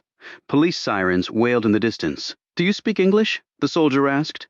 His accent wasn't American, maybe Eastern European. Ernesto gave a nod. "A little, yes. Has anyone come through this door today?" "No, sir. Nobody." "Good. Keep it locked. No one in or out. Understood?" Ernesto shrugged. That was his job description. "Yes, I understand. No one enters, no one leaves." "Tell me, is this the only entrance?" Ernesto considered it. Officially, this was now an exit-only door, hence the lack of an exterior handle. But he grasped the intent of the question. "Yes, access is only through this door. There is no other way." The original interior entrance from the palace had been sealed for decades. "And are there any other hidden exits from the Boboli Gardens, besides the main gates?" "No, sir. High walls everywhere." "This is the only secret exit." The soldier gave a curt nod. Thank you for your cooperation. He gestured for Ernesto to close and lock the door. Confused but compliant, Ernesto did so. He then retraced his steps, unlocked the steel gate, passed through, relocked it, and returned to his soccer game, the strange interruption already fading from his mind. Chapter 30. Langdon and Sienna had taken their chance. While the soldier was hammering on the door, they had scrambled deeper into the grotto, now crouching together in the innermost chamber. The cramped space was decorated with crude mosaics and figures of satyrs. Dominating the room was a life-size statue of Venus at her bath, who appropriately appeared to be casting a wary glance behind her. They had pressed themselves against the far side of the statue's narrow base, waiting and staring back at the solitary bulbous stalagmite that rose from the grotto's deepest wall. All exits confirmed secure. A soldier called from outside. He spoke English with a subtle accent. Langdon couldn't identify. Bring the drone back up. I'll check this cave. Langdon felt Sienna stiffen beside him. Moments later, the sound of heavy boots echoed into the cavern. Footsteps echoed rapidly through the first cavern, their volume swelling as they entered the second chamber and moved directly toward their hiding place. Langdon and Sienna pressed themselves tighter against the cool stone. "Over here!" a distant voice yelled. "We have a visual!" The footsteps halted abruptly. Now Langdon could hear the distinct crunch of someone sprinting down the gravel path toward the grotto entrance. "Confirmed sighting!" the new arrival announced, breathless. "We just interviewed a pair of visitors. A man and a woman matching the descriptions asked them for directions to the palace's historical costume exhibit, which is located at the western wing." Langdon shot a glance at Sienna, who offered the faintest hint of a smile. The soldier caught his breath and continued. "The western gates were secured immediately. All indications are that they are now contained within the garden grounds. Proceed as ordered." The nearest soldier responded, his voice firm. "Report the moment you have them in custody." A quick rustle of footsteps retreated across the gravel, followed by the distinct whir of a drone ascending back into the sky, and then a heavy silence. Langdon began to shift his weight to peek around the statue's pedestal, but Sienna's hand clamped onto his forearm, stopping him. She raised a finger to her lips and gestured toward a faint, man-shaped shadow cast on the rear wall. The lead soldier hadn't moved. He remained a silent sentinel at the grotto's mouth. "What is he doing?" "Brooder here," the man said abruptly into a phone. "They're contained. I expect a confirmation update very soon." His voice, carried and amplified by the cavern's acoustics, sounded disconcertingly close, as if he were whispering just over their shoulders. The grotto was functioning like a giant sound dish, funneling every noise directly to the back. "There's additional intel," Brooder continued. "Forensics just relayed findings from the woman's apartment. It was a temporary sublet, sparsely furnished. We recovered the biotube container, but the projector was not on site." "I repeat, the projector is missing. The assessment is that Langdon still has it." A cold dread washed over Langdon upon hearing his own name spoken so plainly. The footsteps resumed, growing louder, and Langdon realized the soldier was now walking into the grotto. His pace had lost its earlier urgency, sounding more like a casual stroll as he conversed on the phone. "Affirmative," the man said. "Forensics also verified a single outgoing call placed just before our entry." The U.S. consulate, Langdon thought grimly, recalling his desperate call and the unnervingly swift appearance of the spike-haired woman. That lone operative had seemingly multiplied into an entire tactical unit. "We can't keep this up!" The sound of boots on stone was now about 20 feet away and closing. The soldier had entered the second chamber. If he continued to the end, he would inevitably spot the two of them huddled behind the slender base of the Venus statue. "Sienna Brooks," the voice declared suddenly, each word piercingly clear. Sienna flinched beside Langdon, her eyes darting upward, fully expecting to find the soldier staring down at them, but the space before them remained empty. "They're currently analyzing her laptop," the voice continued, "now only about 10 feet away. No full report yet. But it's definitively the same device that pinged our system when Langdon accessed his university email account." Hearing this, Sienna whirled toward Langdon, her face a mask of stunned disbelief that quickly hardened into a look of profound betrayal.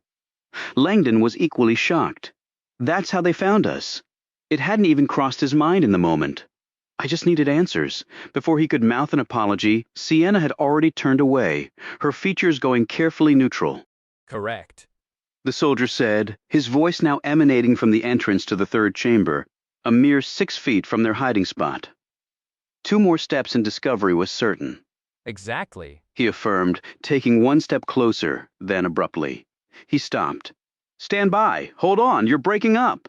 The soldier said, stepping back into the adjoining chamber. The signal's terrible. Go ahead.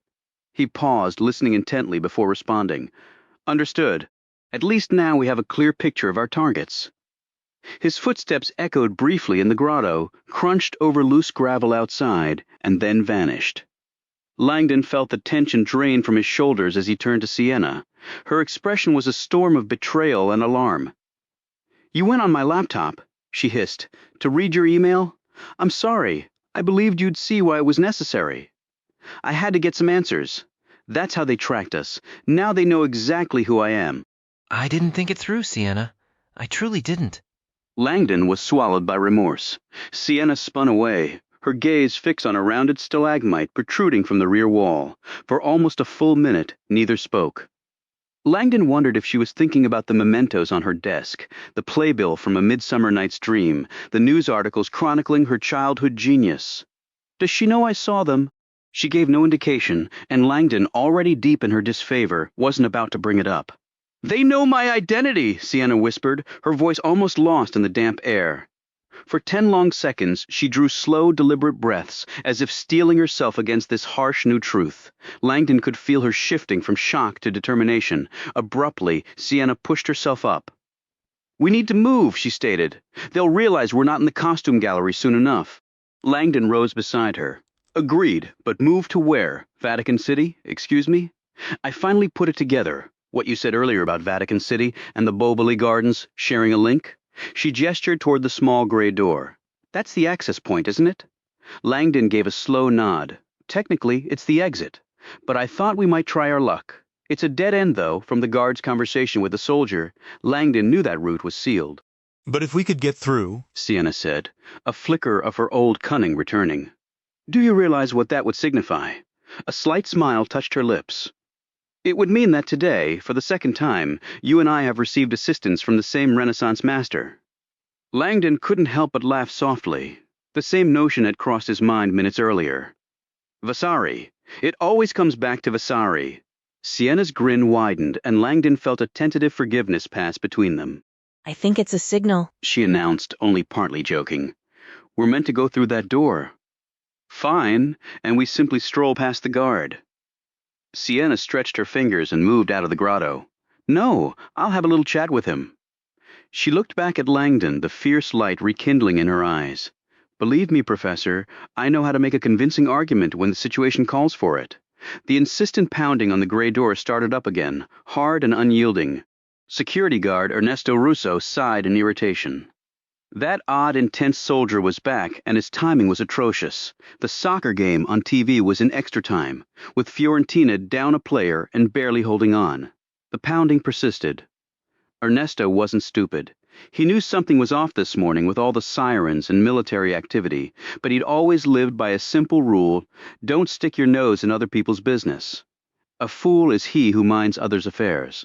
Still, the soldier clearly had authority, and ignoring him might cost Ernesto his job. Work was scarce these days, even for a monotonous post like this. Stealing one last longing look at the match, Ernesto trudged toward the relentless noise at the door. He still marveled that he got paid to sit in his cramped office watching TV all day. Maybe twice a day. A VIP tour group would show up outside, having made the long walk over from the Uffizi Gallery. But otherwise, his solitude was rarely disturbed. Ernesto would welcome the visitors, slide open the heavy metal gate, and allow them to pass through to the small gray door, where their guided experience concluded at the entrance to the Botticelli Gardens. Now, with the hammering growing more urgent, Ernesto opened the steel gate, stepped through, and secured it behind him with a click. Yes! He called out over the noise as he approached the door. There was no answer, only the relentless pounding. For heaven's sake! He finally turned the key and pulled the door open, anticipating the same vacant stare from earlier. Instead, he was met by a strikingly beautiful face. Hello, a fair-haired woman said, offering him a warm smile. She extended a folded slip of paper, which he automatically took. The moment his fingers closed around it and he understood, it was merely a scrap from the pavement. The woman's delicate hands clamped onto his wrist, her thumb driving into the sensitive bones beneath his palm. A searing, knife-like pain shot through Ernesto's arm, followed by a wave of tingling numbness. As she stepped forward, the pressure intensified dramatically, reigniting the agony. He stumbled back, trying to wrench his arm free, but his legs gave out and he collapsed to his knees. Everything unfolded in a flash. A tall man in a dark suit materialized in the doorway, slipped inside, and shut the gray door. Ernesto fumbled for his radio, but a gentle yet firm hand closed on the back of his neck and his muscles locked, leaving him struggling for air. The woman took the radio as the tall man drew near, his expression a mix of alarm and disbelief. "Dim Mac," the blonde said offhandedly. "Chinese pressure point technique. There's a reason it's survived for thousands of years." The man stared, astonished. "We don't wish to harm you," the woman whispered to Ernesto, slightly relaxing her grip. The second the pressure eased, Ernesto tried to wrench away, but her hold tightened instantly, and his body seized again. He gasped, his breath coming in ragged bursts. "We need to get through," she stated, gesturing toward the steel gate, which Ernesto had fortunately locked. "Where is the key?" "I don't have it," he choked out. The tall man moved past them to examine the grating. It's a combination lock, he reported to the woman, his accent distinctly American. Kneeling beside Ernesto, the woman fixed him with a chilling gaze. "What is the combination?" she demanded. I cannot, he protested. I'm not allowed. A sharp pressure at the base of his skull erupted, and Ernesto felt his body go completely slack. Darkness swallowed him. When awareness returned, he sensed he had been fading in and out for several minutes.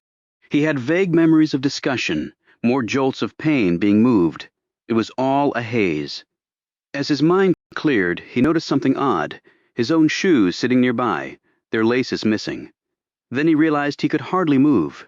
He was lying on his side, his hands and feet bound tightly behind him, seemingly with those very shoelaces. He attempted to shout, but only a muffled groan emerged. One of his socks was crammed into his mouth. The real terror, however, struck a moment later when he looked up and saw his TV playing a soccer match. I'm in my office, inside the secured area? From somewhere down the corridor, he could hear the fading sound of hurried footsteps until finally there was silence. This can't be happening. Somehow, the blonde woman had convinced Ernesto to do the one thing he was expressly forbidden to do, divulge the combination to the lock guarding the entrance to the legendary Vasari Corridor. Elizabeth Sinsky felt another surge of nausea and dizziness wash over her. She was slumped in the rear seat of the van parked outside the Pitti Palace, the vehicle's engine still quietly running. The soldier sitting next to her watched her with deepening worry. Earlier, a burst of static from his radio, mentioning something about a costume display, had pulled Elizabeth from the dark recesses of her mind, where she had been lost in a dream about the green-eyed beast. She had been back in that dim meeting room at the Council on Foreign Relations in New York, forced to listen to the wild, frantic words of the shadowy figure who had called her there. The man, tall and gaunt, moved like a specter in front of a horrifying projection, a scene of suffering masses, naked and dying, ripped straight from the visions of Dante's Inferno. If no one steps up to fight this war, he finished, then this is what awaits us. The numbers don't lie. Humanity is stuck in a limbo of delay, doubt, and selfish desire. But the circles of hell are right below us, ready to swallow everyone. Elizabeth was still staggering under the weight of the appalling vision this stranger had just forced into her mind. She couldn't take another second and shot to her feet. "What you're proposing is our one remaining chance," the man cut in. "No," she fired back. "I was going to say monstrous." He gave a dismissive shrug. "The road to heaven goes straight through hell. Dante made that perfectly clear." "You're insane." "Insane," he echoed, sounding genuinely offended. "Me? I don't think so. Insanity is the World Health Organization peering over the edge of a cliff and pretending it isn't there. Insanity is an ostrich burying its head in the sand while a whole pack of hyenas creeps closer." Before Elizabeth could even begin to defend her agency, the man switched the image on the screen. "And since we're talking about hyenas," he said, gesturing to the new graphic, "here are the ones currently circling humanity, and they're moving in quickly." To her surprise, Elizabeth recognized the chart immediately. It was a WHO publication from the prior year outlining the major environmental threats identified as having the most severe impact on planetary health. The list included critical issues like freshwater scarcity, rising global temperatures, ozone layer erosion, overfishing, mass extinction events, soaring carbon dioxide levels, rampant forest loss, and climbing sea levels. Every one of these alarming trends had been creeping upward for decades, but now their curves were steepening at a frightening pace. Seeing it again, Elizabeth felt the same hollow dread she always did, a crushing sense of powerlessness. As a scientist, she trusted data, and this graph sketched a terrifying portrait not of some far-off possibility, but of a crisis barreling toward the present. There had been many times in her life when Elizabeth Sinsky mourned her inability to have a child. Yet staring at this chart, a grim relief sometimes washed over her. What future would she have brought a child into? Over the past half-century, the lanky man proclaimed, "Our crimes against the natural world have multiplied out of control." He let the silence hang. I fear for the soul of our species. When the WHO released this data, politicians, industry leaders, and activists held emergency meetings, all scrambling to decide which problem was the worst and which ones we could actually fix. And the result? In private, they dropped their heads into their hands and cried. In public, they gave soothing speeches about working on solutions and how these are deeply complicated challenges. They are complicated. Nonsense! He exploded. You know perfectly well, this chart shows the simplest relationship there is, a function of one single variable. Every line on this graph rises in lockstep with one number, the number everyone is too scared to name. Global population. Well, I believe it's a little more nuanced. It's not. It couldn't be simpler. If you want more clean water available per person, you need fewer people on the planet. If you want to cut down tailpipe emissions, you need fewer cars on the road. It's basic math, no matter how much we try to dress it up in complexity. If you want the oceans to recover their fish stocks, you need fewer people consuming them. He stared down at her, his voice growing more intense. Wake up! Humanity is teetering on the edge of collapse, and our so-called leaders are in conference rooms ordering reports on solar panels, recycling programs, and electric cars. How can someone as intelligent and scientifically trained as you not grasp this? The ozone hole, water scarcity, pollution. These aren't the real sickness, they're just the signs. The sickness is too many people, and if we don't confront global population growth directly, we're merely slapping a tiny bandage on a tumor that's multiplying by the minute. You see humanity as a tumor? Elizabeth shot back. A tumor is just a normal cell that begins reproducing without limits. I know my views are hard to swallow, but trust me, the reality we're headed toward will be infinitely more bitter if we don't act decisively. Decisively? She interrupted, her voice rising. That's not the right word. Try deranged. Dr. Sinsky, the man replied, his tone suddenly unsettlingly quiet. I invited you here today because I hoped you, a respected leader at the World Health Organization, might be open to collaborating with me to discuss a potential answer. Elizabeth looked at him, stunned. You honestly believe the WHO would ever work with you on a concept like this? In fact, I do, he said calmly. Your agency is filled with physicians. When a doctor has a patient with a necrotic limb, they don't hesitate to amputate to save the person. Sometimes the only choice is the least terrible option. This is nothing like that. On the contrary, it's exactly the same. The only difference is the size of the patient. Elizabeth had heard all she could take. She stood up quickly. My flight leaves soon. The tall man moved swiftly, positioning himself between her and the door. A friendly heads up. Whether you help me or not, I can absolutely pursue this path alone. Consider this your heads up, she retorted. I view this as a terrorist act, and will respond accordingly. She pulled out her cell phone. The man chuckled. You're going to report me for discussing theories? Bad news. You can't call anyone. This room is a Faraday cage. Your phone has no service. I don't need service, you fanatic. Elizabeth lifted her phone, and before he could react, she captured a clear photo of his face. The camera flash lit up his pale green eyes, and for a split second, she felt a strange flicker of recognition. Whoever you are, she stated firmly. Contacting me was a serious mistake. By the time I'm at the airport, I'll have identified you. Your name will be on watch lists at the WHO, the CDC, and every major health agency as a suspected bioterror threat. We will have surveillance on you around the clock. If you try to buy equipment, we'll know. If you set up a laboratory, we'll know. There is no place for you to disappear." The man stood rigidly for a long, silent moment, as if he might spring forward and grab the phone. Then his tension dissolved, and he stepped aside with a cold, knowing smile. "Then I suppose our little game is now underway." Chapter 32. The Vasari Corridor, known in Italian as Il Corridoio Vasariano, was commissioned by the Medici Grand Duke Cosimo della Arfer Ive and designed by the architect Giorgio Vasari in 1564. Its purpose was to grant the ruler a secure private walkway from his home in the Pitti Palace, across the Arno River, to his government offices in the Palazzo Vecchio, much like the famous Passetto di Borgo in Vatican City. This passage was the ultimate hidden thoroughfare. It extended for almost a full kilometer, beginning at the eastern edge of the Boboli Gardens, winding through the Uffizi Gallery, crossing over the Ponte Vecchio Bridge, and finally terminating deep within the old palace's core. Today, the Vasari Corridor still functions as a sanctuary, though its purpose has shifted from protecting Medici nobility to safeguarding priceless art. Its long, secure walls are lined with a seemingly endless collection of rare paintings.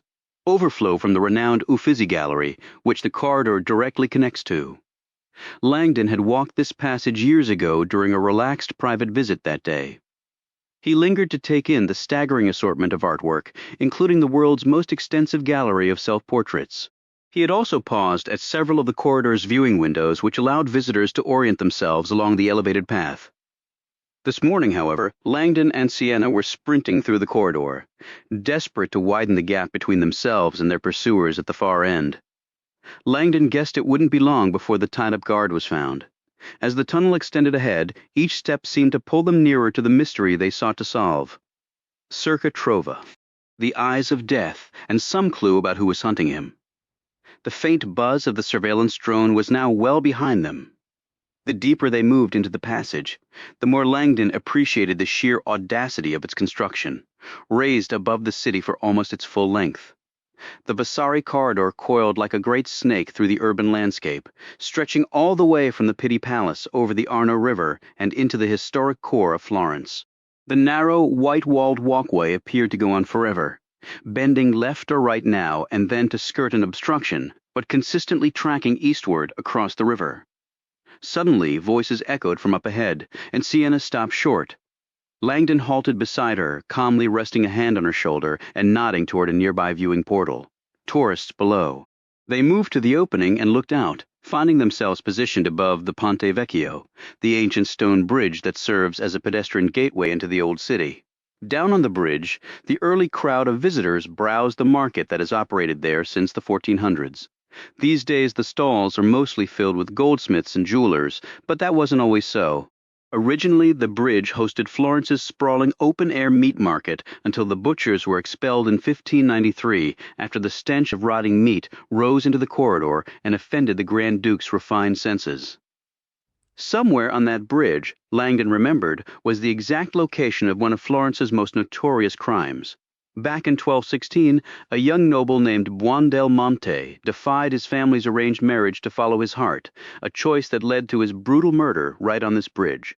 His killing, often called Florence's bloodiest murder, earned that title because it ignited a bitter feud between two powerful political factions, the Guelphs and the Ghibellines, who then warred savagely against each other for generations. This lasting political strife eventually caused Dante's exile from Florence, leading the poet to bitterly commemorate the event in his Divine Comedy, O Buondelmonte, how you fled your pledged wedding through another's counsel and brought such ruin. Even now, 3 separate plaques, each bearing a different line from Canto 16 of Dante's Paradiso, mark the area near the murder site. One plaque, positioned at the entrance to the Ponte Vecchio, delivers a grim prophecy. But Florence, in her final piece, was fated to offer, up unto that mutilated stone guardian up on her bridge, a victim. Langdon lifted his gaze from the bridge to the cloudy waters below. Toward the east, the single spire of the Palazzo Vecchio stood like a silent summons. Even as Langdon and Sienna reached the midpoint of the Arno, he knew they were already committed, with no chance of turning back.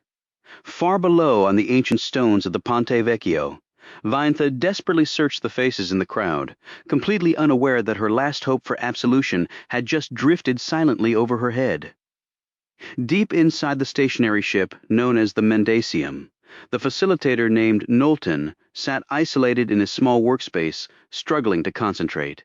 A sense of dread had drawn him back to the disturbing video, and for the last hour he had been studying the strange 9-minute monologue that danced on the edge of brilliance and insanity. He skimmed forward from the start, hunting for any detail he might have overlooked. He moved past the image of the sunken plaque, past the hanging sack of cloudy amber fluid, until he found the moment the sharp-nosed shadow appeared, a distorted shape thrown upon a wet, cavernous wall and bathed in a dim crimson light. Knowlton strained to understand the muffled, ornate words. Roughly midway through the speech, the shadow on the wall suddenly grew larger, and the speaker's voice swelled with intensity. Dante's vision of hell is not a story, it is a forecast, it declared. Agony and despair. This is the world that awaits us. Humanity, left to its own devices, spreads like a disease, a malignancy. Our numbers swelling with every generation until the resources that once fostered our compassion and unity are utterly consumed, laying bare the savagery inside us, a brutal fight for survival to provide for the next generation. This is the 9 circles of Dante's Inferno. This is what lies ahead. As the future races toward us, driven by the relentless arithmetic of Malthus, we totter on the brink of the first circle, poised to fall faster than we ever dreamed possible. Knowlton stopped the playback. The arithmetic of Malthus, a swift online search introduced him to Thomas Robert Malthus, a famed 19th century English scholar of population, who had warned of an eventual worldwide catastrophe caused by too many people. To Knowlton's unease, Malthus's biography included a chilling passage from an essay on the principle of population. The power of population is indefinitely greater than the power in the earth to produce subsistence for man. Premature death must in some shape or other visit the human race. The vices of mankind are active and able ministers of depopulation. They are the precursors in the great army of destruction, and often finish the dreadful work themselves. But should they fail in this war of extermination, sickly seasons, epidemics, pestilence, and plague advance in terrific array and sweep off their thousands and 10,000s. Should success be still incomplete, gigantic inevitable famine stalks in the rear, and with one mighty blow levels the population with the food of the world. His pulse-quickening Knowlton looked again at the frozen image of the sharp-nosed silhouette. Humanity, left to its own devices, spreads like a malignancy. Left to its own devices. The phrase filled him with cold apprehension. With a trembling hand he resumed the video. The garbled voice picked up again. Inaction is an invitation to Dante's hell, a cramped, starving pit of corruption, and so I have acted decisively. Some may shrink back in terror, yet all deliverance demands a cost. One day the world will see the splendor of my offering, for I am your deliverance, I am the shadow, I am the doorway to the age beyond humanity. The Palazzo Vecchio stands like a colossal piece on a chessboard. Its sturdy, rectangular front and rough-hewn, squared-off battlements give the fortress a rook-like appearance, perfectly positioned to watch over the southeast edge of the Piazza della Signoria. The structure's unique off-center tower, rising from within the square stronghold, creates an unmistakable shape against the Florentine sky and has become an iconic emblem of the city. Designed as a powerful center of Italian authority, the structure confronts those who approach with a formidable display of muscular male figures. Aminati's powerful Neptune rises unclothed above 4 seahorses representing Florence's command over the waters. At the palace entrance, a copy of Michelangelo's David, perhaps the most celebrated male nude in art, stands in full magnificence. He is flanked by Hercules and Cacus, 2 more gigantic unclothed men, who together with a gathering of Neptune's satyrs raise the count of visible male anatomy, greeting palace visitors to well over a dozen. Usually, Langdon's trips to the Palazzo Vecchio started right here on the Piazza della Signoria, a square that, despite its overwhelming masculine display, remained one of his favorite public spaces in Europe. A visit here wasn't complete without enjoying an espresso at Café Revoir, and then stopping by the Medici lions in the Loggia dei Lanzi, the square's open-air sculpture gallery. Today, however, Langdon and his partner intended to enter the old palace through the Vasari Corridor, much as the Medici dukes might have centuries ago, skipping the famed Uffizi Gallery and tracing the elevated passageway as it curved over bridges across streets and through buildings, delivering them straight into the core of the historic fortress. So far, they had detected no sound of pursuit from behind, but Langdon remained eager to leave the confined passage. And now we're here, Langdon thought, studying the solid wooden door ahead. The entry to the ancient palace. Despite its robust locking system, the door featured a horizontal push bar, allowing emergency exit while blocking anyone on the opposite side from entering the corridor without a keycard. Langdon leaned close, listening. Hearing only silence beyond, he pressed his hands against the bar and pushed softly. The mechanism released with a click. As the heavy door groaned open a few inches, Langdon glimpsed the space on the other side. A small recess. Empty, quiet. With a faint sigh of relief, Langdon stepped through and signaled for Sienna to follow. We're inside, standing in a hushed alcove somewhere within the Palazzo Vecchio. Langdon paused to orient himself. Before them, a long corridor ran perpendicular to their niche. To the left, in the distance, cheerful, relaxed voices echoed down the hall like the U.S. Capital, the Palazzo Vecchio functioned as both a tourist destination and a working government office. At this hour, the voices were likely civic employees moving between offices, preparing for the day ahead. Langdon and Sienna edged toward the hallway and looked around the corner. Just as expected, the corridor ended at an atrium where a dozen or so government workers stood sipping morning espressos and chatting with colleagues before starting their duties. The Vasari mural, Sienna whispered. You said it's in the Hall of the 500? Langdon nodded and pointed across the busy atrium toward a stone archway that opened into another passage. The problem is, we have to cross that atrium to reach it. Are you certain?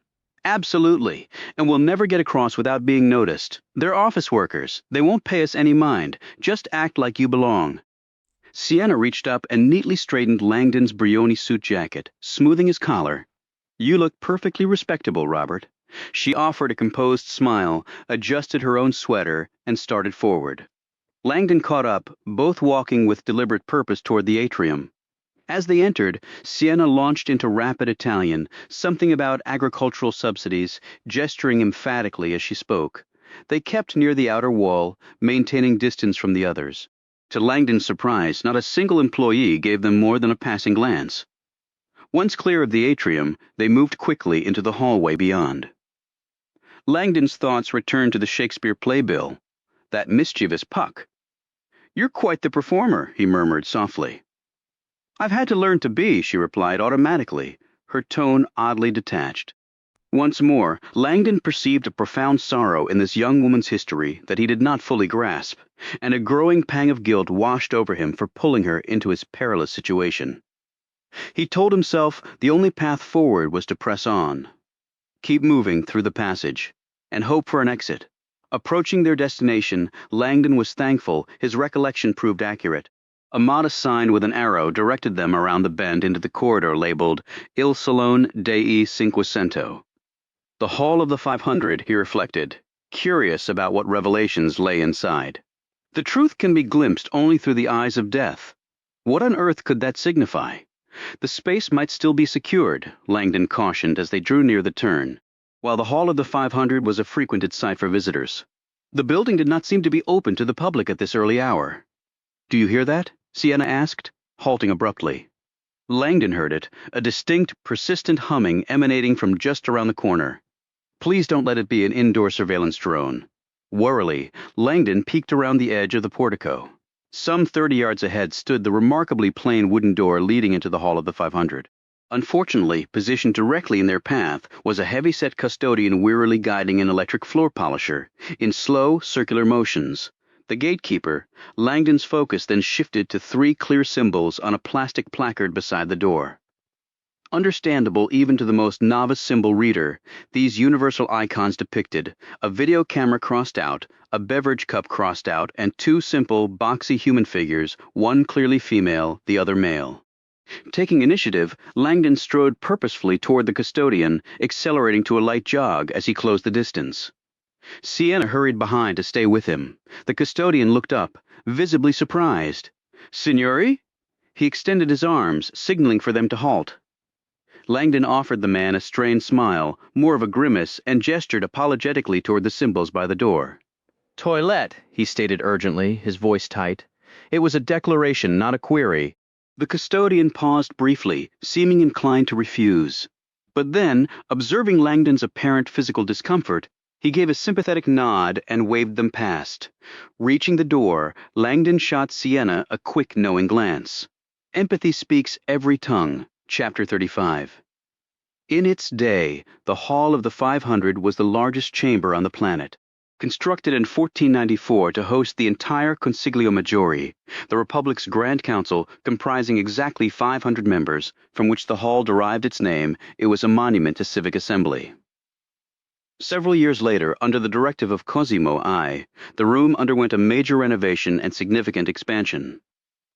Cosimo I, then the most influential figure in Italy, appointed the renowned Giorgio Vasari as the project's supervisor and architect. In a remarkable engineering achievement, Vasari dramatically heightened the original ceiling and allowed natural illumination to flood the space through lofty transom windows on all four walls, creating a magnificent gallery to showcase some of Florence's most exceptional architecture, sculpture, and painting. For Langdon, it was always the floor of this chamber that first captured his attention, instantly signaling this was no ordinary room. The deep red stone parquet was arranged with an overlay of a black grid pattern, lending the vast 12,000 square foot expanse a feeling of stability, dimension, and harmony. Langdon slowly lifted his gaze to the far end of the room, where 6 vigorous sculptures, the labors of Hercules, stood aligned along the wall like a battalion of sentinels. Langdon deliberately averted his eyes from the frequently criticized Hercules and Diomedes, whose nude forms were entangled in what appeared to be an ungainly wrestling pose, complete with an inventive grip that never failed to make Langdon wince. Far more captivating to the gaze was Michelangelo's stunning genius of victory, positioned to the right and commanding the central alcove along the south wall. Towering at nearly 9 feet, this masterpiece was originally destined for the tomb of the fiercely conservative Pope Julius II, a commission Langdon had long considered ironic given the Vatican's historical views on same-sex relationships. The sculpture immortalized Tommaso dei Cavalieri, the young man who had captured Michelangelo's heart for decades and inspired hundreds of the artist's sonnets. "I can't believe I've never stood here before," Sienna murmured beside him, her tone hushed and full of awe. "It's absolutely breathtaking." Langdon gave a slow nod, his mind drifting back to his first experience in this hall, a brilliant evening concert featuring the celebrated pianist Mirella Kimel. Though this imposing room was once reserved for the Grand Duke's private political councils, it now regularly hosted famous musicians, guest lecturers, and lavish corporate events, from talks by art historian Maurizio Saraceni to the glamorous black-and-white gala for the Gucci Museum. Langdon often mused about how Cosimo I might react to seeing his solemn chamber filled with fashion icons and tech executives. Shifting his attention upward, Langdon studied the enormous frescoes covering the walls. Their peculiar backstory included a botched experimental technique by Leonardo da Vinci that led critics to call the work a melting masterpiece. There was also the famous artistic duel orchestrated by Piero Soderini and Machiavelli, which turned the room into a competitive canvas, pitting the two Renaissance giants, Michelangelo and Leonardo, against each other on opposing walls. Today, however, Langdon's focus was drawn to a different historical curiosity hidden in the space. Circa Trova. "Which fresco is by Vasari?" Sienna asked, her eyes sweeping across the vivid scenes. "Almost all of them," Langdon answered, aware that during the hall's renovation, Vasari and his workshop had repainted nearly every surface, from the wall murals to the 39 intricate panels of the famous suspended ceiling. "But that one," Langdon said, directing her attention to the far right, "is the reason we're here, Vasari's Battle of Marciano." The scale of the military clash was staggering, stretching 55 feet in length and soaring over 3 stories high, rendered in earthy tones of umber and mossy green. The scene erupted into a chaotic panorama of clashing soldiers, charging horses, raised spears, and tangled banners across a rolling countryside. "Vasari! Vasari!" Sienna whispered almost to herself. And somewhere in all that chaos he hid his secret message. Langdon confirmed with a nod, straining to pick out the specific green banner near the top where Vasari had painted his cryptic clue, Circa Trova. "It's incredibly difficult to spot from this distance without binoculars," he said, pointing upward. "But in the upper central portion, just below those 2 farmhouses on the hill, there's a small crooked green flag, and—" "I see it!" Sienna exclaimed, her finger aimed accurately toward the upper right section.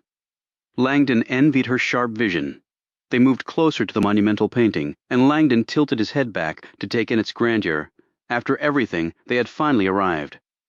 The only issue now was that Langdon had no clear idea what they were meant to find here. He stood silently for a long moment, studying the intricate details of Vasari's sprawling work. If I fail, then all is lost. A faint creak echoed behind them as the door opened and the custodian with the floor buffer peeked in, looking unsure. Sienna offered a reassuring wave. The man watched them briefly before pulling the door closed again. "We're running out of time, Robert." Sienna pressed, her voice tense. "You have to concentrate. Does anything in this painting trigger a memory? Anything at all?" Langdon fixed his eyes on the tumultuous battle scene overhead. The truth can be glimpsed only through the eyes of death. Langdon had considered the possibility that the mural might feature a single deceased figure, its lifeless stare fixed on some other element within the painting, or perhaps even on an object elsewhere in the room. To his frustration, he now observed that the sprawling scene contained countless fallen soldiers, none of them especially distinct, and none with a vacant gaze directed at anything specific. The truth can be glimpsed only through the eyes of death. He attempted to mentally draw lines connecting one corpse to another, questioning if a pattern would materialize, but no shape revealed itself. A dull ache pulsed in his temples as he desperately sifted through the recesses of his memory. From somewhere in that darkness, the calm voice of the silver-haired woman echoed, "Seek and ye shall find." "Find what?" he nearly cried out loud. Forcing his eyes shut, he drew a long, steadying breath. He rolled his shoulders, striving to shed all deliberate thought, and access a deeper, instinctual knowing. "Very sorry. Vasari, circa trova." The truth can be glimpsed only through the eyes of death. His intuition insisted, with absolute certainty, that he was in the correct place. And though the reason still eluded him, he felt a sharp, sudden conviction that he was mere moments away from discovering his objective. Nearby, Agent Bruder glared at the display case containing a garish red velvet costume and muttered a curse. His surveillance and response support team had combed every corner of the costume gallery, yet Langdon and Sienna Brooks had vanished. Since when does an academic outmaneuver a trained SRS unit? He fumed internally. Every possible exit had been secured, his men assured him. The only logical conclusion was that the targets remained somewhere in the garden complex. While this was plausible, Bruder felt a cold, sinking certainty that the pair had discovered an alternate route. "Get the aerial drone back up immediately," he ordered sharply, "and instruct local patrols to expand the perimeter search beyond the property walls."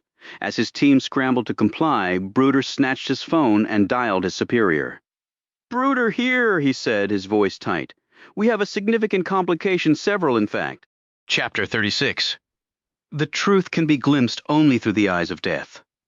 Sienna turned the phrase over in her mind as her eyes scanned every detail of Vasari's violent tableau, willing some clue to announce itself. She saw dead eyes everywhere, glazed and empty. Which set are we supposed to see through? She pondered if the phrase was a grim allusion to the countless victims of the Black Death whose bodies once littered the continent. That at least would provide a macabre logic for the plague doctor mask. Abruptly, a fragment of a childhood nursery rhyme surfaced from her memory. One she'd chanted as a girl in England before learning its dark origins. "Ring around the rosy, a pocket full of posies. Ashes, ashes, we all fall down." The rhyme was said to stem from the Great Plague of London. The rosy referred to a telltale rosy sore. Posies were carried to ward off the stench of decay and death that permeated the city, and ashes spoke of the mass cremations. A cheerful little verse about societal collapse. How perfectly, morbidly British. "For heaven's sake," Langdon exclaimed suddenly, spinning to face the far wall. Sienna glanced over. "What is it?" "That's the title of an artwork once exhibited here." "For the love of God." Confused, Sienna watched as Langdon rushed across the chamber to a small glass-paneled door and tried the handle. It was locked. He pressed his face close to the glass, shielding his eyes with his hands to peer into the dim space beyond. Whatever he hoped to see, Sienna prayed he saw it quickly. The museum attendant had reappeared, his expression now openly suspicious as he observed Langdon's sudden interest in a locked storage area. Sienna offered the man a bright, unconvincing wave, but he only fixed her with an icy stare before turning and walking away. Tucked away behind a glass door, directly across from the concealed phrase Circa Trova in the hall of the 500, was a small, windowless room. This was Lo Studiolo, a private retreat designed by Vasari for Francesco III. The rectangular space ascended into a rounded, barrel-vaulted ceiling, creating an intimate, almost claustrophobic atmosphere, like the interior of a grand, ornate chest. True to its purpose, every surface shimmered with artistic treasures. Over 30 exquisite paintings covered the walls and ceiling, arranged so densely they left barely a sliver of bare plaster visible. Scenes like the fall of Icarus, an allegory of human life, and nature presenting Prometheus with spectacular gems, competed for attention. Peering through the glass into this glittering cell, Langdon murmured under his breath, "The eyes of death." He had visited this secret study years before on a tour of the Palazzo's hidden passages and had been amazed by the labyrinth of concealed doors and stairways woven into the building's fabric, several of which were accessed directly from the Studiolo's paintings. But it wasn't the architecture that had just captured his thoughts. Instead, his mind had jumped to a provocative modern artwork once displayed here, Damien Hirst's For the Love of God. Its installation in this historic space had caused quite a scandal. The piece was a life-sized human skull cast in solid platinum and completely encrusted with over 8,000 pave-set diamonds. The effect was mesmerizing and deeply unsettling. The skull's hollow eye sockets sparkled with a deceptive vitality, a jarring fusion of starkly opposed ideas, vitality and mortality, splendor and dread. Though Hirst's diamond skull had been removed long ago, the memory of it now planted a seed in Langdon's mind. The eyes of death. A skull certainly fits that description. Skulls were a persistent motif in Dante's Inferno, most notably in the grim fate of Count Ugolino, condemned to eternally chew on the skull of an archbishop in the deepest circle of hell. Is a skull what we're searching for? Constructed as a classic cabinet of curiosities, the Studiolo's paintings were nearly all hinged, swinging open to reveal hidden compartments where the Duke stored his bizarre collectibles. Unusual mineral specimens, vibrant feathers, a flawless nautilus fossil, and even, according to rumor, a monk's shin bone adorned with hand-hammered silver. Langdon doubted any of these original curios remained, and he had never heard of a skull being among them, aside from Hirst's contemporary piece. His racing thoughts were abruptly severed by the sharp bang of a door slamming shut elsewhere in the hall. The rapid click of heels echoed across the marble floor, approaching fast. "Signore," an irritated voice called out, "the hall is not open." Langdon turned to see a petite, brown-haired staff member striding purposefully toward him. She was very visibly pregnant. She gestured pointedly at her wristwatch, repeating that the salon was closed. As she drew nearer and her eyes met Langdon's, she halted abruptly, a hand flying to her mouth in surprise. "Professor Langdon!" she exclaimed, her tone shifting to one of embarrassed warmth. "I'm so sorry, I had no idea you were here. Welcome back." Langdon stood perfectly still. He was absolutely certain he had never seen this woman before in his entire life. Chapter 37. "I almost didn't recognize you, Professor," the woman said enthusiastically in accented English as she closed the distance between them. She gave an appreciative glance at Langdon's Brioni suit. "It's the clothes, very stylish. You look practically Italian." Langdon's mouth felt parched, but he forced a courteous smile as she joined him. "Good morning," he managed. "How are you?" She laughed, a hand resting on her swollen abdomen. "Exhausted." Little Catalina decided to practice her soccer kicks all night long. Her gaze swept the empty room, a flicker of confusion crossing her features. "Il Duomino didn't say you'd be returning today. I suppose he's with you." Langdon had no clue who she meant. Noticing his puzzled look, the woman offered a warm, understanding laugh. "It's fine. Everyone in the city uses that nickname for him. He's quite used to it." She peered past them into the quiet hall. "Did he let you in?" "He did," Sienna announced, walking over from the other side of the corridor. "But he had to dash off for a morning appointment. He mentioned you wouldn't mind us having a look around." Sienna thrust her hand forward with cheerful energy. "I'm Sienna, Robert's sister." The woman shook Sienna's hand with a rather formal grip. "Marta Alvarez, you must be thrilled to have the professor as your personal tour guide." "Oh, absolutely." Sienna gushed, though a hint of playful exasperation flickered in her eyes. "He's just a fountain of knowledge. An uncomfortable quiet settled as Marta looked Sienna over. How interesting, she remarked. I don't see much of a family likeness. Maybe your height, that's about it. Langdon felt the situation teetering on the edge of disaster. It was time to act. Marta. He cut in, praying he'd remembered her name right. Please forgive the intrusion, but, well, I imagine you can guess why I've come back.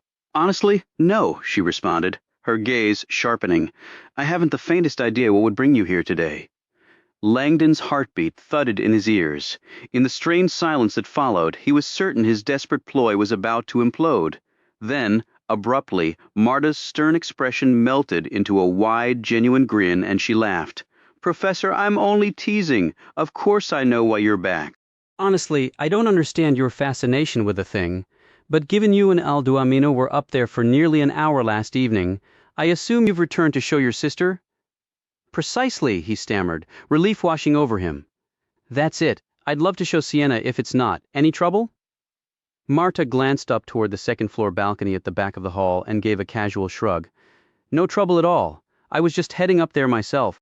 Langdon's pulse raced as he followed her gaze to the elevated walkway. I was up there last night? The memory was a complete blank. He knew that balcony, positioned at the same height as the mysterious words Circa Trova, also served as the entrance to the Palazzo's small museum, a place he never missed when in town. Just as Marta moved to guide them across the hall, she hesitated, a thoughtful frown crossing her face. Actually, Professor, are you certain we can't find something a bit more cheerful to show your charming sister? It is rather a morbid little artifact. Langdon was at a loss for words. We're looking at something morbid? Sienna inquired, feigning innocence. What is it? He hasn't told me a thing. Marta shot a knowing, almost mischievous look at Langdon. Professor, would you like me to explain it to your sister, or would you prefer to do the honors yourself? Langdon seized the lifeline.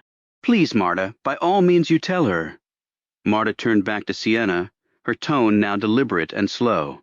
I'm not sure what your brother has shared, but we are going up to the museum to see a rather peculiar mask. Sienna's eyes widened slightly. What sort of mask? One of those grotesque plague doctor masks you see during Carnival. Good try, Marta said. But no, it's not a plague mask. It's something quite different. It's known as a death mask. A sharp, involuntary intake of breath escaped Langdon. Marta shot him a disapproving scowl, clearly thinking he was hamming it up to scare his sibling. Pay no attention to your brother, she told Sienna. Death masks were a perfectly ordinary tradition in the 16th century. It's essentially a plaster cast made of a person's face shortly after they've passed, the death mask. In a flash, Langdon felt a crystalline moment of understanding, the first since he'd awoken in Florence, with his memory in tatters. Dante's Inferno, Circa Trova, to look through the eyes of death. It's the mask, Sienna asked. Whose face was used for the cast? Langdon placed a steadying hand on Sienna's shoulder and answered with all the calm he could muster. A very famous Italian poet. His name was Dante Alighieri. Chapter 38. The bright Mediterranean sun glinted off the waves, casting shimmering reflections across the decks of the Mendasium as it cut through the swells of the Adriatic Sea. Exhausted, the provost finished his second glass of scotch and stared vacantly through his office window. The reports from Florence were troubling. Maybe it was the alcohol after such a long abstinence, but he felt oddly disconnected and adrift, like a vessel whose engines had failed, left to the mercy of the currents. This was an unfamiliar state for him. In his world, there was always a reliable guide, protocol, and it had never steered him wrong. Protocol was what allowed him to make the hardest calls without a second thought. It was protocol that had demanded Vayantha's disavowal, an order he executed without flinching. I'll handle her once this mess is over. It was also protocol that dictated he know as little as possible about his clients. He'd concluded years ago that the Consortium bore no moral duty to judge them. Provide the service, trust the client.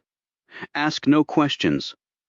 Like executives in any corporation, he offered services assuming they'd be used within legal bounds. After all, a car manufacturer wasn't responsible if a parent sped through a school zone, just as a computer company wouldn't be liable if someone used their machine to hack a bank. Now, with everything falling apart, he silently damned the trusted colleague who had referred this particular client. He'll be simple, very low maintenance, and easy money. The contact had promised. The man is a genius, a legend in his field, and fabulously wealthy. He just needs to vanish for a year or two.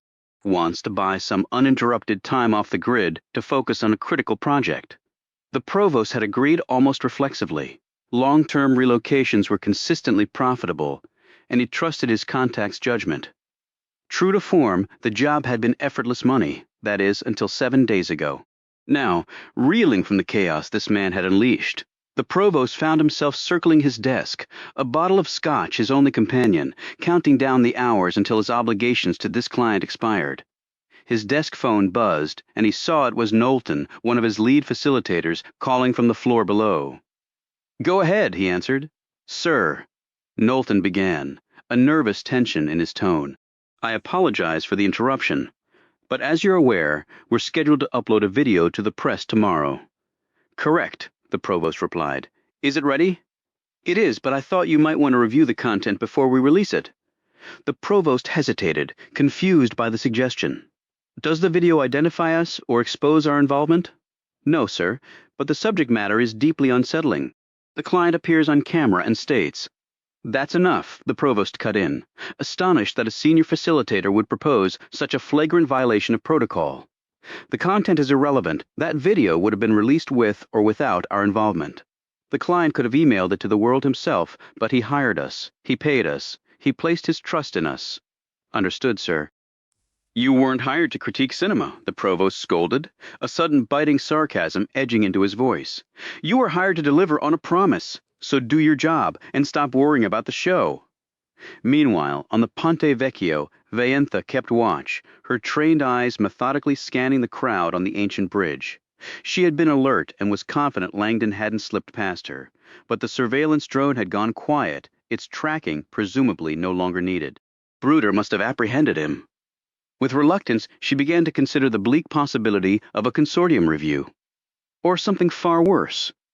Vayentha recalled again the 2 agents who had been disavowed. They were never seen or heard from again. They were just reassigned to other work, she tried to convince herself.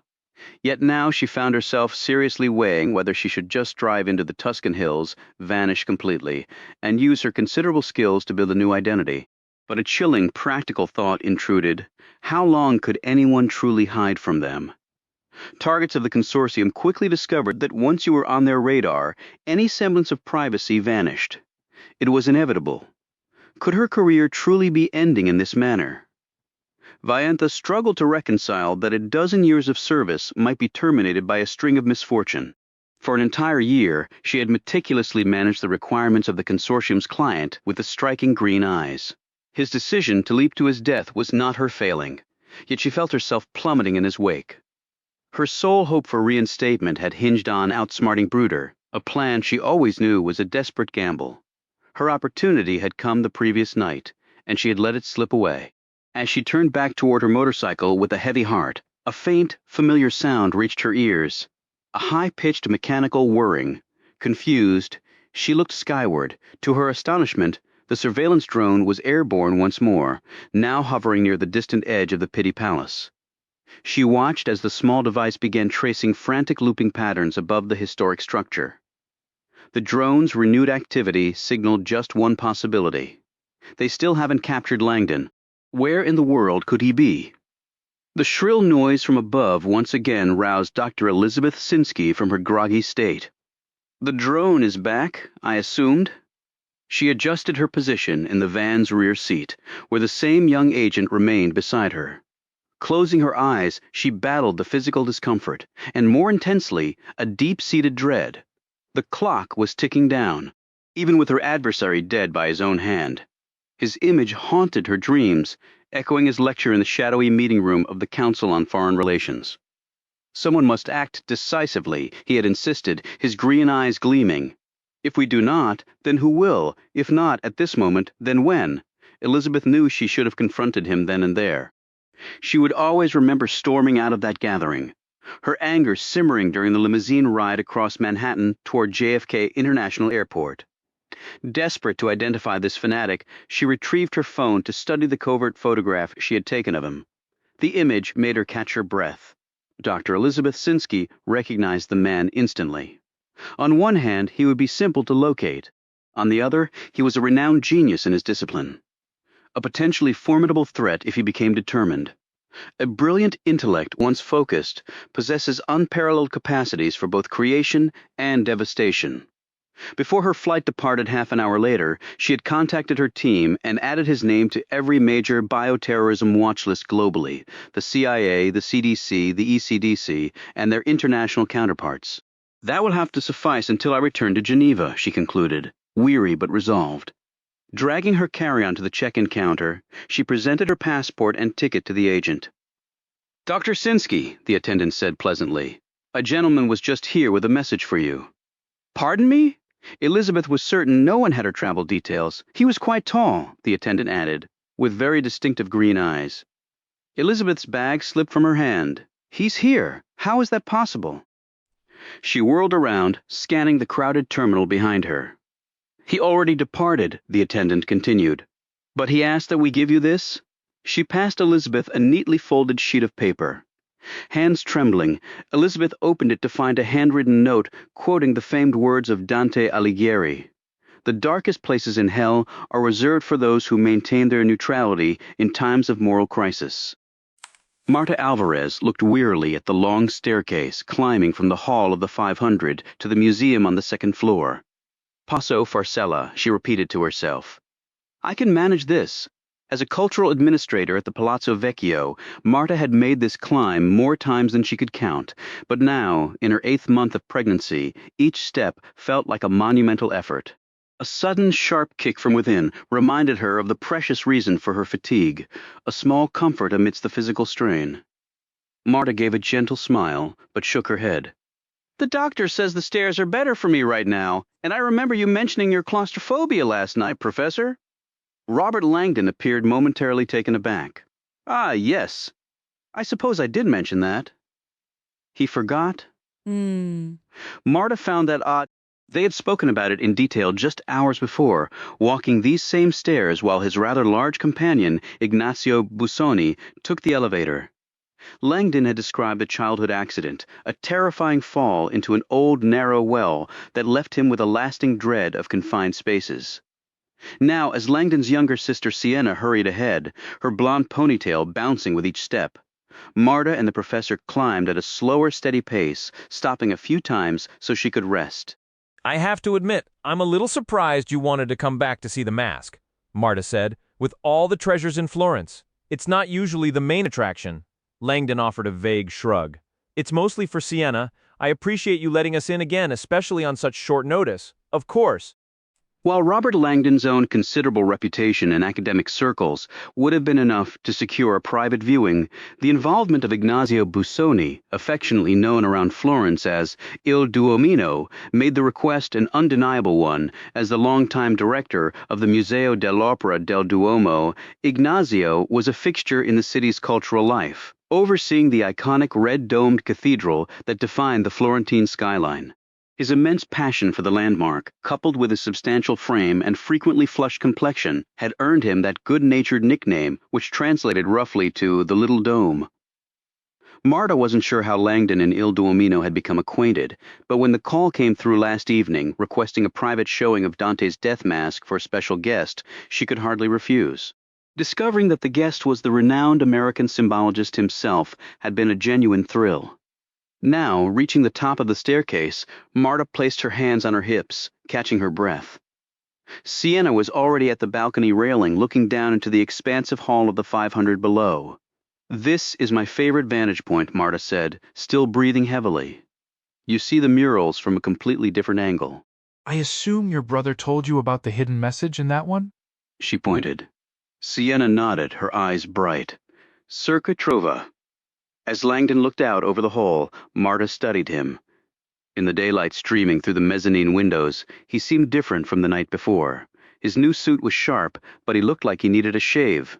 And his face was pale, almost weary. His hair, which had been full and styled yesterday, now looked slightly disheveled, as if he'd rushed out the door. Marta turned her attention back to the mural before he noticed her gaze. We're almost at the exact height of the Circa Trova inscription, she noted. You can nearly make it out from here. Sienna, however, seemed uninterested in the mural. So, tell me about Dante's death mask. Why is it kept here in the Palazzo Vecchio? Like brother, like sister. Marta thought with a silent sigh, still puzzled by their intense focus on this particular artifact. Then again, the mask did have a peculiar and turbulent history, especially in recent years, and Langdon was certainly not the first person to display an almost obsessive curiosity about it.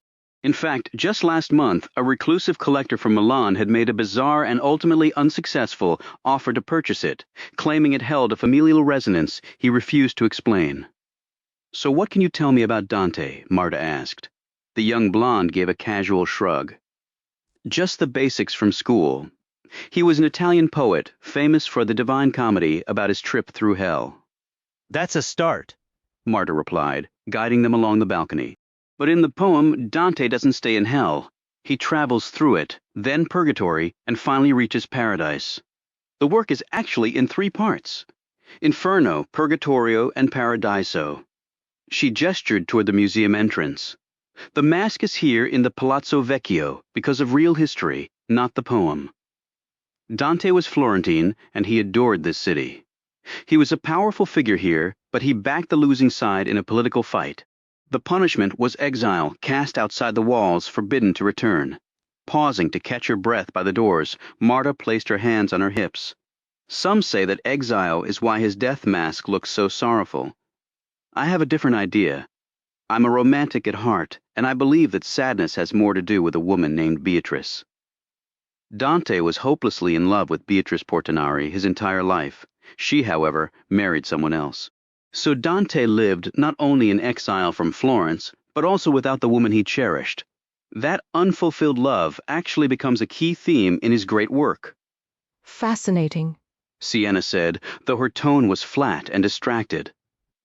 But I still don't understand why the mask is kept inside this particular building. Marta found the girl's persistence odd, almost rude.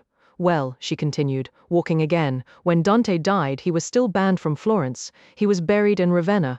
But because Beatrice was laid to rest here, and because Florence was his true love, bringing his death mask home felt like a compassionate tribute. I see. Sienna pressed. And why this palazzo specifically? This building is the oldest symbol of Florence. In Dante's day, it was the very heart of the city. There's a famous painting in the cathedral that shows him exiled outside the walls, with this palazzo's tower visible in the distance.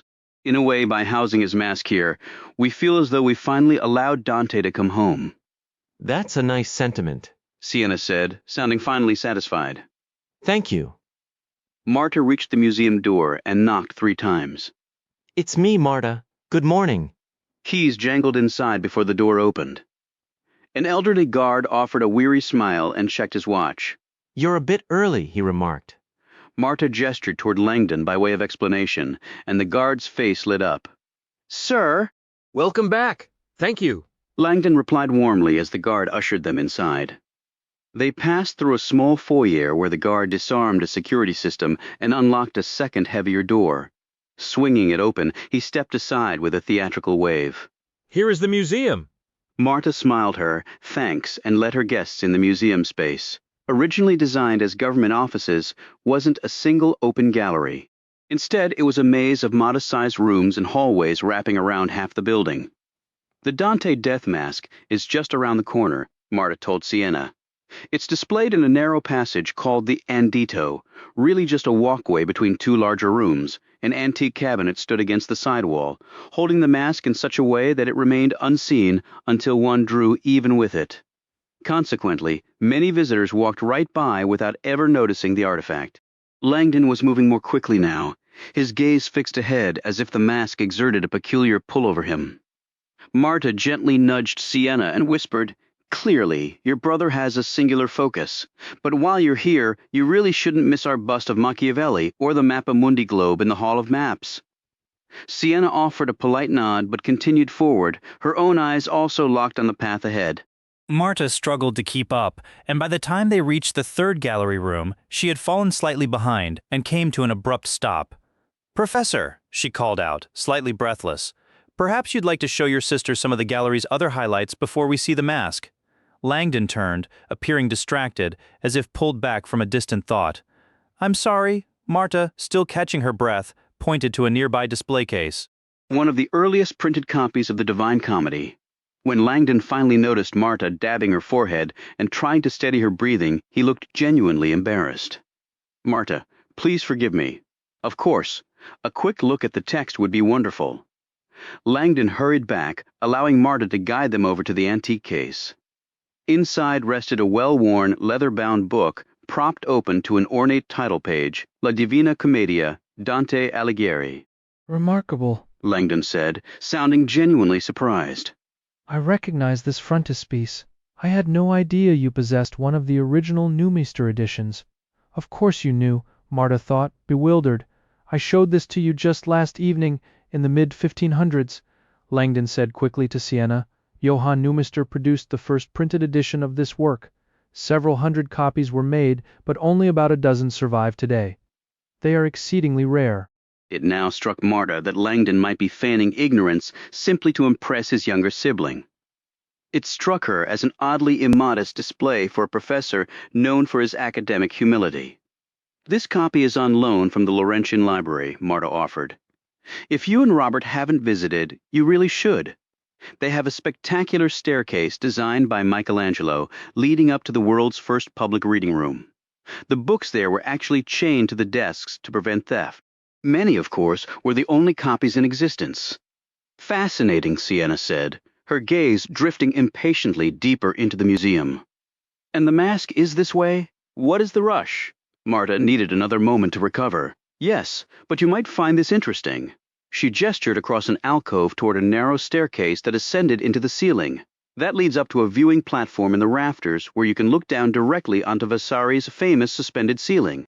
I'd be happy to wait here if you'd like to. Please, Marta, Sienna interjected. I'd really love to see the mask. We're a bit pressed for time. Marta stared at the attractive young woman, perplexed and a little irked. She very much disliked this modern informality of strangers using first names so freely. I am Mrs. Alvarez, she silently corrected, and I'm doing you a courtesy. Very well, Sienna, Marta said curtly. The mask is just this way. Marta offered no further commentary as she led Langdon and his sister through the winding suite of galleries toward their destination. The previous evening, Langdon and his colleague had spent nearly half an hour in the narrow corridor viewing the mask. Intrigued by their intense curiosity, Marta had asked if their fascination was connected to the unusual events surrounding the artifact over the past year. A question met with evasive, non-committal answers. Now, as they neared the corridor, Langdon began explaining to his sister the straightforward yet solemn process of creating a death mask, his tone shifting from scholarly to something darker, almost reverent, as he described the plaster's cold touch on the deceased's face. Marta was relieved to hear Langdon's description was correct, especially after his earlier false statement about never seeing the museum's rare edition of the Divine Comedy.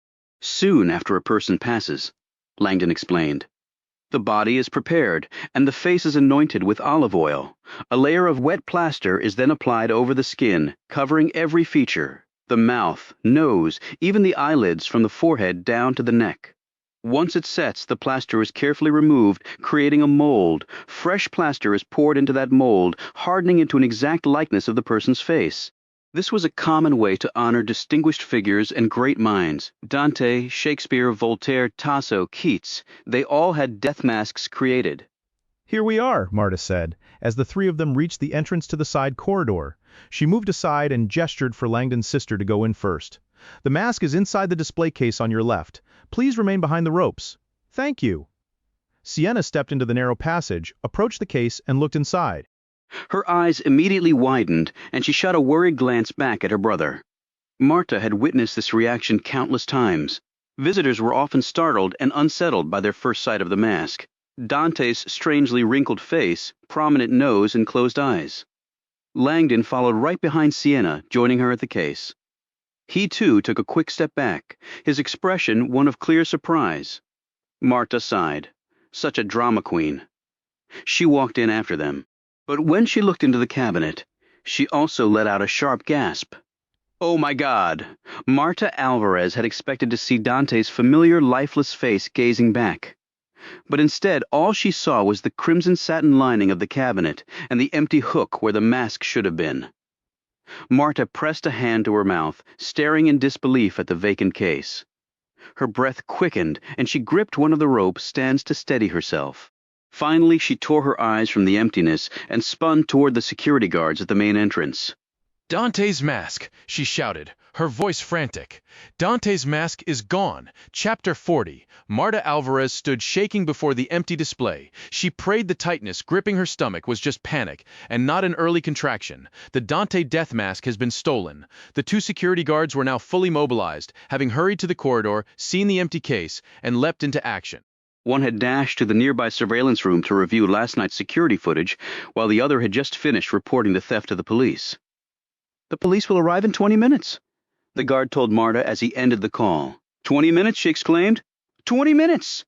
We've had a major art theft here. The guard explained that he had been informed most of the city's officers were currently dealing with a more urgent crisis, and they were trying to locate an available officer to come take a report. "What could possibly be more serious?" she cried out. What could be more serious? Langdon and Sienna exchanged a tense look, and Marta sensed her two guests were completely overwhelmed. Not surprising. They had only stopped by for a brief visit to see the mask, and now they were caught in the middle of a significant art heist. Sometime during the night, someone had managed to get into the gallery and take Dante's death mask. Marta knew there were far more valuable items in the museum that could have been taken, so she tried to focus on that small consolation. Still, this was the first theft in the museum's entire history. "I don't even know the procedures." Marta suddenly felt faint, and she reached out again to one of the rope stands for support. Both gallery guards looked bewildered as they recounted to Marta their precise actions and the events from the previous night. Around 10 o'clock, Marta had entered with the small dome model and Langdon. A few minutes later, the three of them had left the gallery together. The guards secured the doors, reactivated the alarm system, and were certain no one had entered or exited the space since that time. "That's simply not possible," Marta exclaimed, her voice sharp with frustration. "The mask was inside the display case when we all departed last evening. Someone must have gotten in here after we left." The guards merely shrugged, their expressions blank with confusion. "We didn't see anyone with the police, now summoned." Marta hurried as quickly as her condition allowed toward the security monitoring office. Langdon and Sienna followed close behind, their own anxiety palpable. The surveillance footage, Marta thought with a surge of hope, that will tell us exactly who came in here. Several blocks away, on the Ponte Vecchio, Vaintha melted into a shadowed doorway as two police officers worked their way through the crowd, showing photographs of Langdon to passers-by. As the officers drew nearer, one of their radios crackled to life with a dispatch call. The transmission was in rapid Italian, but Vaintha grasped the essential message. All available units near the Palazzo Vecchio were to report to the museum there to take a statement. The officers showed little reaction, but Vaintha's attention snapped into focus. The Palazzo Vecchio Museum, her disastrous failure the previous night, the catastrophe that had essentially ended her career, had unfolded in the warren of streets just outside that very building. The staticky police communication continued, most of it garbled, until two distinct words cut through the noise. Dante Alighieri. Every muscle in her body tightened. Dante Alighieri? This could not be a random occurrence. She turned sharply, her gaze finding the notched tower of the Palazzo Vecchio rising above the neighboring rooftops. What happened at that museum, she wondered, a new urgency gripping her. And when did it happen? Specifics aside, her years as a field analyst had taught her that genuine coincidence was a rare luxury. The Palazzo Vecchio Museum and Dante, this had to connect to Langdon. She had always suspected Langdon would circle back to the historic district. It was logical. This was where his entire ordeal had begun the night before. Now, in the harsh light of day, she considered whether he had managed to return to the Palazzo Vecchio area to continue whatever search he had started. She was confident he had not crossed this particular bridge into the old city. There were other bridges, of course, but they seemed an unreasonable distance to travel on foot from the Boboli Gardens. Her eyes dropped to the river below, where a sleek, four-person racing shell glided silently past, passing beneath the bridge arches. The boat's hull was marked with the name of the Florence Rowing Club. Its synchronized red and white oars dipped and rose in a fluid rhythm. Could he have crossed the river by boat? It seemed far-fetched. Yet her instincts screamed that the police bulletin about the Palazzo Vecchio was a signal she needed to follow. "Cameras down, please," a woman's voice called out in heavily accented English. Vaintha turned to see a tour guide waving a garish orange pom-pom on a stick, trying to corral her flock of tourists across the bridge. "Above you is Vasari's greatest architectural achievement," the guide announced with polished cheer, lifting her pom-pom toward the sky. Vaintha looked up, noticing for the first time a long enclosed passageway that spanned the tops of the bridge shops like a narrow, elevated apartment. "The Vasari Corridor," the guide declared. "It runs for nearly a kilometer and once allowed the Medici family to move safely between the Pitti Palace and the Palazzo Vecchio." Vaintha stared, her mind racing as she absorbed the sight of the tunnel-like structure overhead. She had heard vague mentions of the corridor, but knew few details. "It connects directly to the Palazzo Vecchio, for a privileged few with exceptional access," the guide went on. "The corridor can still be used today." A sudden reckless idea began to form in Vaintha's thoughts, a shortcut, and perhaps a chance at redemption. The gallery was a breathtaking corridor of art, extending from the historic Palazzo Vecchio all the way to the northeastern edge of the Boboli Gardens. Whatever the tour guide announced next was lost on Vaintha. She was already sprinting toward her motorcycle. Chapter 41. A dull, rhythmic ache pulsed beneath the stitches on Langdon's scalp as he, Sienna, Marta, and the two guards crammed into the video control room. The space was a repurposed vestry, now crammed with humming computer towers and monitors. The air thick with heat and the lingering scent of old cigarettes.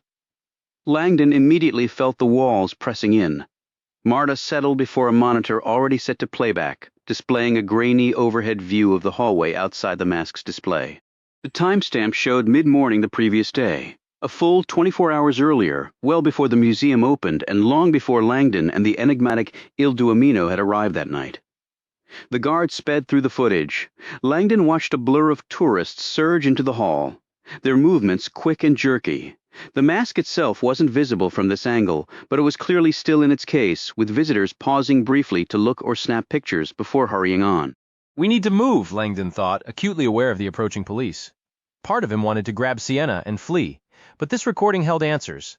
They had to see what unraveled this mystery. The video raced forward, afternoon shadows sliding across the floor. Visitors streamed in and out until finally the crowd dwindled to nothing. As the clock flew past 5 p.m., the lights cut out, leaving the room in silent darkness. Closing time. "Speed it up," Marta ordered, leaning closer to the screen. The guard let the tape advance rapidly until, around 10 p.m., the museum lights abruptly flickered back on. He slowed the playback to normal speed.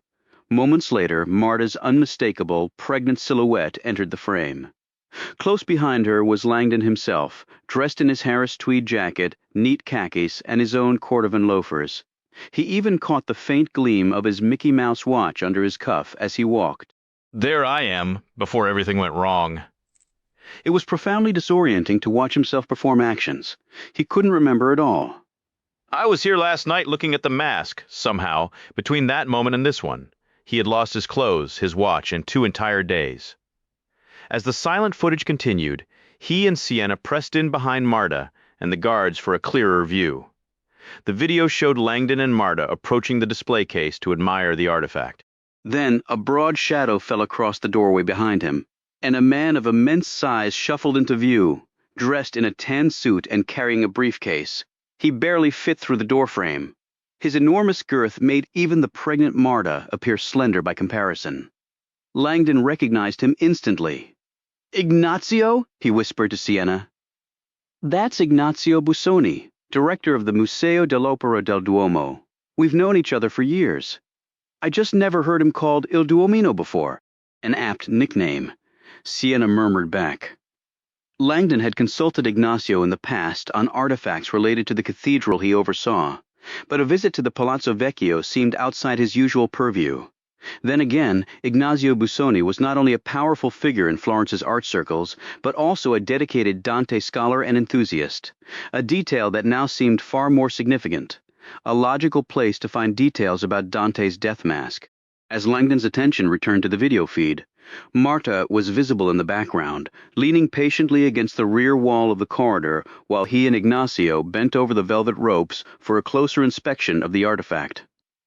The two men continued their hushed conversation and examination, the seconds ticking by until Marta was seen subtly glancing at her wristwatch behind them. Langdon desperately wished the security footage had sound. What exactly were we discussing? What clue were we searching for? On the screen. He then watched himself step over the barrier and kneel directly before the display case, his nose nearly touching the glass. Marta instantly moved to intervene, clearly reprimanding him, and Langdon quickly retreated with an apologetic nod. I apologize for being so firm, Marta said to him now, looking back. But as I mentioned, that cabinet is a fragile antique. The individual who owns the mask insists all visitors remain behind the ropes. He doesn't even allow our own staff to open the case unless he is personally here. Her statement took a second to sink in. The mask had an owner. Langdon had simply assumed it was part of the museum's permanent collection. Sienna appeared just as startled and spoke up at once. The museum doesn't own it? Marta shook her head, her gaze fixed on the monitor. A very wealthy benefactor purchased Dante's death mask from our holdings, but arranged for it to remain here on permanent loan. He paid a considerable sum, and we were pleased to agree. Wait, Sienna said, her brow furrowed. He bought the mask and then let you keep it on display.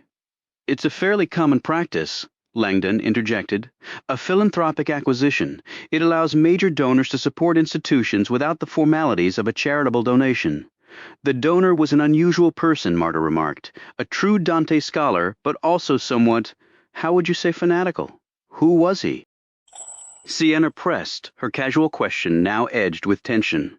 Who? Marta frowned, still watching the screen. Well, you likely saw his name in the news recently, the Swiss billionaire Bertrand Zobrist, to Langdon. The name rang only a faint bell, but Sienna seized his arm, her grip tight, her face suddenly pale. Yes, Sienna said slowly, her voice unsteady. Bertrand Zobrist, a renowned biochemist. He made his fortune in biological patents while still very young. She stopped, swallowing with difficulty, then leaned close to whisper to Langdon. Zobrist is practically the founder of germline manipulation. Langdon wasn't sure what germline manipulation entailed, but it sounded foreboding, especially given the recurring visions of plagues and mortality he'd been grappling with all morning. He wondered if Sienna knew so much about Zobrist because of her medical background, or perhaps because both had been celebrated child prodigies. Do geniuses keep tabs on one another's careers? I first learned about Zobrist a few years back, Sienna explained, when he made a series of deliberately inflammatory statements to the press about global population trends. She hesitated, her expression darkening. Zobrist is a vocal supporter of the population apocalypse equation. The what? It's essentially a mathematical confirmation that the planet's population is expanding, human lifespans are increasing, and our natural resources are dwindling. The equation concludes that the current trajectory can lead only to a catastrophic societal collapse. Zobrist has publicly stated that humanity will not survive another 100 years, unless a large-scale extinction event occurs. Sienna let out a weary breath and met Langdon's eyes. In fact, Zobrist was once quoted as saying that the single greatest blessing Europe ever received was the Black Death. Langdon stared at her, stunned. A cold prickle ran down his spine as, once again, the haunting visage of the plague doctor mask surfaced in his thoughts. He had spent the entire morning trying to dismiss the idea that his current ordeal was connected to a virulent pestilence, but that theory was becoming harder and harder to deny. Bertrand Zobrist's claim that the Black Death was Europe's greatest blessing was shocking. Yet Langdon was aware that numerous scholars had documented the profound socioeconomic shifts that followed the mass die-off of the 14th century. Before the plague swept through, the Dark Ages were marked by severe overcrowding, starvation, and widespread poverty. The arrival of the Black Death, horrific as it was, had effectively reduced the population, leading to a surplus of resources and new possibilities, a change many historians credit with sparking the Renaissance. Staring at the biohazard symbol on the tube that held the altered map of Dante's hell, a cold realization washed over Langdon. That strange little projector had been built by someone, and Bertrand Zobrist, a biochemist utterly obsessed with Dante, now appeared the most likely creator. The pioneer of genetic germline manipulation. Langdon felt the puzzle pieces clicking together, though the emerging image filled him with dread. Skip ahead here. Marta instructed the guard, impatient to move past the footage of Langdon and Ignazio Busoni examining the mask so she could see who had broken in to steal it. The guard fast-forwarded, the timestamp racing ahead, 3 minutes, 6:08. On screen, Marta stood behind the two men, shifting her weight more and more often, and glancing repeatedly at her watch. "I apologize for keeping you so long," Langdon said. "You seem uncomfortable." "That's on me," Marta replied. "You both told me to go home and let the guards lock up, but I thought leaving would be impolite." Suddenly, on the monitor, Marta vanished. The guard slowed the playback to normal speed. "It's fine," Marta said. "I remember stepping out to the restroom." The guard nodded and reached again for the fast-forward button, but Marta seized his arm. "Wait!" She tilted her head, staring at the screen in bewilderment. Langdon saw it too. What on earth? On the video, Langdon was reaching into his tweed jacket pocket and pulling out a pair of surgical gloves, which he proceeded to slip onto his hands. At the same moment, Il Duomino positioned himself behind Langdon, peering down the hallway where Marta had just headed for the restroom. After a moment, the portly man gave Langdon a subtle nod, as if signaling the all clear. "What in the world are we doing?" Langdon watched his on-screen self, now wearing gloves, gently find the edge of the display case door, and then with careful pressure pull it back until the antique hinge gave way and the door swung slowly open, revealing the Dante death mask inside. Marta Alvarez gasped in horror, bringing her hands to her face. Sharing her shock, Langdon watched in utter disbelief as his video self reached into the case, cradled the Dante death mask with both hands, and lifted it free. "God help me!" Marta exploded, lurching to her feet and whirling to face Langdon. "What did you do? Why?" Before Langdon could answer, one of the guards drew a black Beretta and aimed it squarely at Langdon's chest. Good God! Robert Langdon stared down the barrel of the pistol and felt the small room tightening around him. Marta Alvarez was now standing, glaring at him with a look of stunned betrayal. On the security monitor behind her, the recording showed Langdon holding the mask up to the light, inspecting it closely. "I only took it out for a moment," Langdon insisted, desperately hoping that was true. "Ignacio assured me you wouldn't mind." Marta didn't answer. She looked utterly bewildered, clearly struggling to understand why Langdon had lied to her, and how he could have calmly allowed the tape to play when he knew what it would show. "I had no idea I opened that case." Sienna's voice was barely audible. "Robert, look, you found something." She stayed fixed on the video, determined to find answers, even as their situation grew more desperate.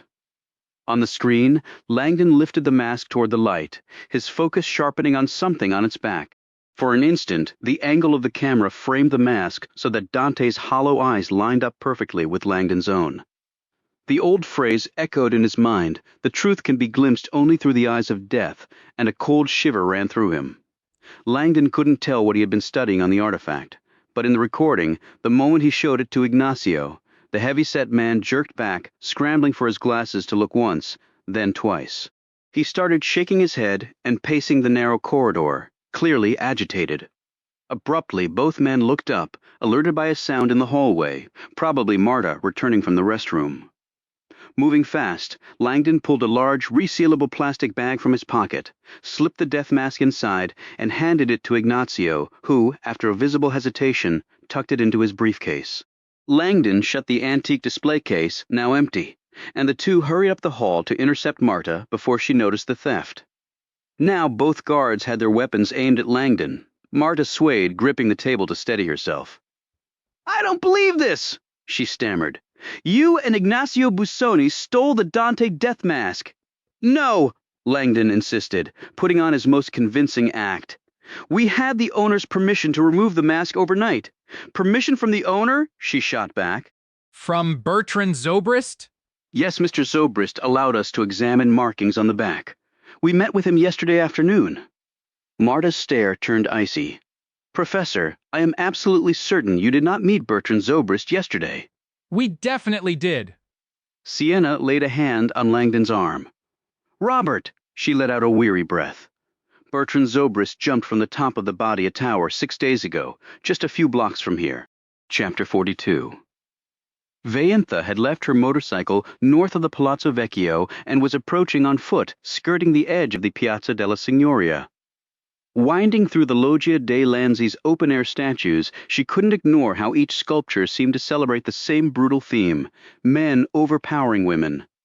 The rape of the Sabines, the rape of Polyxena, Perseus holding the severed head of Medusa.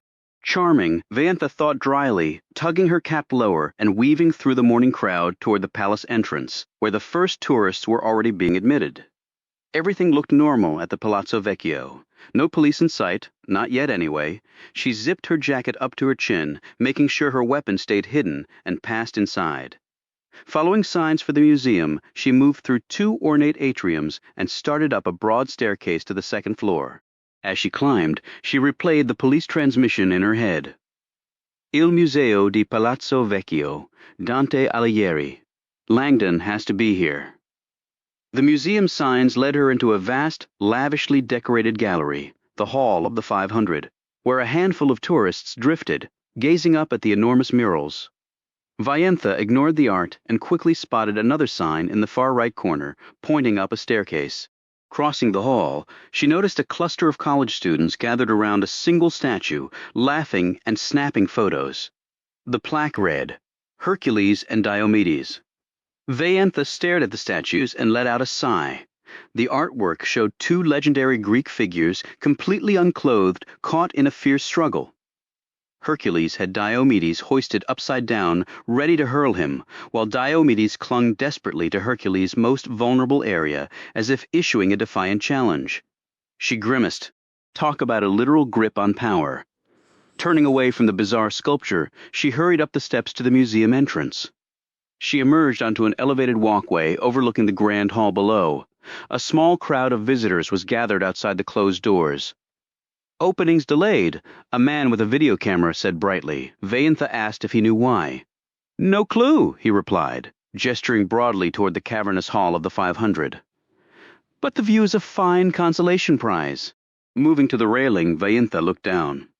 A single police officer had just entered the vast space far below, moving with a noticeable lack of haste as he headed for the staircase. He's coming up to take a report, she guessed. His slow, weary climb suggested a mundane administrative call. Nothing like the frantic manhunt at the Porta Romana.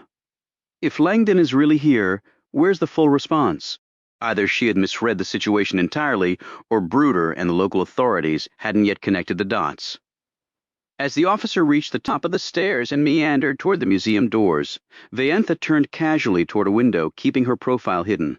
Given her disavowed status and the far-reaching influence of the provost, she couldn't risk being identified. Aspetta, a voice crackled suddenly.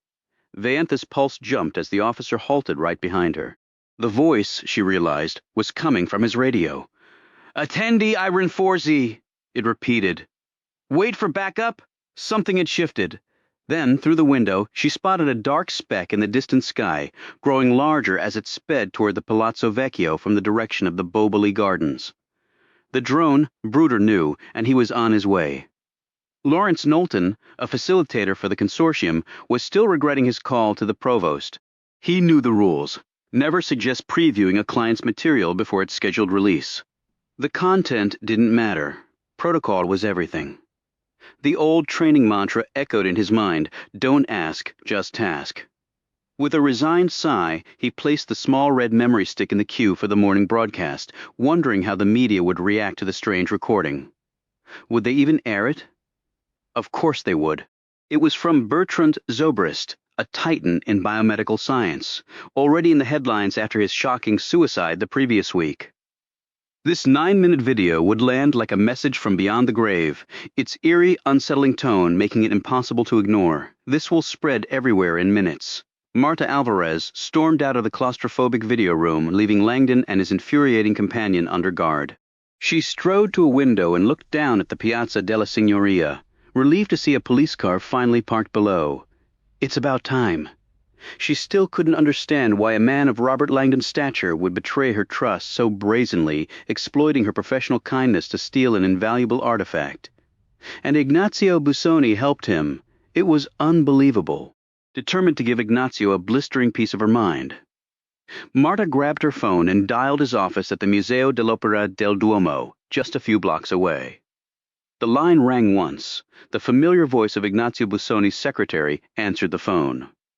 Marta, though friendly with Eugenia, had no patience for pleasantries.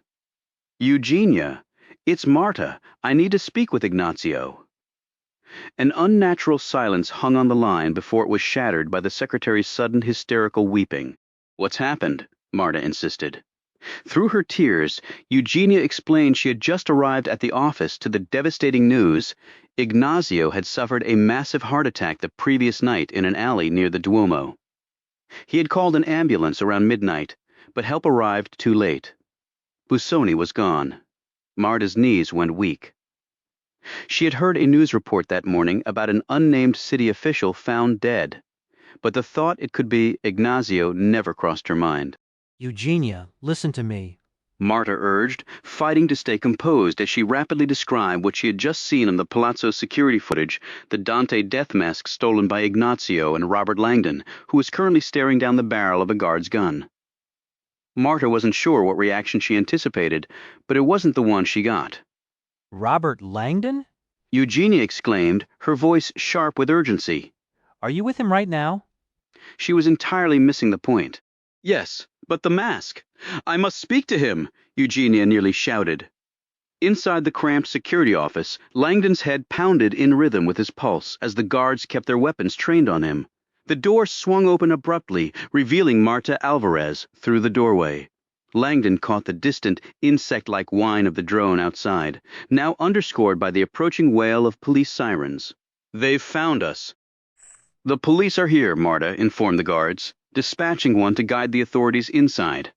The other guard stayed, his weapon unwavering. To Langdon's confusion, Marta extended a cell phone toward him. "Someone demands to speak with you," she said, her tone baffled. "You'll need to step out here for a signal." They moved from the stifling control room into the adjacent gallery, where sunlight streamed through tall windows overlooking the bustling Piazza della Signoria.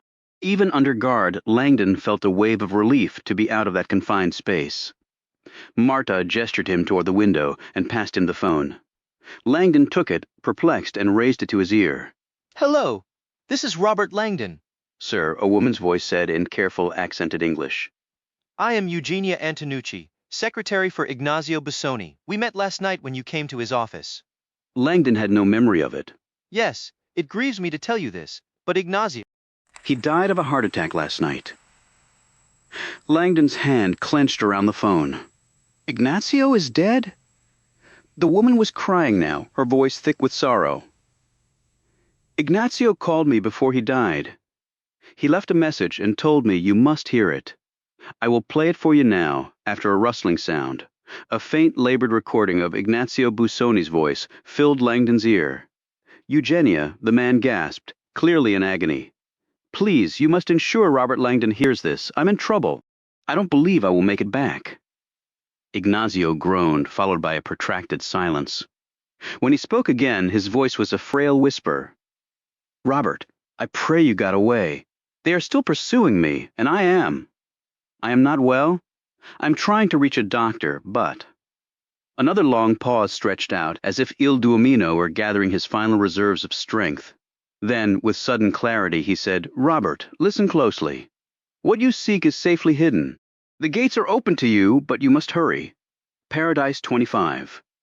After a final weighted moment, he breathed, "Godspeed." The message ended.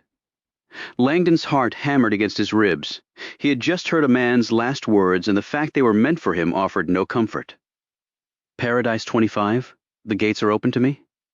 The cryptic phrases swirled in his mind, a final puzzle from a friend who is now gone. Langdon turned the cryptic phrase over in his mind. What gates could he possibly be referring to? The only fragment that held any clarity was Ignazio's insistence that the mask was secure. Eugenia's voice returned, anxious. "Professor, does any of this make sense to you? Parts of it, yes. Is there anything I can do?" Langdon weighed the question carefully. "You must ensure no one else hears that recording, not even the authorities. A detective is on his way to take my report." Langdon tensed. His eyes flicked to the guard whose weapon was still trained on him. Turning toward the window, he dropped his voice to a hushed, urgent whisper. "Eugenia, This will sound bizarre, but for Ignazio's sake, I need you to erase that message. Do not tell the police we spoke. Is that understood? The circumstances are extremely delicate and... The cold press of a gun barrel against his ribs made him flinch. The guard was right beside him, his free hand outstretched, demanding the phone. On the line, there was a protracted silence before Eugenia finally replied. Mr. Langdon, my boss trusted you, so I will too. Then the line went dead. Langdon surrendered the phone. Ignazio Busoni is gone, he told Sienna, his voice low. He suffered a fatal heart attack last night after leaving this place. He let the news hang for a moment. The mask is safe. Ignazio concealed it before he died. And I believe he left me directions to its location. Paradise 25? A flicker of hope lit Sienna's expression, but when Langdon looked back at Marta, her face was etched with pure disbelief. Marta, Langdon said, his tone earnest, I can recover Dante's mask for you, but you must release us now. Marta let out a short, incredulous laugh. Absolutely not. You're the one who stole it. The police are almost here, Signor Alvarez. Sienna cut in loudly, her voice firm.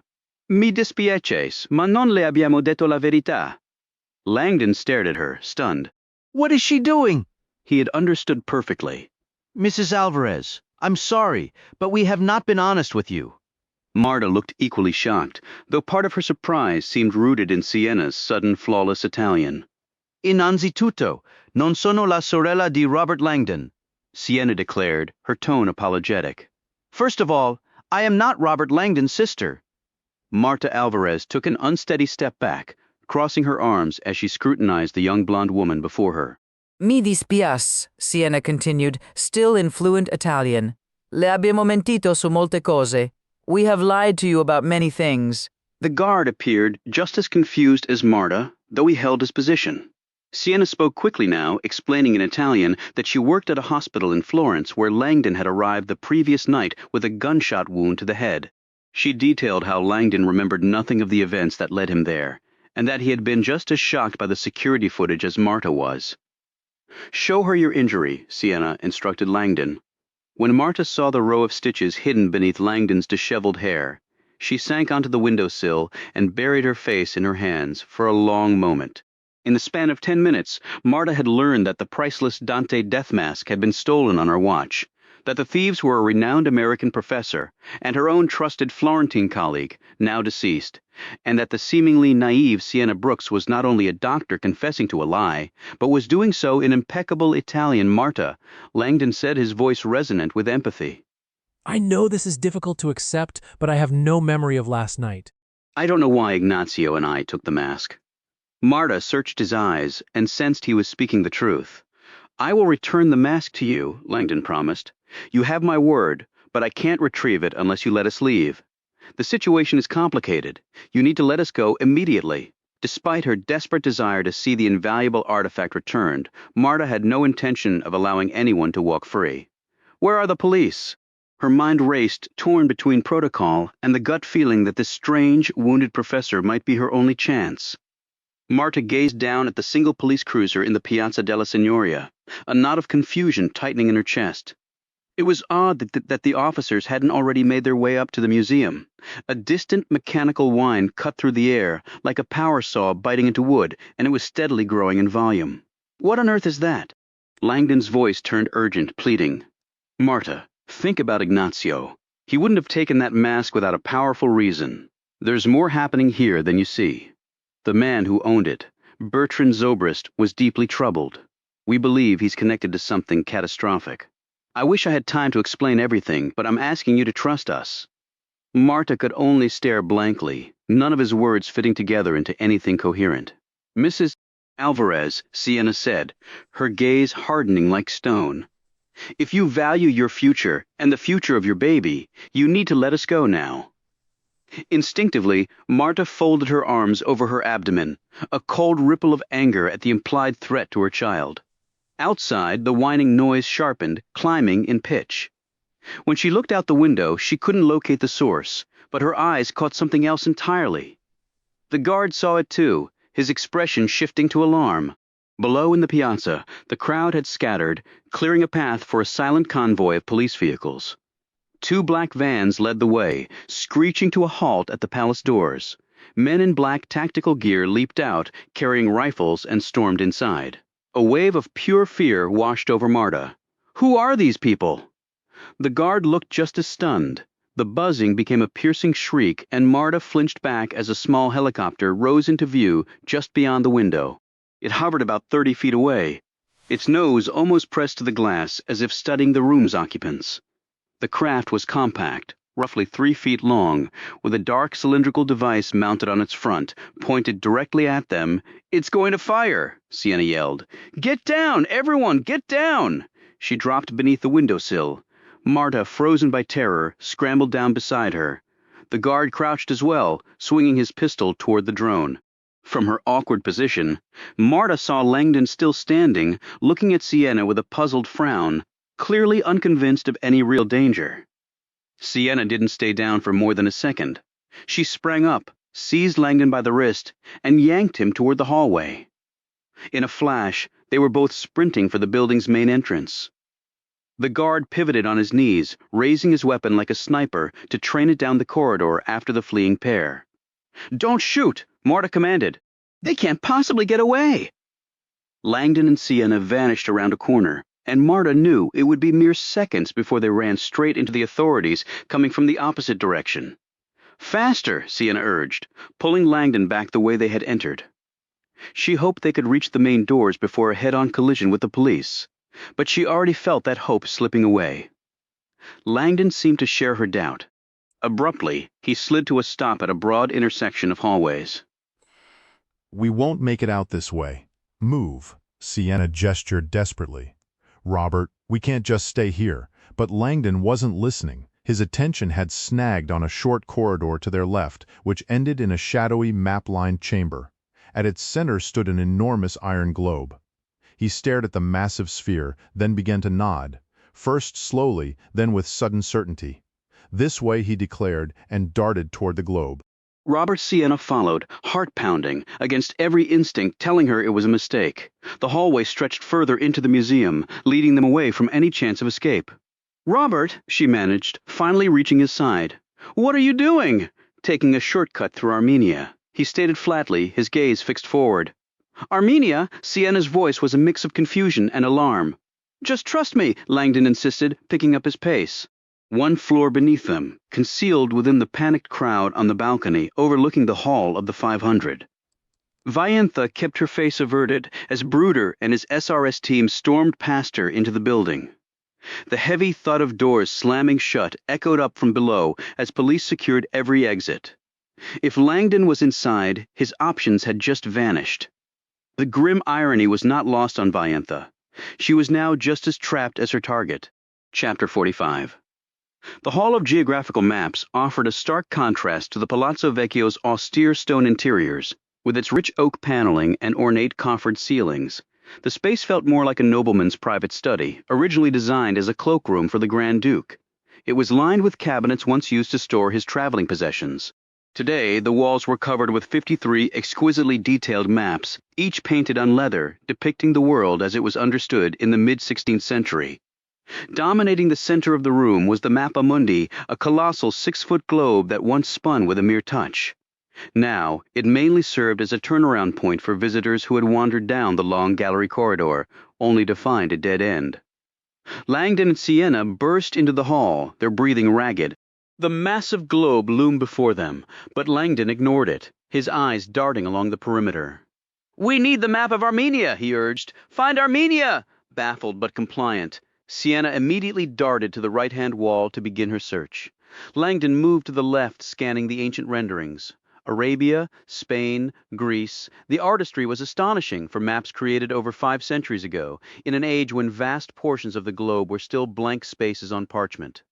"Where is it?" His usually reliable memory of the secret passages tour he'd taken years ago felt frustratingly hazy, no doubt thanks to that second generous glass of Gaggia Nebbiolo wine he'd enjoyed before the tour began. A fitting detail, since Nebbiolo translated to little fog. Yet through the mental haze, one detail remained sharp. A specific map of Armenia in this very room. A map that was not quite what it seemed. "It has to be here, Robert." Over here, Sienna called from the far right corner. He rushed to her side. She pointed at the Armenia map with a look that clearly questioned its significance. Langdon offered no explanation. Instead, he grasped the heavy wooden frame and pulled. With a soft groan, the entire map, along with a sizable section of the wall and paneling, swung inward, revealing a dark opening. Well, Sienna said, a note of admiration in her voice. Armenia, it is. She didn't wait, plunging into the shadowy passage without a second thought. Langdon followed and pulled the wall shut behind them. Despite the foggy recollections of the tour, this hidden corridor was vividly clear in his mind. They had just stepped through a portal into the Palazzo Invisibile, the invisible palace that existed behind the walls of the Vecchio, a private network known only to the ruling duke and his most trusted allies. The air inside was cool and still, thick with the dust of centuries and the weight of untold secrets. Langdon stopped just inside the entry, letting his eyes adjust to the dim, dusty light that seeped through a line of old leaded windows. The pale stone corridor stretched ahead for about 50 yards, ending at a heavy wooden door. To his left, a tight spiral staircase climbed upward, blocked by a draped chain. A sign above it clearly stated, "No exit." Langdon moved toward the stairs. Wait, Sienna cautioned. "It says we can't go that way." appreciate it. Langdon replied with a dry grin. My Italian's just fine. He lifted the chain free, carried it back to the hidden door they'd just used, and swiftly looped it through the handle and around a sturdy wall bracket, jamming the mechanism so it couldn't be turned from the other side. Right, Sienna said, a bit embarrassed. Smart move. It won't hold them long. Langdon noted, but we only need a minute. Come on. As the pivoting map of Armenia swung shut behind them, Agent Bruder and his team charged down the narrow passage, making straight for the distant wooden exit. Bursting outside, Bruder was hit by a rush of cold wind and blinding sunlight. He found himself on an exposed rooftop walkway that skirted the edge of the palazzo, leading to another doorway some 50 yards ahead. To his left, the massive curved roof of the Hall of the 500 rose like an impassable mountain. To his right, a sheer drop fell away into a deep, shadowy light. Well, a certain fatal plunge. His gaze fixed forward. This way, Bruder and his men sprinted along the walkway as the surveillance drone circled ominously above. When they crashed through the next door, they all stumbled to a sudden halt, nearly colliding in the cramped space. They were in a small, windowless stone room, furnished with only a single wooden desk. The grotesque figures in the ceiling frescoes seemed to leer down at them. It was a dead end. One of the agents hurried to read a placard on the wall. "Wait," he said. "This mentions a finestra, a secret window." Bruder scanned the room but saw no window. He strode over and read the placard himself. The room had once been the private study of Duchess Bianca Capello, and it included a hidden window, una finestra segreta, through which she could secretly watch her husband speak in the hall below. Bruder's eyes darted around again until he spotted a small latticed opening cleverly concealed in the side wall. Did they squeeze through there? He marched over and inspected it. The gap looked far too narrow for someone like Langdon. Pressing his face to the grid, he peered through and confirmed no one could have escaped that way. On the other side was a straight, several-story drop to the floor of the grand hall. So where did they go? As Bruder turned back into the suffocating stone cell, the day's mounting frustrations boiled over. In an uncharacteristic loss of control, he tilted his head back and roared with fury, the sound echoing violently in the confined space. Far below in the hall of the 500, tourists and police officers all flinched and looked up toward the latticed opening. From the sound of it, the Duchess's secret study now housed a raging beast. Sienna Brooks and Robert Langdon stood enveloped in absolute darkness. Moments before, she had watched Langdon cleverly secure the rotating map with the chain before turning to flee into the unknown. To her astonishment, Robert Langdon did not turn down the hallway, but instead began climbing the narrow, steep stairs, clearly marked with a no-exit sign. "Robert," Sienna whispered, utterly confused. "That says we can't go out this way, and we need to go down, not up." "We do need to go down," Langdon replied, glancing back at her. "But sometimes the path down begins by going up." He offered her a quick, encouraging smile. "Remember the navel of Satan? What on earth was he talking about?" Sienna hurried after him, feeling completely lost. Have you read Dante's Inferno? Langdon asked as they climbed. Yes, she had, but it was a childhood memory. Then it clicked. Oh, Satan's navel, she said, the recollection dawning. I remember now. It took her a moment, but Sienna realized Langdon was referencing the climax of Dante's epic poem. In those final cantos to escape hell, Dante must descend the gigantic hairy body of Satan. When he reaches Satan's navel, believed to be the center of the earth, gravity suddenly reverses. To continue his journey downward toward purgatory, Dante must then begin climbing upward. Sienna recalled little else from the Inferno, aside from her youthful disappointment at Dante's rather creative and physically improbable take on gravitational forces at the planet's core. They reached the stair top, where Langdon opened a solitary door labeled Architectural Model Room. He guided her inside, swiftly closing and bolting the door behind them. The chamber was modest and unadorned, lined with display cases, holding intricate wooden models of Giorgio Vasari's architectural plans for the palace interior.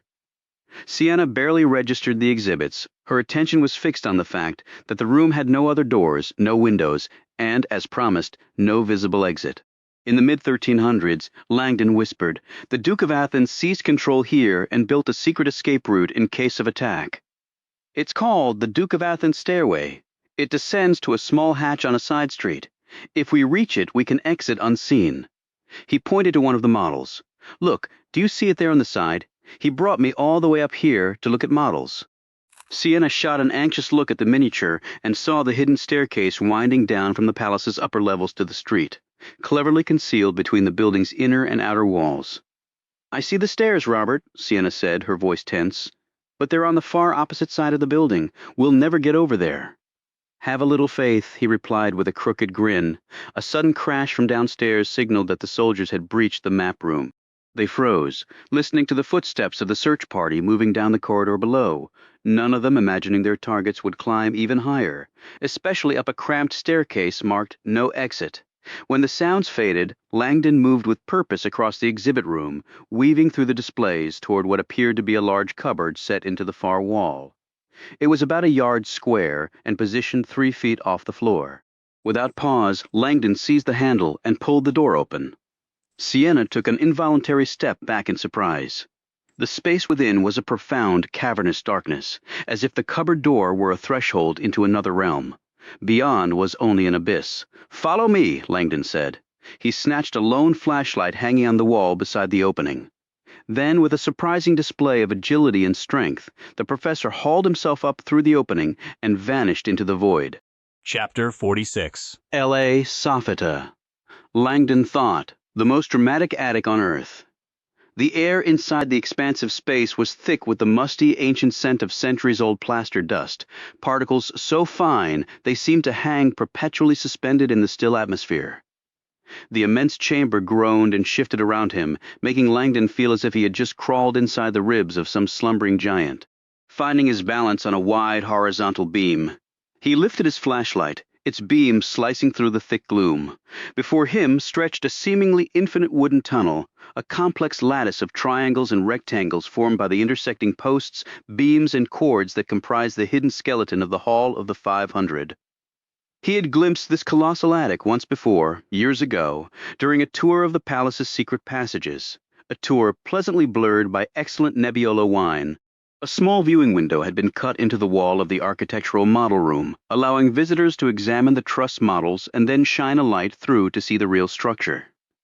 Now, standing within the garret itself, Langdon was struck by how much the timber framing resembled that of a classic New England barn, with its traditional king post assembly and those distinctive Jupiter's arrow joints. Sienna clambered through the opening behind him, steadying herself on the beam, her expression one of utter bewilderment. Langdon swept the flashlight beam back and forth, illuminating the bizarre terrain. From this vantage, looking down the length of the attic was like staring through a series of identical isosceles triangles that seemed to telescope into nothingness.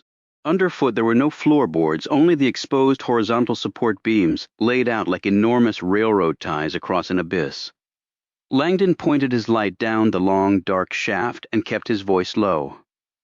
We're directly above the main hall. If we can make it to the far end, I know how to get to the Duke of Athens stairway. Sienna peered skeptically into the maze of beams and supports ahead. The only way forward appeared to be a precarious game of hopping from one massive strut to the next, like children daring each other on railroad tracks. Each strut was a bundle of timbers bound together with wide iron bands, easily wide enough to stand on. The problem was the gap between them, far too wide for any safe leap. "I can't jump that," Sienna whispered, a note of genuine fear in her voice. Langdon shared her doubt. A fall from here would be fatal. He aimed his flashlight downward through the open space between the struts. About 8 feet below, hanging from iron rods, was a vast, dusty horizontal plane, a sort of false floor that ran the attic's entire length. It looked solid, but Langdon knew it was mostly stretched fabric, blanketed in grime. This was the reverse side of the Hall of the 500's famous suspended ceiling, a sprawling grid of wooden frames holding 39 of Vasari's monumental canvases, arranged like a giant patchwork quilt. Sienna pointed down at the dusty expanse. "Can we climb down and walk across that? Only if you fancy making a dramatic entrance through a 500-year-old masterpiece into a room full of people," Langdon thought, but he kept that to himself. "Actually, there's a safer route," he said calmly, already moving along the strut toward the center of the garret. On his previous visit, after peering through the model room window, he had actually walked through this space, entering from a doorway at the attic's opposite end. If his wine-hazed memory was correct, a sturdy wooden walkway ran along the central spine, leading to a large observation platform in the middle of the attic. But when he reached the center of the strut, the boardwalk he found bore little resemblance to the one he recalled. Just how much of that Nebbiolo did I drink? He wondered, a flicker of doubt breaking through his focus. The walkway looked older, more weathered, and disconcertingly narrow. Instead of a solid, visitor-friendly bridge, Langdon saw a makeshift assembly of loose boards laid crosswise over the support beams, forming a precarious catwalk, more like a high wire than a proper crossing. It seemed the official tourist path from the opposite end only reached the central observation deck. Visitors presumably turned back from there. This improvised balance beam they now faced was likely installed for maintenance crews to access the remaining attic space at this far end. "Feels like we're about to walk the plank," Langdon remarked, eyeing the narrow boards with unease. Sienna gave a casual shrug. "I've seen worse during Venice's Acqua Alta." Langdon remembered his last research visit to Venice, when St. Mark's Square lay submerged under a foot of water, and he'd navigated a path of planks balanced on cinder blocks and overturned buckets just to reach the basilica from the Hotel Danieli. Of course, the risk of wet loafers was nothing compared to the possibility of crashing through a Renaissance treasure to a grim end. Pushing the image aside, he stepped onto the first board with a show of confidence he hoped would reassure Sienna, though inwardly his pulse raced midway across. The plank sagged under his weight, groaning in protest. He quickened his pace, finally reaching the far side and the temporary safety of the next beam. Letting out a breath, he turned to light the way for Sienna, ready to offer encouragement. She didn't need any. As soon as his flashlight beam hit the board, she was already moving, gliding across with surprising agility. The plank hardly dipped beneath her slight frame, and in moments she stood beside him, heartened. Langdon turned to tackle the next stretch. Sienna waited until he had crossed and could turn to illuminate her path, then followed close behind. They fell into a steady, silent rhythm, two shadows advancing one after the other in the lone beam of light. From somewhere below, the faint crackle of police radios filtered up through the ceiling. Langdon allowed himself a thin smile. We're floating above the Hall of the 500, unseen and weightless. "So, Robert," Sienna whispered, "Ignazio told you where to find the mask." He did, but in code. Langdon explained that Ignazio had clearly avoided stating the location outright on the answering machine, opting instead for a cryptic clue. He mentioned paradise, which I take as a reference to the final part of the Divine Comedy. His exact phrase was Paradise 25. Sienna looked up. "That must mean Canto 25. "I think so," Langdon agreed. A canto functioned like a chapter, its name recalling the ancient tradition of singing epic verse. The Divine Comedy contained exactly 100 cantos across its 3 sections. Inferno 134, Purgatorio 133, Paradiso 133. Paradise 25. Langdon mused, wishing his eidetic memory could summon the full text. "No chance we'll need to find a copy." "There's more," he went on. "The last thing Ignazio said was, 'The gates are open to you, but you must hurry.'" He glanced back at Sienna. Canto 25 probably points to a specific spot here in Florence, somewhere with gates. Sienna frowned. This city has gates all over the place. Exactly why we need to read Canto 25 of Paradise? He offered a hopeful grin. You don't happen to have the whole Divine Comedy memorized, do you? She shot him a look that said, Seriously, 14,000 lines of ancient Italian poetry I read as a child? She gave a dismissive shake of her head. That's your department, Professor, with that incredible memory of yours. I'm just a physician. Moving forward through the cramped space, Langdon felt a pang of regret. Even after everything they had endured, Sienna still chose to downplay her own remarkable mind. Just a doctor. The thought almost made him laugh aloud. The most modest doctor on the planet, he reflected, remembering the articles that detailed her prodigious talents, talents which, understandably, did not extend to memorizing one of literature's most sprawling epic poems. They advanced without speaking, navigating several more wooden beams. Then, ahead in the gloom, Langdon spotted a welcome sight, the safety of the observation deck. The unstable planks they were on connected to a far more solid structure complete with railings.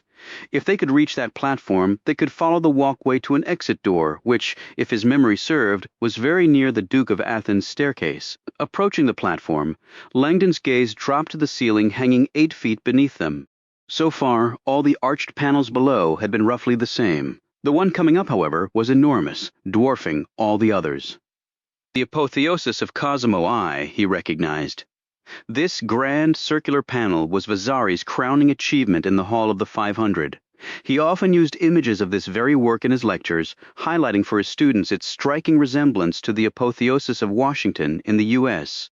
Capitol, a quiet testament that America's founders had borrowed more from Italy than just the idea of a republic. Today, though, Langdon was far less interested in art history than in getting past it as quickly as possible. Quickening his step, he began to turn his head to whisper to Sienna that they were almost clear in that split second of distraction. His right foot missed the center of the plank. The borrowed loafer landed half off the edge, his ankle twisted, and he pitched forward in an ungainly stumble, fighting to regain his balance with a series of frantic short steps. It was no use. His knees slammed hard onto the wood, and his hands shot out, straining for the next crossbeam. The flashlight flew from his grip, tumbling into the darkness below, where it was caught like a fallen star by the taut canvas surface. Langdon's legs churned, barely driving him onto the next strut just as the plank gave way beneath him. It crashed down 8 feet, landing with a deafening crack on the wooden frame surrounding Vasari's masterpiece. The noise rolled through the attic space, hammering. Langdon scrambled upright and whirled back towards Sienna. In the faint upward glow from the flashlight, now resting on the canvas below, he could see her stranded on the strut behind him, with no way to cross. Her wide eyes said everything he already feared. The racket of the falling plank had undoubtedly announced their presence. Down in the hall, Vayanta's eyes snapped upward toward the ornate ceiling. "Rats in the attic!" joked the man with the camcorder nervously as the sound faded. "Big rats," Vayanta thought, staring at the circular painting at the hall center. A fine haze of dust now sifted down between the decorative panels, and she could swear the canvas itself bulged slightly, as if someone were pressing against it from the other side. Maybe an officer dropped his weapon from the walkway, the man suggested, eyeing the distortion in the painting. What do you suppose they're searching for? All this commotion is quite a show. A walkway? Vayanta demanded. People can actually get up there? Absolutely, he replied, gesturing toward the museum entrance.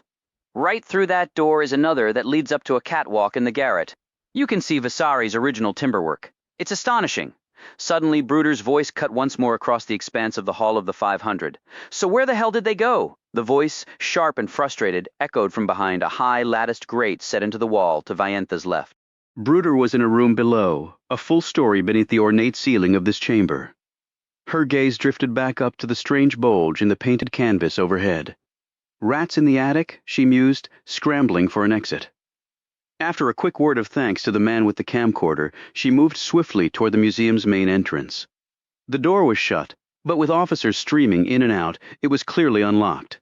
A gentle push confirmed it, and she slipped outside into the cool evening air. Outside in the bustling piazza, concealed within the deep shadows of the Loggia dei Lanzi, a middle-aged observer watched the police activity with rapt attention. He wore plume Paris glasses, a paisley tie, and a single small gold earring.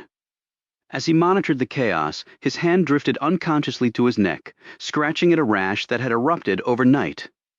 The irritation was worsening, presenting as angry, fluid-filled bumps across his jaw, neck, and around his eyes. Looking at his fingertips, he saw smears of blood. He produced a handkerchief, meticulously cleaning his fingers before dabbing at the weeping sores on his skin. Composed once more, he fixed his eyes on the two black vans idling near the palazzo. In the nearest vehicle, visible through the window, sat two figures. One was a soldier in black tactical gear. The other was an elegant, silver-haired woman wearing a distinctive blue pendant. The soldier appeared to be preparing a syringe. Inside that van, Dr. Elizabeth Sinsky stared blankly at the ancient building, her mind foggy, trying to piece together how the situation had unraveled so completely. "Ma'am," a low voice intoned beside her. She turned slowly to see the soldier gripping her arm, the needle poised. "Just be still." A sharp sting pierced her skin as he administered the injection. "Now go back to sleep." As her eyelids grew heavy, a final blurred image registered, a man in the shadows studying her. He wore stylish glasses and a preppy tie, his face blotchy and inflamed. For a fleeting second he seemed hauntingly familiar, but when she forced her eyes open again for another look, he had vanished into the night. Back in the oppressive darkness of the attic, Langdon and Sienna were now stranded 20 feet apart. Below them, the fallen plank rested precariously on the wooden framing that supported Vasari's massive canvas. Their large flashlight lay on the fabric itself, its beam creating a deep, tent-like dip in the material. "The plank behind you," Langdon whispered across the void. "Can you slide it over to this beam?" Sienna shook her head. Not without the other end dropping onto the canvas. Langdon had already considered that disaster. Driving a heavy beam through a priceless painting was not an option. "I have another idea," Sienna declared. She began sidling carefully along the strut toward the side wall.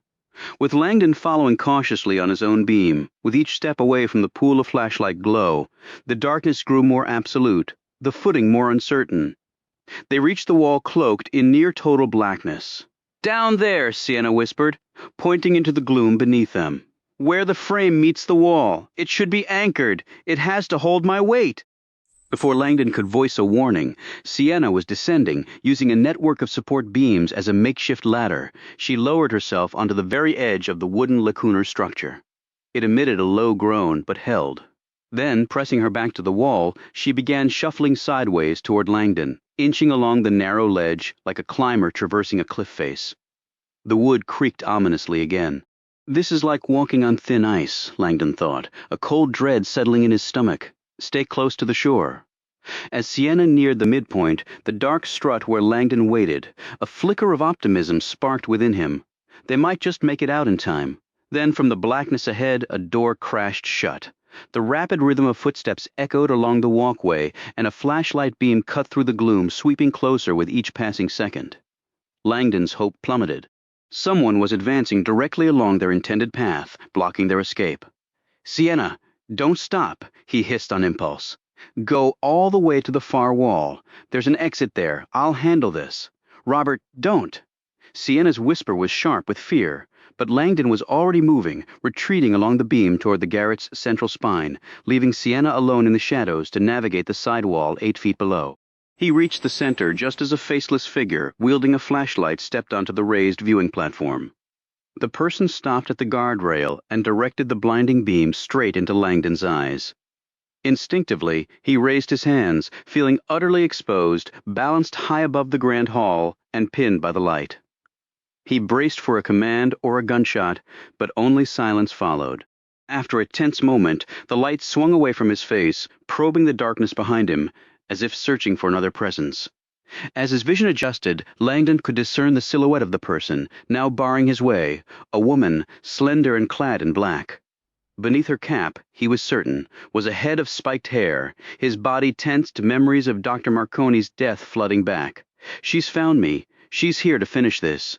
His mind conjured an image of reckless divers swimming too deep into a cave, only to meet an impassable wall of stone. The assassin swung her light back into his eyes. "Mr. Langdon," she murmured. Where is your companion? A cold dread settled over him. She wants us both. Langdon deliberately glanced away from Sienna's direction, over his shoulder into the void from which they'd emerged. She's not involved in this. You want me? He silently pleaded that Sienna was advancing along the wall. If she could slip past the platform, she might double back to the central walkway behind this woman and reach the door. The killer raised her light again, scanning the empty space behind him. In the momentary respite from the glare, Langdon caught a horrifying glimpse of movement in the shadows behind her. No, Sienna was indeed crossing a beam toward the walkway, but she was perilously close, only about 30 feet behind their attacker. Sienna, stop. She'll hear you. The beam returned to his eyes. Pay attention, Professor, the assassin whispered, her tone shifting from predatory to oddly pragmatic. If you want to survive, you need to trust me. My assignment is over. I have no reason to hurt you. Believe it or not, we're on the same side now, and I might be the only one who can help you. Langdon barely processed her words, his focus locked on Sienna, who was now faintly visible in profile, skillfully pulling herself up onto the walkway just behind the platform. Instead of fleeing, she held her position, crouching low in the shadows, watching intently. Run, he screamed in his mind. Get out of here! Vaentha's eyes continued to search the darkness behind Langdon. Where did she go? Did they split up? She knew she had to keep this fleeing pair away from Bruder's team. It was her only chance. Sienna? Vaentha risked a low, raspy whisper. If you can hear me, listen closely. You don't want the men downstairs to find you, Vaentha urged, her voice low. They won't show any mercy. I know a way out. Let me help you. You have to trust me. Trust you? Langdon's voice rang out, sharp and clear enough to carry. You're an assassin, Vaentha understood instantly. Sienna was close by. Langdon was shouting to warn her. Sienna, listen, Vaentha pressed. It's complicated, but I can get you to safety. Look at your position. You're cornered. This is your only real option. She has another option, Langdon declared loudly, and she's smart enough to take it and get as far away from you as she can. Things are different now, Vaentha insisted, a note of desperation creeping in. I have no motive to harm either of you. You murdered Dr. Marconi, and I'd bet anything you're the one who put a bullet in my head. Vaentha saw the futility. He would never believe her intentions had changed. Words were useless now. In one fluid motion, her hand slipped inside her leather jacket and emerged with the silenced pistol, hidden in the shadows of the walkway, barely 10 yards behind the woman confronting Langdon. Sienna held her breath. Even in the poor light, the figure was unmistakable. To Sienna's dread, the woman now held the very weapon used on Marconi. Her stance was a promise of violence. She's going to shoot. The assassin took 2 deliberate steps toward Langdon, halting at the low railing that bordered the viewing platform, overlooking Vasari's grand mural. She was as close to her target as she could get. She leveled the gun at his chest. This will be over quickly, she said, her tone chillingly matter-of-fact. It's the only path left. Sienna moved without thought. The faintest tremor in the floorboards under Vaentha's feet caused her to shift her weight as she squeezed the trigger. In that split second, Vaentha knew her aim was off. Something was coming from behind. Fast, she whirled, swinging the weapon in a wide arc toward the threat. A blur of blonde hair caught the dim light as a figure slammed into her at full force. The gun hissed again, but her attacker had dropped low, driving upward with her shoulder.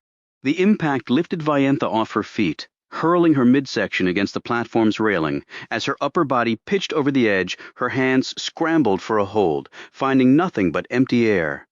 She went over, bracing for the impact with the floor 8 feet below. Vaentha was instead caught by a sudden yielding fabric that billowed and sagged under her weight. Dazed, she lay on her back, staring up. Sienna Brooks was peering down at her from the railing above. Before Vaentha could utter a word, a violent, ripping sound erupted directly beneath her. The fabric gave way. She was falling again. This descent seemed to stretch on forever, long enough for her to gaze up at a magnificent painted ceiling. The vast circular scene above her, depicting Cosimo, surrounded by cherubs on heavenly clouds, now displayed a savage, dark gash ripped through its center. Then, with a final, crushing impact, everything went black. High above, Robert Langdon stared, stunned, through the torn masterpiece into the vast chamber below. On the stone floor of the hall of the 500, the spiky-haired woman lay utterly still, a dark stain rapidly widening around her head. The gun was still clutched in her hand. Langdon lifted his eyes to meet Sienna's. She was also gazing down, paralyzed by the horrific sight, her face a mask of pure, uncomprehending shock. I didn't intend for that to happen. You acted on pure instinct, Langdon said softly. She was going to shoot me. From the floor far below, cries of panic drifted up through the ripped painting. Carefully, Langdon steered Sienna back from the edge. We can't stay here, in the hidden office of Duchess Bianca Capello. Agent Bruder heard a heavy impact, then the rising sound of chaos from the hall of the 500. He hurried to the wall grate and looked down. The sight on the polished stone floor took him a moment to comprehend.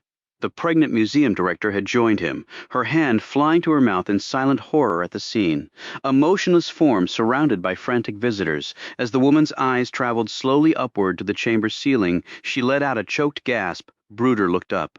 Following her stare to a circular ceiling panel, a painted canvas with a huge gash through its middle, he spun toward her. How do we reach that level?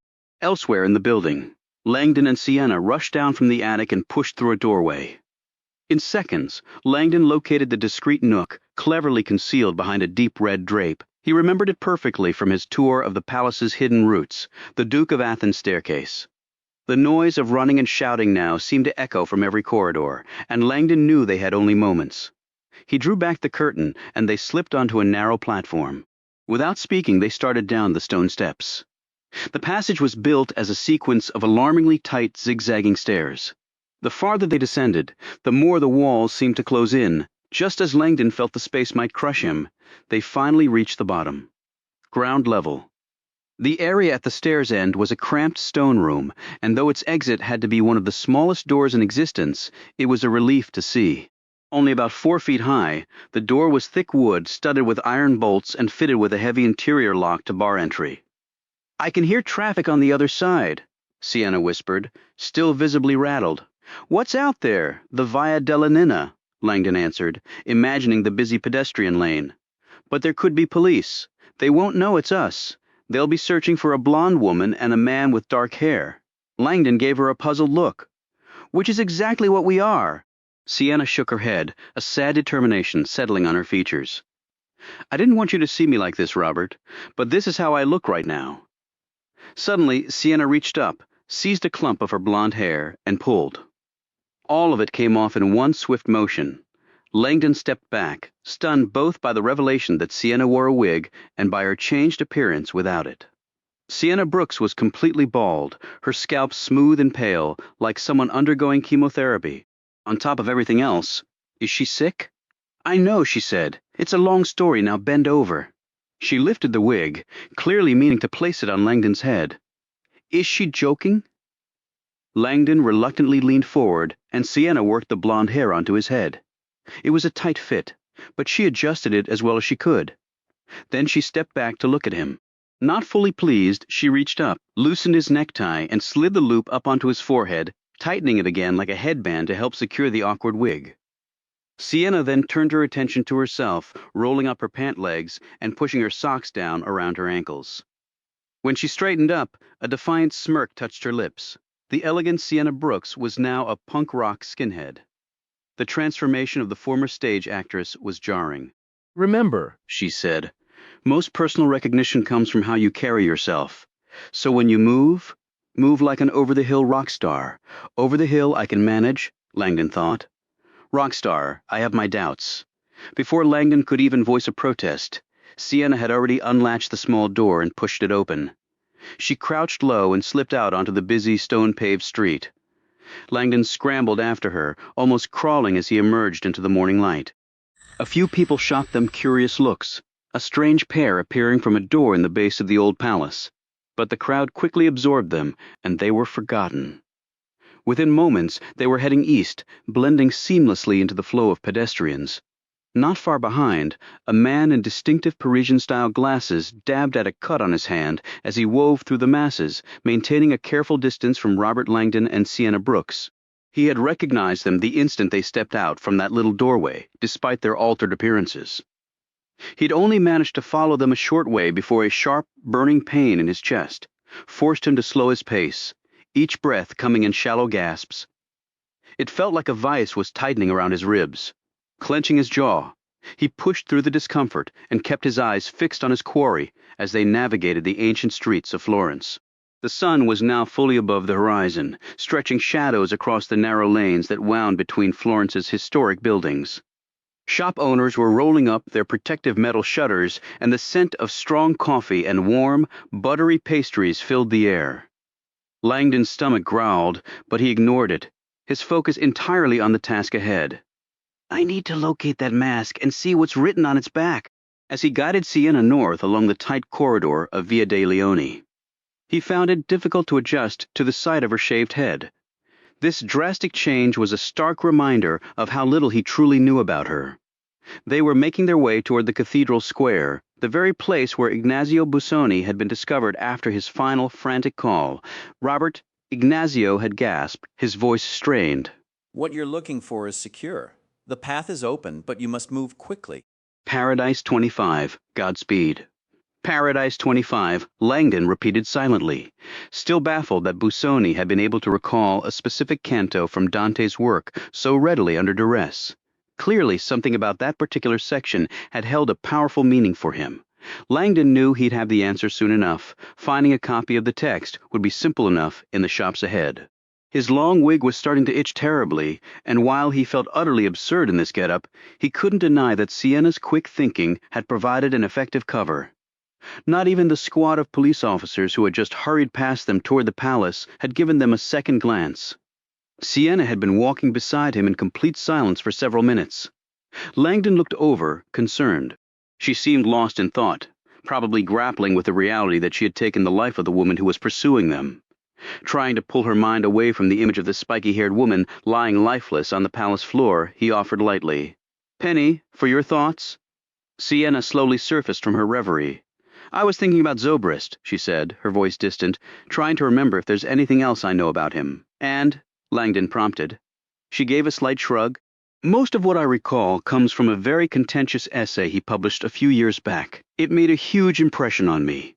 In medical circles, it spread like wildfire." She flinched. Sorry, poor choice of words given the circumstances.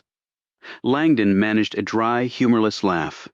"It's all right. Go on." The core of his argument was that humanity is teetering on the edge of annihilation. He claimed that unless a major, devastating event drastically reduces the global population growth, our species won't make it another 100 years. Langdon stopped and stared at her, incredulous. A single century? That's all.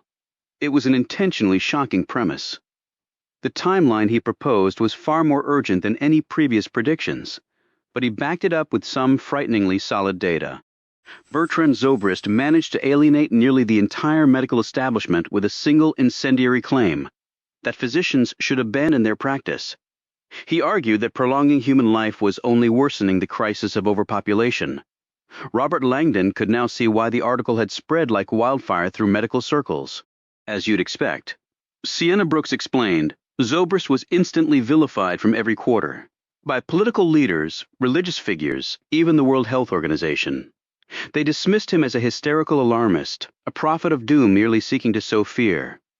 They were especially offended by his assertion that today's young adults, should they decide to have children, would likely see their own offspring witness the literal extinction of humanity. To drive his point home, Zobrist created a doomsday clock, illustrating that if the entire timeline of human existence on Earth were squeezed into a single hour, we are currently living in the very last few ticks. "I've come across that clock online," Langdon remarked. "Exactly, and it caused a massive controversy. But the most severe condemnation rained down on Zobrist when he proclaimed that his pioneering work in genetic engineering would serve humanity better if it were applied not to curing illnesses, but to inventing new ones. You can't be serious. It's true. He contended that his technology ought to be deployed to curb population growth by engineering hybrid, incurable disease strains. A cold wave of apprehension washed over Langdon as his imagination supplied visions of bizarre tailor-made superviruses, once unleashed, becoming utterly uncontrollable. In just a handful of years, Sienna continued, Zobrist plummeted from being the celebrated darling of the scientific community to a complete pariah, a persona non grata. She hesitated, a flicker of genuine pity in her eyes. Honestly, it's little wonder he eventually broke and took his own life. It's even more tragic because the core of his argument is almost certainly valid. Langdon nearly stumbled. Wait, you believe he was right? Sienna offered a grave, resigned shrug.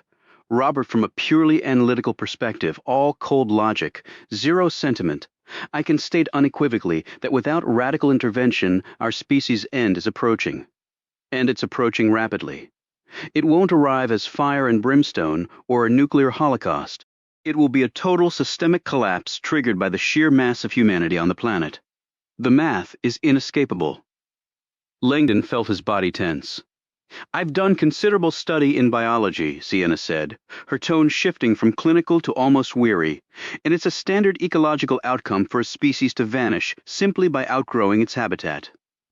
Imagine a bloom of algae thriving on a secluded forest pond, reveling in a perfect balance of nutrients. Left unchecked, they multiply so explosively that they soon blanket the entire water surface, choking off the sunlight and starving the very ecosystem that sustains them. After draining their world of every possible resource, the algae perish abruptly, leaving no trace behind. She released a somber breath. A comparable destiny could very easily be waiting for us. It will arrive far sooner and more suddenly than any of us are prepared to admit. Langdon was profoundly disturbed. But that can't be possible. Not impossible, Robert, just unimaginable. The human psyche possesses a primitive, self-protective reflex that rejects any reality, too overwhelming for the mind to process. We call it denial. I've heard of this denial, Langdon retorted with a forced lightness, but I'm pretty sure it's not a real thing. Sienna gave an exasperated sigh. Amusing, but trust me, it's profoundly real. Denial is a cornerstone of how we cope. Without it, we'd wake up every single morning paralyzed by terror, obsessing over the infinite ways we could die. Instead, our brains sideline those existential dreads by fixating on manageable anxieties, like being late for a meeting or filing taxes on time. When broader, terrifying truths press in, we instinctively shove them aside, redirecting our attention to mundane chores and daily distractions. Langdon remembered a recent digital behavior study involving students at several top-tier universities, which demonstrated that even the most brilliant minds exhibited a deep-seated, reflexive pull toward this kind of willful ignorance. The research revealed that most college students, after reading a distressing news story about melting polar ice or endangered animals, would immediately close the tab and seek out something lighthearted to distract themselves from the anxiety. Popular distractions were sports clips, amusing pet videos, and tabloid news about famous people. In old myths, Langdon observed, a hero who refuses to see the truth represents the height of arrogance and vanity. No one is more vain than a person who thinks they are safe from the world's threats. Dante felt the same, calling pride the most severe of the 7 deadly sins, and he placed the prideful souls in the lowest circle of hell. Sienna thought for a second before going on. Zobrist's paper claimed that numerous global authorities are in a state of profound denial, choosing to ignore reality. He singled out the World Health Organization for particular criticism. I'm sure they loved that. Their response was to compare him to a fanatic preacher on a city street, waving a sign that reads, "Judgment Day is coming." There are a few of those around Harvard Yard, right? And we all walk past them because not one of us can picture it actually occurring. But trust me, simply because people can't conceive of an event doesn't mean it's impossible. You almost seem to admire Zobrist. I admire facts. She shot back with intensity, even when they're difficult to face. Langdon went quiet, once more sensing a curious distance from Sienna as he attempted to reconcile her odd blend of fervor and cool logic. She looked over at him, her expression gentling. Robert, listen. I'm not arguing that Zobrist is right about a disease wiping out half of humanity as a solution to overcrowding. And I'm not saying we should abandon medical care.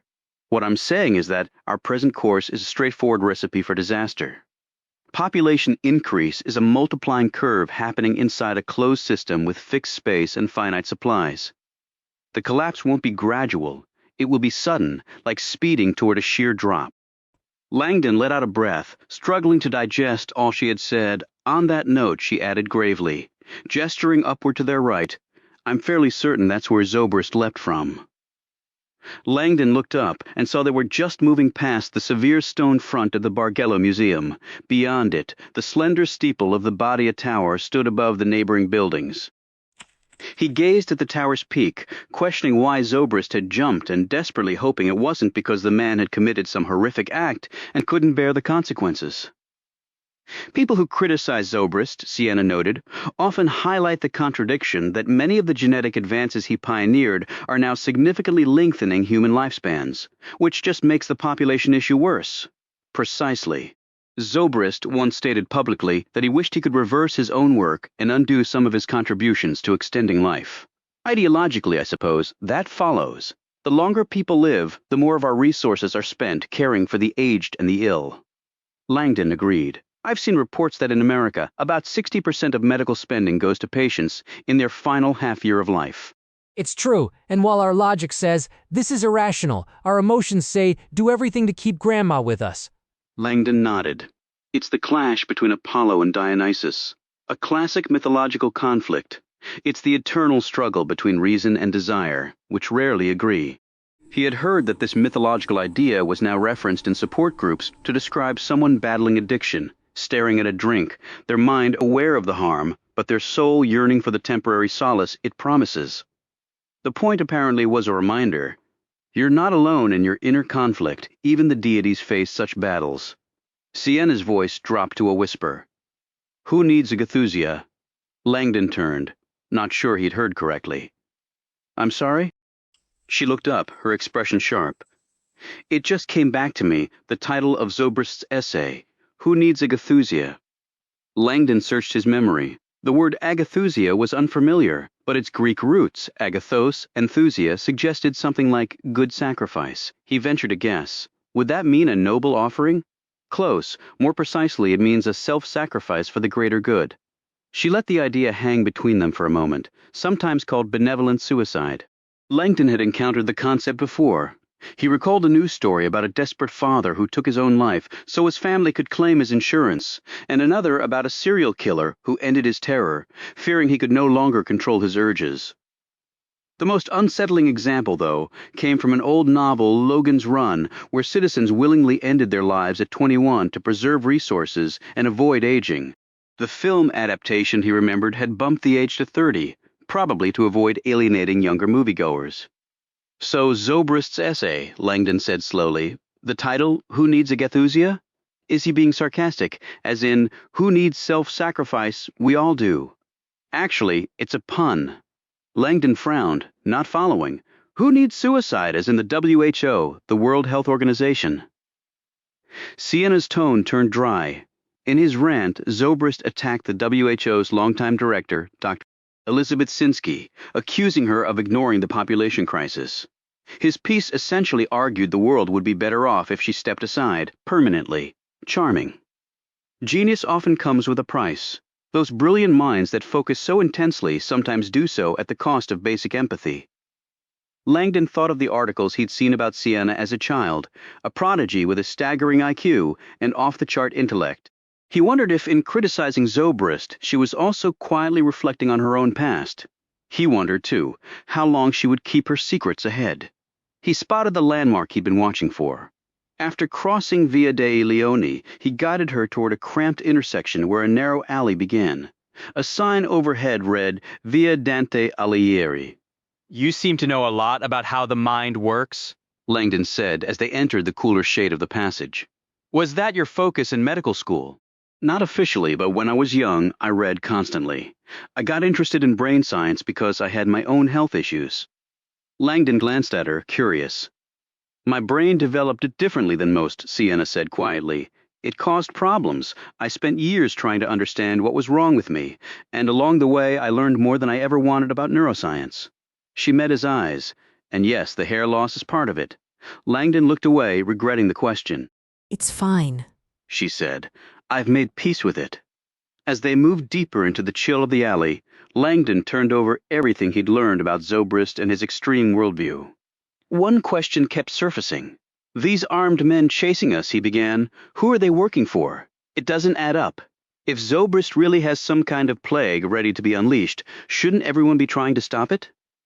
Not necessarily, Sienna replied. Zobrist might be an outcast in mainstream science, but he has followers, people who truly believe a drastic reduction in population is the only way to save the planet. To them, we're the threat. For all we know, these soldiers might be dedicated to making Zobrist's vision a reality. Langdon turned the idea over in his mind. History was certainly littered with fanatical followers and cults who had embraced death for all sorts of bizarre reasons, a conviction that their leader was a divine savior, a faith that a celestial vessel awaited them, a certainty that the end of days had arrived. The theory about population control was at least rooted in scientific concern, yet something about these soldiers still struck Langdon as profoundly wrong.